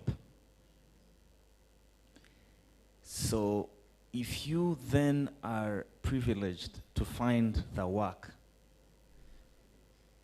then there's no such a thing as work-life balance, as an example. So it's work. And so one of the things that have really helped me is the fact that I found the work by the grace of God. I know the work. I may not know it in full, every detail of it unfolds, but at least I have a fair understanding of the work, the mission that we're trying to focus on. So that's one. Two, it's the ability to meditate as well, so that your mind is clear. So very early in the morning, 4 o'clock in the morning, or 5 o'clock, to be fair, to sound a bit fair to the crowd. Speak of 4 a.m., everyone will think you're crazy. But let's say 5 a.m. in the morning, 30 minutes of deep meditation, and just thinking through your life, your day, your work. I think that helps clear your mind. 3 is your physical well-being, so going to the gym, taking a run, swimming. 4, which is very important, is your relationships. Who do you spend your time with? You know? Because it actually gets really tough, and oftentimes you need to be encouraged to keep pressing. So it's those, like he said, those little daily habits, and I encourage everyone to read the book Atomic Habits. I'm sure it's a very popular book, but read it 5 times. It's those daily habits that help. And also, I'm very intentional about no social media, maybe once a month, if I must, you know? Because I've realized there's a lot of noise out there that creates a lot of distraction. And in a distracted world, it's very difficult to be excellent. But if you know the work and you have the right people, the right team, and you keep inspiring them to do work, then I think that also helps. And lastly, and most importantly, in my opinion, is wearing a servant leadership mentality. So if I push the team really hard, and those who've worked with me know this, I equally push myself, if not 10 times harder. Because the way we're wired as human beings, we learn a lot more through observation and inspiration. And so the ability to press really hard and demonstrate the things that you try and tell your team to do is something that is very interesting. And so just keeping yourself accountable, and the consciousness that even though a leader, you're actually a servant. And so when you wear that mindset, you have to be excellent. And when you're excellent, truly excellent, everyone who works with you will strive as much as they can to be as excellent. So those are the core principles. Yeah. Okay. Thank you, Reginald. When you spoke about social media, you were shaking some serious tables. But I think that when each of you were responding, when each of you are responding to the question around significance, there's a point of reflection that you come to, and it just doesn't happen. But unfortunately, on the other hand, social media occupies a lot of our space. So maybe it's a point of reflection for each of us in the room. How much time are you spending on social media? We could argue that it's a university, isn't it? YouTube is the latest university, and TikTok. But how much of that is getting ingrained in us rather than getting to a point where we're producing. So thank you very much. Silaje, we'll move to you and we'll ask, how do you balance the pressure to scale quickly with the discipline to build something sustainable and significant? What trade-offs have you had to make? Thank you. For every success, there is a sacrifice. And you've had is given all social media, and at his age, and most of the peers would find they spend almost 30% on social media. And there is a word I don't like, but the young people like it. Let me go and kill time. Let me go and hang out. Let me go and do things that ordinarily you are just, I don't know what word to use. But for me, like he said, work is work. 2, I need to be accountable to my team. I must do what I want them to do. And then 3 is that I must empower the team to be able to do the work that I do sometimes even better than I do it. Because there is a book I read, Employees First, Customer Second. But we have a narrative that customer is a king, but the question who makes the customer the king should be the employee, because if the employee does not understand the value of your business, then that means it's only you who can make your customer the king. But if the employee is empowered to deliver what you can deliver, they'll even do more research, more things better than you do, and they will sustain the business even in your absence. And I've seen this work much better because I was in government. I left government 5 years ago. I joined an audit firm that were 5 people. Today we've reached 40 in 5 years. And I've not gone out to advertise, but because of the kind of service we offer, the problem-solving skills we have as a team, I find every day getting busier, and actually staff bring more customers than I bring, and they serve them.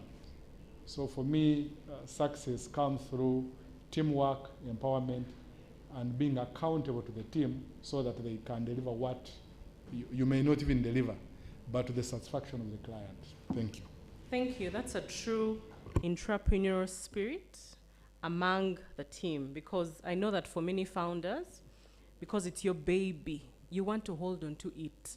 So thank you for giving us an example of how to make sure you support the team, that the business, the enterprise can outlast you. Catherine Ross, we've been informed that you're back online. If you could just say hello so we can confirm. Hi, Dana. Thank you very much. Thank you. Okay. Catherine Rose, could you please share an example of an innovation or business decision that prioritized long-term significance? Sorry, I'll ask a different question. Technology can disrupt for disruption's sake, or it can solve real problems. How do you ensure your innovation creates genuine value for communities and not just for the impressive metrics, what the Gen Zs call for the gram? Thank you very much. Doing what you're doing. And one of the things that I do a lot is working with different with entrepreneurs from different sectors around creating that sense of purpose and the why, building their product. And so I think the biggest thing, the biggest learning for me is, and it's also how we build our products at Binary Labs and how we try to build community at Binary Labs, is why. Coming back to why are you doing what you're doing? What is the purpose of your product or your service? I love design thinking because design thinking feels right for me. It's when you put people at the center of what you're building. I'm a firm believer in people first, then ideas, and then technology. And technology is the tool that we use to be able to serve people and whatever needs that they need to be served in. So I think for me, the biggest learning that I get, and what I try to share with entrepreneurs when I work with them, and even with engineers, tech engineers, is the why. We come back to the why around what you're building. And I think if you can firmly understand the why, and that's from a very empathetic lens that you have, if you can really understand the why, then I think significance and impact is automatic. Okay, thank you, Catherine Rose, the why and the purpose. We'll move on to Lydia. We often celebrate individual success stories, but significance usually requires collaboration, and Susan made reference to this. How have cross-sector partnerships, mentorship, or community engagement amplified your impact beyond what you could achieve alone?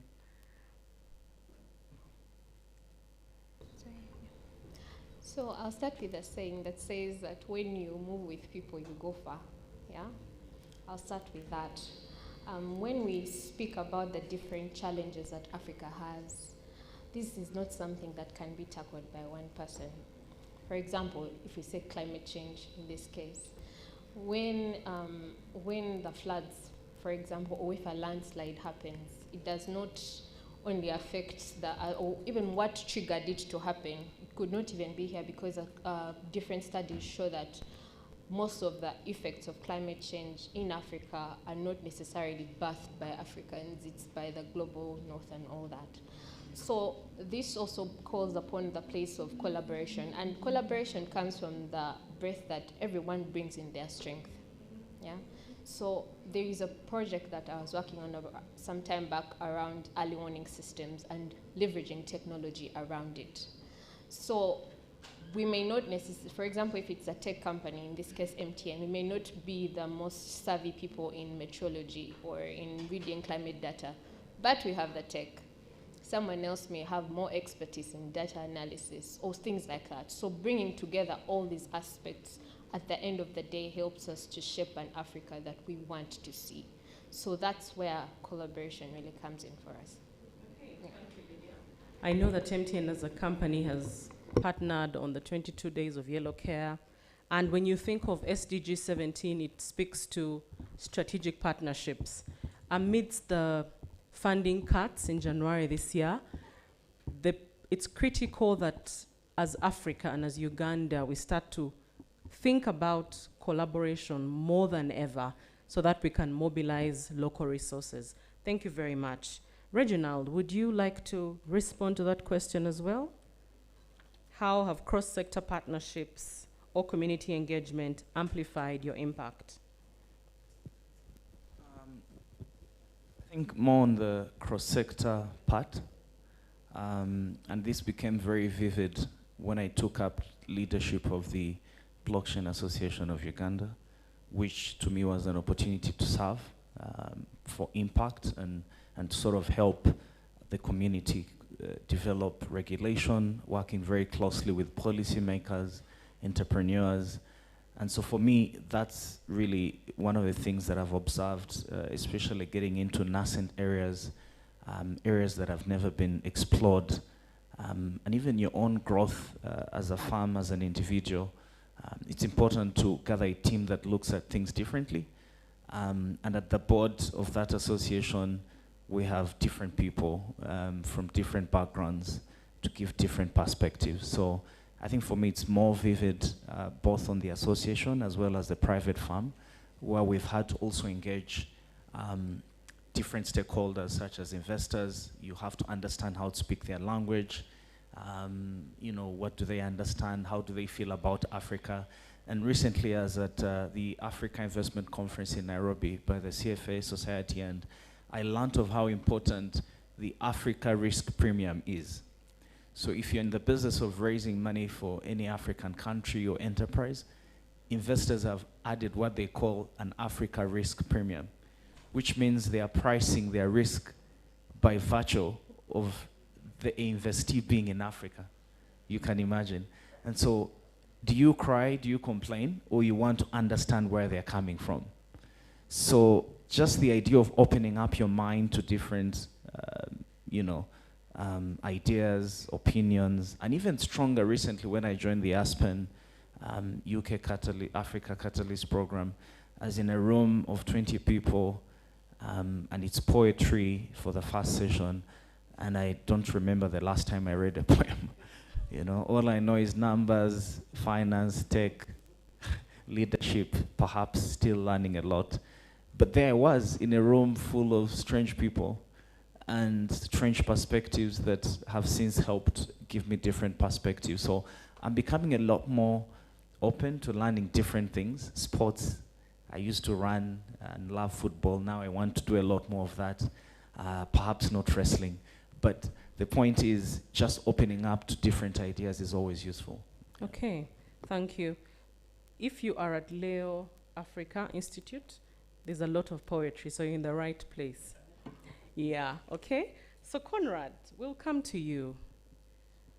What challenges should young entrepreneurs anticipate when they commit to building not just for success, but for lasting impact? How can they prepare financially, strategically, but also mentally? Yes, I think the first thing will be patience. Among so many young people, we want to be there. You want to have the big cash flow. You want the multiple locations. But we need to have the patience to build systems first. And that's a key thing. Expansion will amplify your impact. But without processes and systems in place, you're only setting yourself up for failure at a later date. So I would say young people need to first go back, be patient, learn how to build systems, and in being innovative also, I would say they should learn how to collaborate. You don't have to want to eat that big pie by yourself. Sometimes when you come 3-4 people, you'll have a greater impact and a greater reach than you thinking, Nzeka Malavio na I'm able to do everything. So let's, as young people and as you get into the business spaces, learn that most times you will not be CMO, CFO, CEO, and everything rides upon you. Learn to create the systems first. Okay, thank you, Conrad. Patience, systems, collaboration. Catherine Rose, we are coming over to you. How do you handle the tension between investor expectations for rapid returns and your own commitment to building something that endures? This is a hard one, Diana. So I would say in the last 10 years, I've been in situations where the investor at the last minute has said, you know what, this isn't for us anymore. And I think at that point, I mean, I honestly felt like that was it. Like, that was it. I wasn't going to do this work anymore.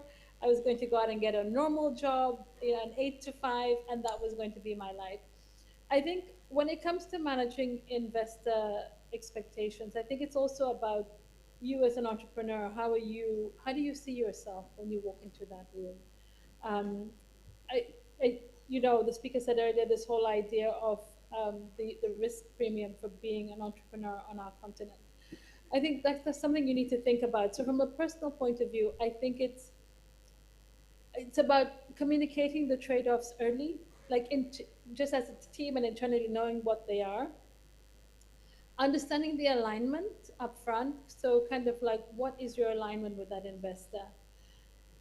And I think also another area was, is that you should expect tension between values and velocity. And I think you need to be really prepared as an entrepreneur, in our context especially, you know, when it comes to building your build personal financial buffers if you can. Try to choose investors that are aligned with your values also. And also, as like I said, as a team, define your non-negotiables early. I think its significance is easier to protect when you decide before the pressure arrives. And that was one of the hardest lessons, I think, for me, was we didn't talk about that pressure before it came. We didn't talk about what would happen if conflict would arise. We didn't have a way to work through our conflicts and our differences. And we started the business as friends. And so we didn't have a way to navigate out of this. And now looking back, all these years later, I wish we did. But that was, if this was advice I would give to my younger self, this is what it would be. As a team and with your fellow co-founders or directors, you really need to align. And you need to align internally as a team, and you need to understand how you're going to, as a team, withstand that pressure. Okay, thank you. From what you've shared, I get a sense that what you're telling us is that significance is the root. If you add to what the different panelists have said, purpose, systems, patience, significance should be the root as we approach entrepreneurship and creating change in Africa. I'd like to come to you, Mr. Silaji.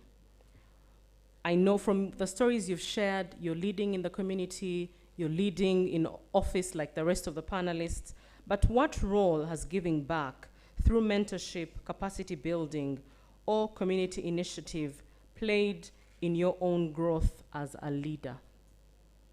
We just want to check how significance has shaped your definition of success and leadership.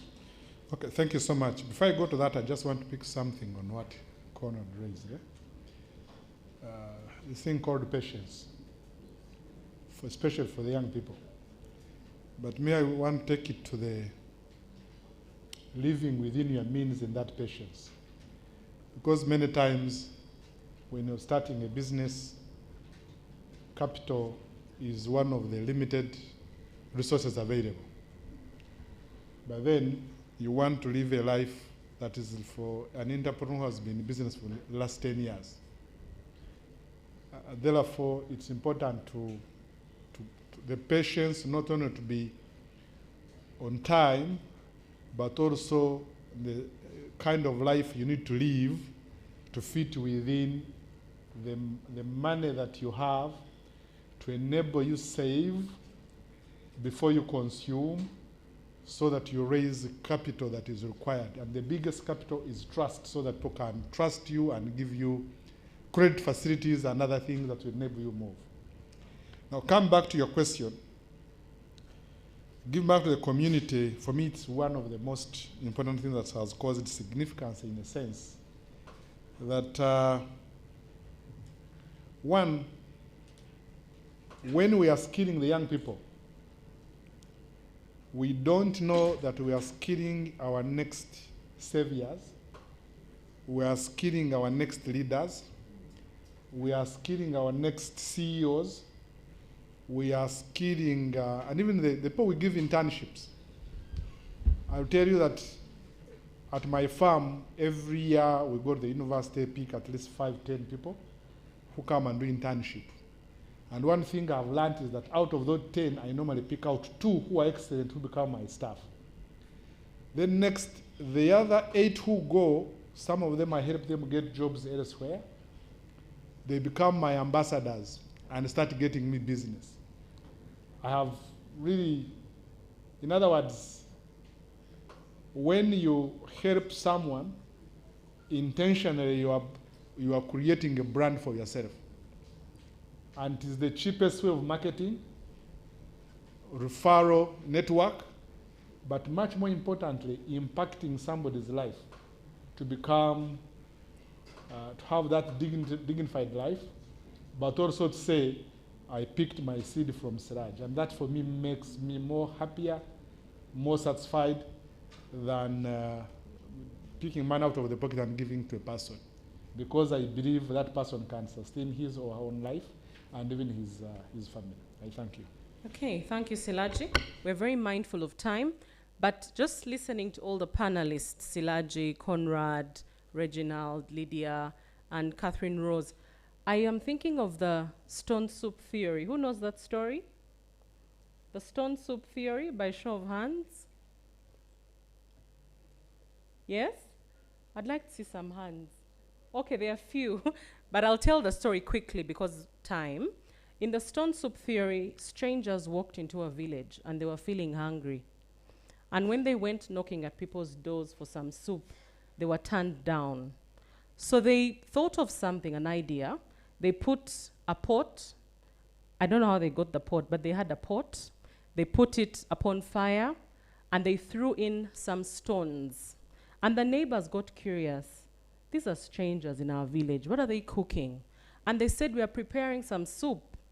And so they asked that the different individuals bring something and put in the pan. And what happened is that with all the spices and condiments, everyone was able to enjoy a bit of the soup. That's a summarized story of the stone soup theory. But I think we are so lucky to have the panelists sharing and serving us that stone soup. Let's give them a big round of applause. I'm sure some of you have comments or questions, but there's a segment after this where you'll have a chance to interact. So I'm going to ask that we give our parting shots, and we'll start with Catherine Rose.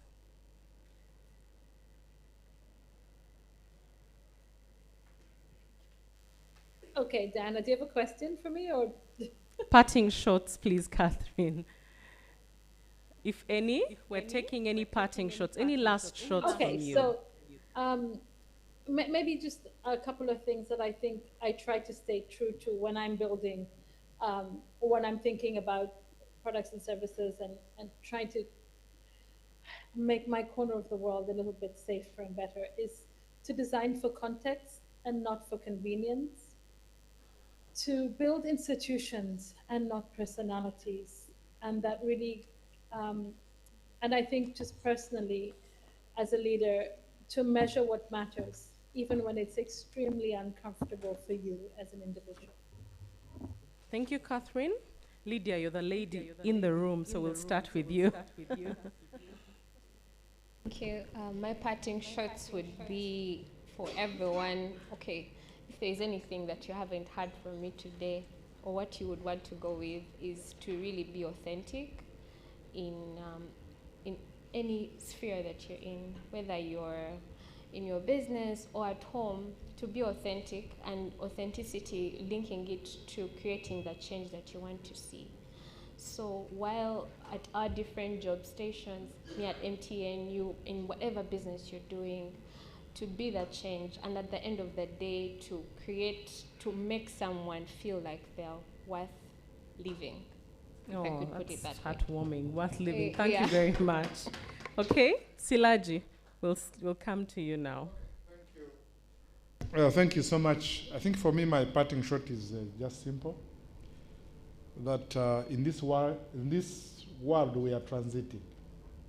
The purpose we are here is to improve, to make things better. Innovation, sustainability, and all that require that in every space we are in, picking from Lydia, let's try to solve the problems that are within our vicinity. Let's not lament government to Yambe. Start with what you can do for yourself, then the government can find you there. The last one is that as we solve our community problems, it's important to realize that as the youth, majority here are the youth, you are the leaders of tomorrow. Being the leaders of tomorrow require that you learn, but what you learn, you don't implement by copy and paste.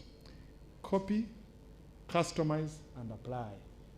If you don't do that to the people who are exiting the stage, sometimes you lose, but history helps us to build the future. Thank you. Thank you very much. Conrad. Yes, I think from my perspective, it's really to say, as the young people here, all those who are going out to build businesses and all, build them around people's actual needs. That's the one thing that will get you very far. Solve the problem for the people. And then build excellence into your culture at the very beginning.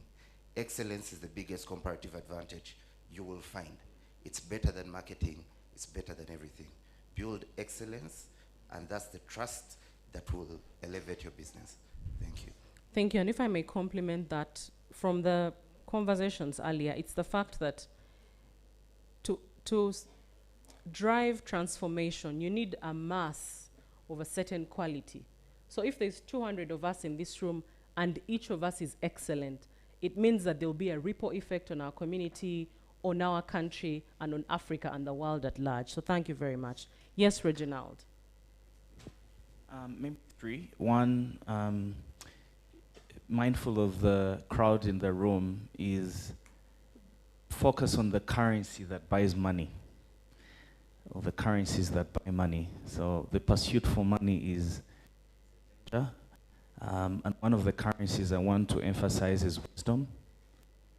And digging a lot deep, and we've been meditating on this at the farm, is the things that wisdom thrives on are things like knowledge, so seek knowledge, and then things like prudence. Knowledge, prudence, humility. And speaking of prudence, there's a gentleman, I'm not sure he's still in the room. I was seated right next to him while the keynote speaker spoke early in the morning, and he had a whole counter book, and he was literally writing notes. Are you still around? I forgot your name. Could you please stand up? And let's clap for him. Yeah, that's him. That heart that does not take anything for granted. He had a whole counter book as though he's attending a lecture. So prudence is extremely important. One of the things that I struggle with is to speak in such forums, because I always like to keep a mentality of being grounded, and one of my favorite scriptures is, I forget the things in the past. So I don't consider myself to be significant, as you said, but one thing that I do is to press, and so I encourage each of you to keep pressing and not to camp around any success or significance, as you've called it. So those are my closing remarks. Okay. Distinguished ladies and gentlemen, let's give our panelists a big round of applause. Is this the point at which we take a group photo? Thank you very much. But to wrap it up, there's success and there's significance. But the journey of significance starts with you finding your why. Why are you on this earth? You get into a job and it's not your passion, but you can still pursue your passion regardless of where you are. So to each of you, the onus is on us. I know that this is the right community by belonging to Leo Africa, but as we approach another year, and we hope that we all get there, let's go and just think about success and significance. Thank you very much.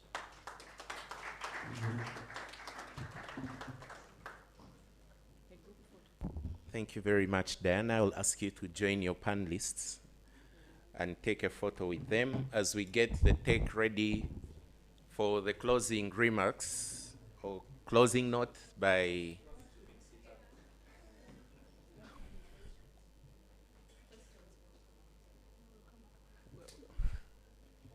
the moderator has said they'll come after. So those with, who are supporting us with the technology, I guess.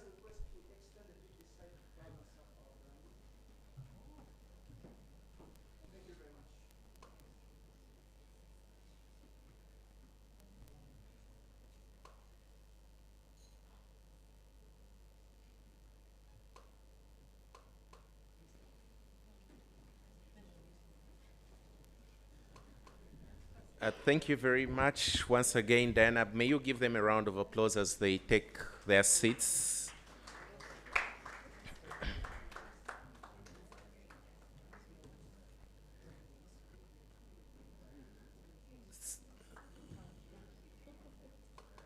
So we have Kwesi joining us online. Kwesi is the former Deputy Director of the Leo Africa Institute. And he has not only organized, but coordinated a number of the fellowship activities. And from the very first ALG, Kwesi has been available and around. So Kwesi, we have the honor that you're joining us. It's probably very early in the day where you are, but please, we welcome you and we will welcome your remarks. Thank you very much, Edgar. I hope you can hear me. Yes, we can hear you. If you can hear me, just give me a heads up. We can hear you very well, Kwezi. Perfect. Thank you. First and foremost, greetings, everyone. I was not meant to be giving these closing remarks. These closing remarks were supposed to be delivered by Dr. Korir Singoi, who is a friend of the Institute. And on that note, if it hasn't been communicated at the forum today, on behalf of the Leo Africa Institute, would like to extend our thoughts and prayers to Dr. Korir, who was supposed to deliver these remarks, but unfortunately he lost his dad. So he's a valued friend of the Institute from Kenya, and he's in our thoughts as him and his family go through this difficult time.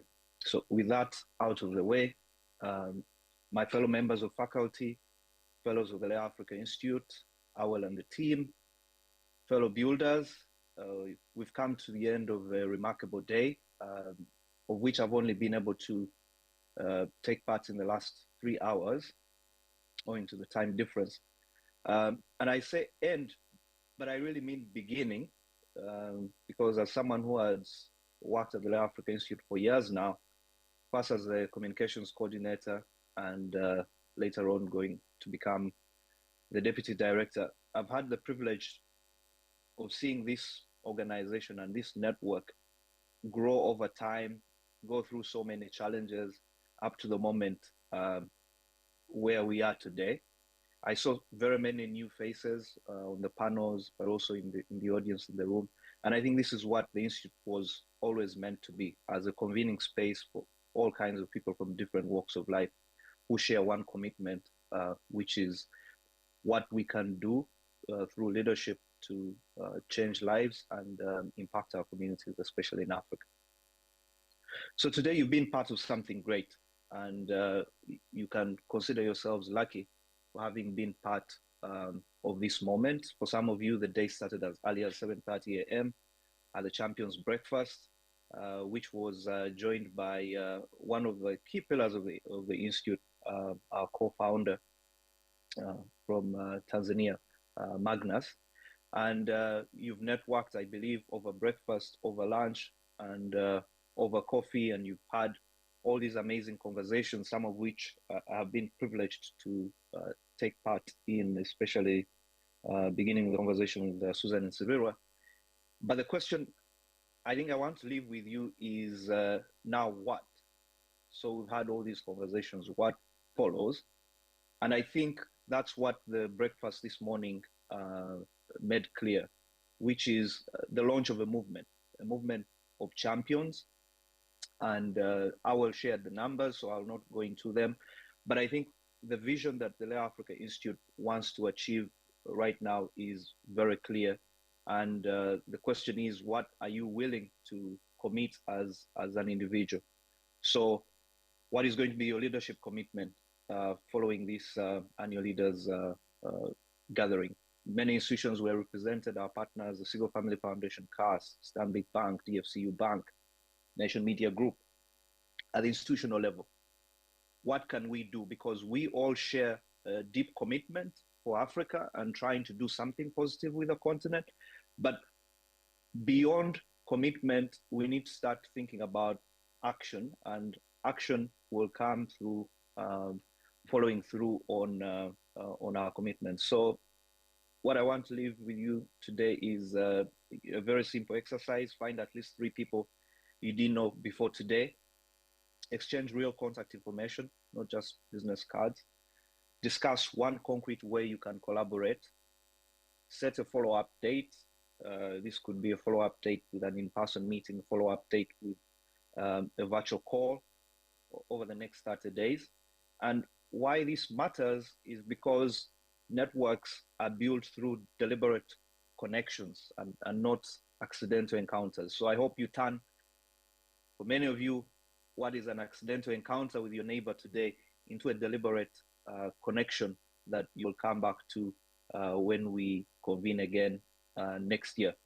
The second thing I want you to do over the next 30 days is to reach out to one emerging leader and offer to mentor them for 3 months. This is something, mentorship is something that's quite hard, one being a mentor, but also being mentored. So this will be a challenge in and of itself, but I think the mentor and the mentee will both be better off for it. The other thing that you can do is make a financial commitment to the Africa Champions Network, which was launched earlier on today, to invest in the vision that the Leo Africa Institute wants to achieve over the next 10 years. The third and last thing that I would like to request all in attendance today is within the next 90 days, register formally as an Africa champion through our Leo Africa Institute and bring at least 2 other people into the network. If you happen to come from outside Uganda, host a small convening in your city or sector or country. And this could be something as simple as a dinner, coffee get together, or whatever works. And share your leadership commitment story, invite others to share theirs.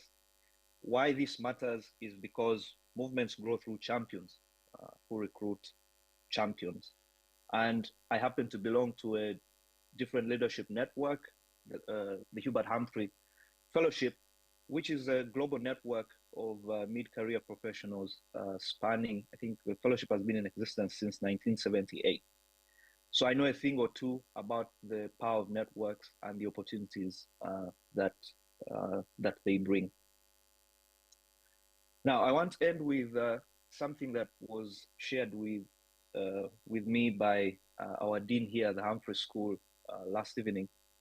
As you may well know, Minnesota, which is the state where I am, has been in the news lately for all the wrong reasons. So it's been a very difficult time trying to reconcile the values that I know people in this state hold and the good-hearted nature of Minnesotans with what you see in the news.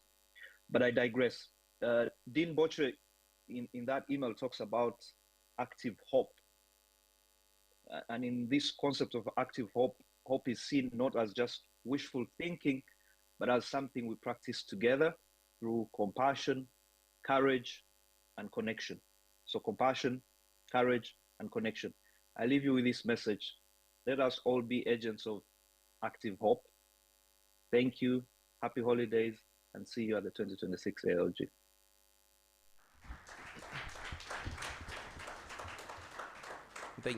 Thank you very much, Kwezi. It's good to hear from you again. The developments in the Congo and everything are discussions I miss having with you, but we will have those over the Christmas break. So friends, we are getting to the end of our program for today. It's not the end of the engagement, like Kwezi said. It's just the close of the program. And we like to conclude with one last address by the representative of the Konrad Adenauer Stiftung. Ben, representing our partners, please give Ben a round of applause as he comes here. On behalf of the partners of the Institute, you can give us a word or two as we conclude.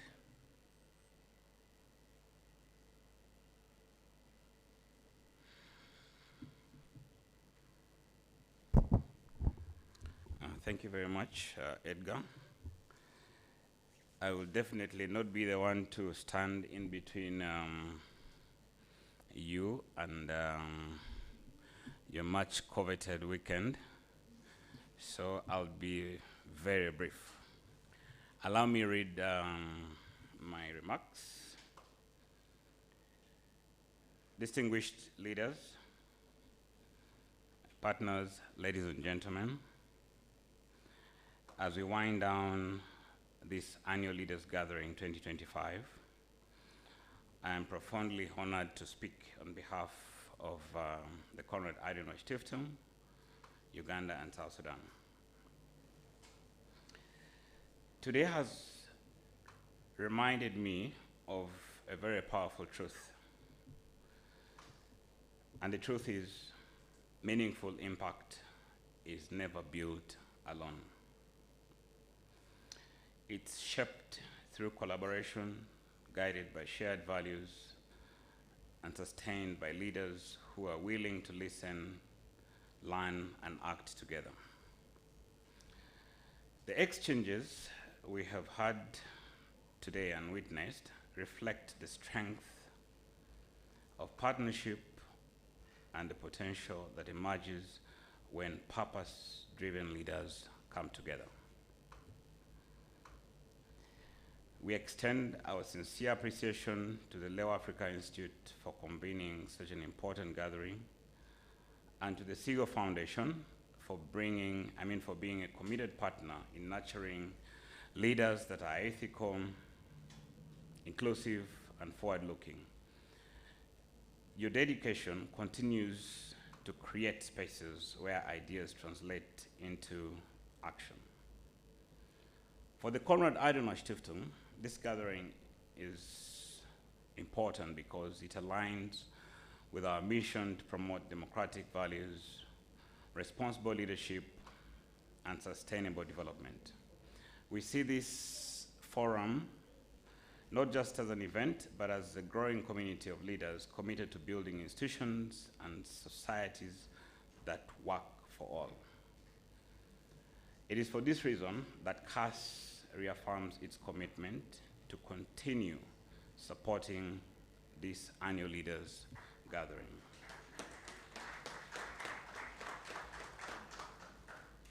As you leave here today, we encourage you to take the spirit of building together beyond this room into your organizations, your communities, your businesses, your schools, your countries, and name it.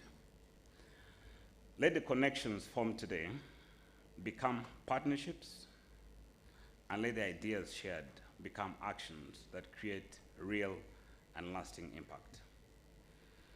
On behalf of the Konrad Adenauer Stiftung, we thank you, Awel, for your leadership, your engagement, and your commitment to shaping a better future. We look forward to continuing this journey together. Now that is Ben from CAS. Now, this is Ben, a friend of the Institute, an African. So this morning, I heeded a call during the Champions breakfast. I listened to very synthesized English from Mpanga, Wichitiwa Mpanga.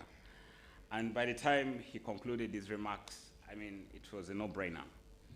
So, as Ben, I want to say that I believe in the work of Leo Africa. And I think it's important, and I encourage us as fellow Africans and, friends of the Institute to support the Institute, not just by tweeting, not just by, saying we are friends, but this Institute needs money to run. So whichever amount you commit will be important. Now, I will, from my little earnings, I will commit for the next 3 years, $5,000 per year.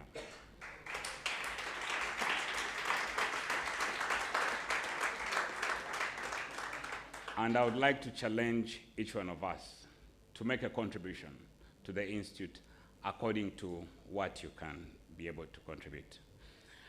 I wish you all very happy holidays in the coming weeks. I thank you.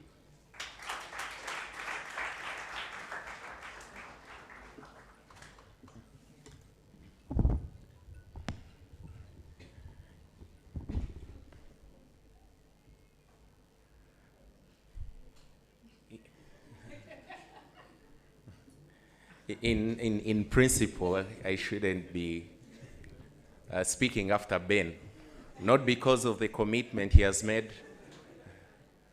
but because Ben is my senior at the foundation. So having spoken on behalf of the foundation, I would surely have nothing else to add. But I thank you so much, Ben, for not only leading, but also leading by example. I will not only walk away and feel challenged by your commitment, I will think about it and come back to the Institute with my own commitment. And as you can see, I will rally also our colleagues at the Konrad Adenauer Stiftung to make similar commitments. I think that's the pledge I can make right now. But we've come to the end of this program. And the entire day we kept making reference to the people who belong to the different fellowships. But this room doesn't have only the fellows of the Leo Africa Institute. They are friends of the Institute who don't belong to any of the fellowships.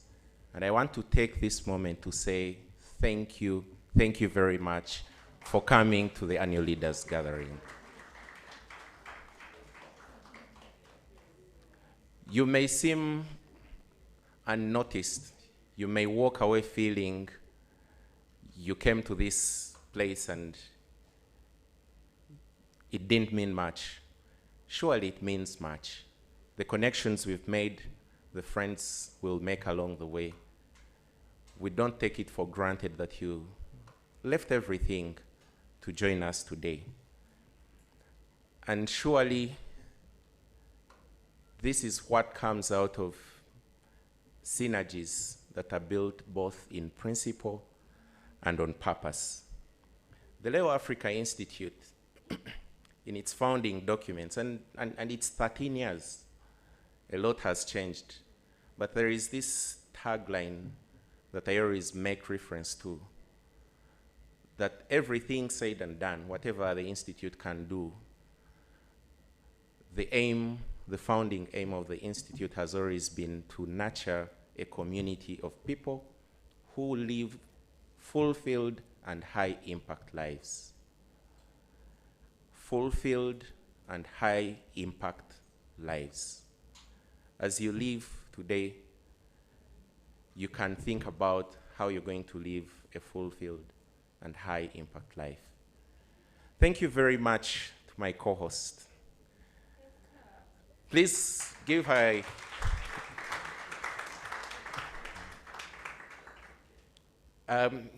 when I learned that I had been paired with Kanyomosi for this, I didn't reach out to her directly, but I knew that I had an able partner with whom I could run this program. I'm very grateful, not only that I've been selected to host this program for the second year running, but also to have been partnered with you, Kanyomosi. And I've said it all. I will leave the stage for you, and you know where to send these people hereafter.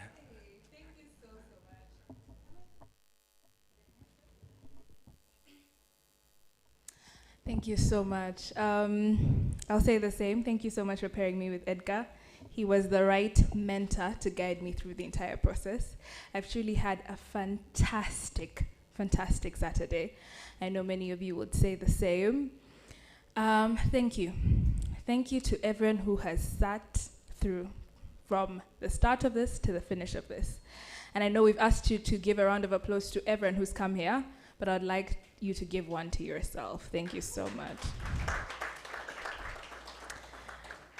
Thank you to every single panelist who's made the time to share their knowledge and their wisdom.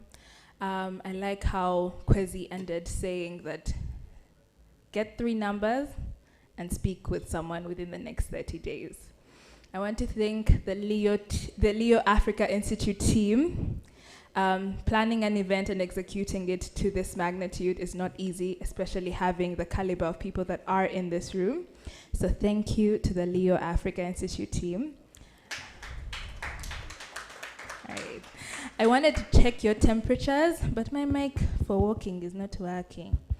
We're going to have a group photo to sign us off, so you can put it somewhere at a later time and say you knew some of the people here when they changed the world.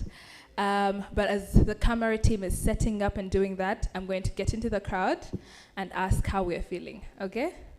And then I'll wait for Eve and Tim to say, go. We're all going to come to this podium. So we're going to wait for them to set up, then I'll tell us to get into the frame, okay? Testing, okay, great. Sorry. We can start moving. I will, wait, they're setting up, then I'll let you move, okay? All right, how are we feeling? How are we feeling? Thrilled. Thrilled. Okay, just one word, how are we feeling? Who didn't speak? You wanted a question, but you can just speak. I'm feeling amazing and it's really going well. All right, great. How are we feeling? Energized. How are we feeling? Motivated. How are we feeling? It's been provocative. Provocative. How are we feeling? Provoked. Really? How are we feeling? Educated. Okay, great. How are we feeling? Yes, I'm feeling inspired. Inspired. How are we feeling?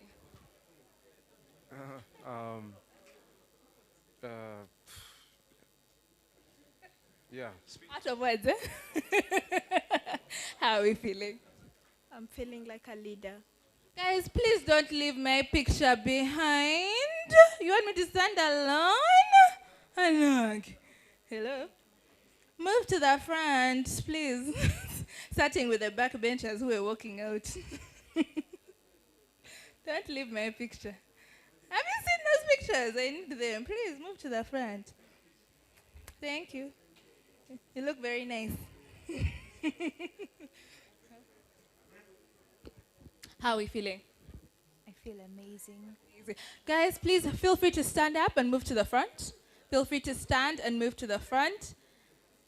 Temwe, I was going to say Luganda, but I don't know the word. It's okay.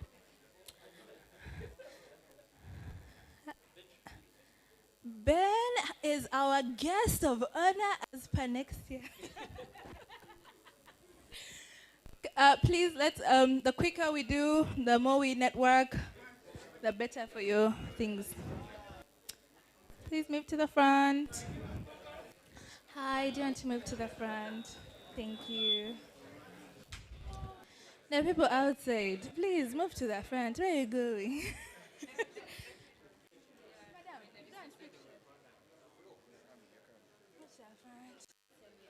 Madam, move to the front. Nelly, move to the front.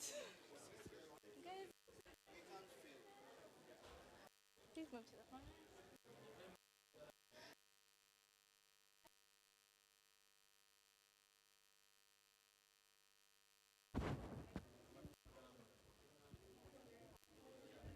I'm still seeing people at the back. I've blocked the door, sorry. It's a hostage takeover. You can feed. You don't worry about me. Me, they have told us. You look so beautiful. You want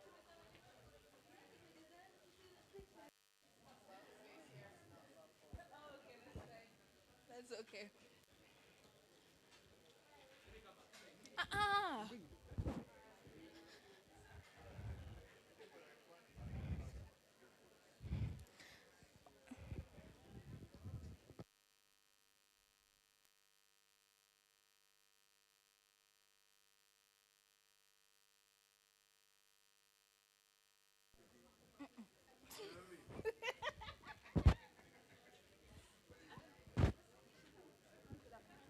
Okay. Do you guys see if you're within her family of height, please come to the front. See movie, just that we can see you. If you struggle to see above certain people, I think you should be in the front. Oh my God, I gotta sit down.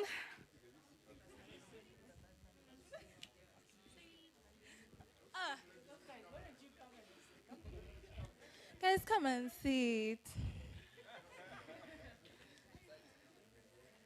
Can you see us? He's there. He's right there. Don't worry.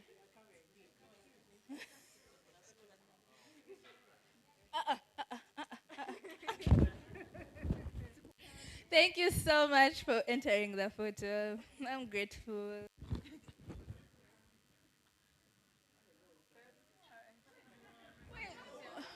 One day is there selling gays live. Just. Quencha.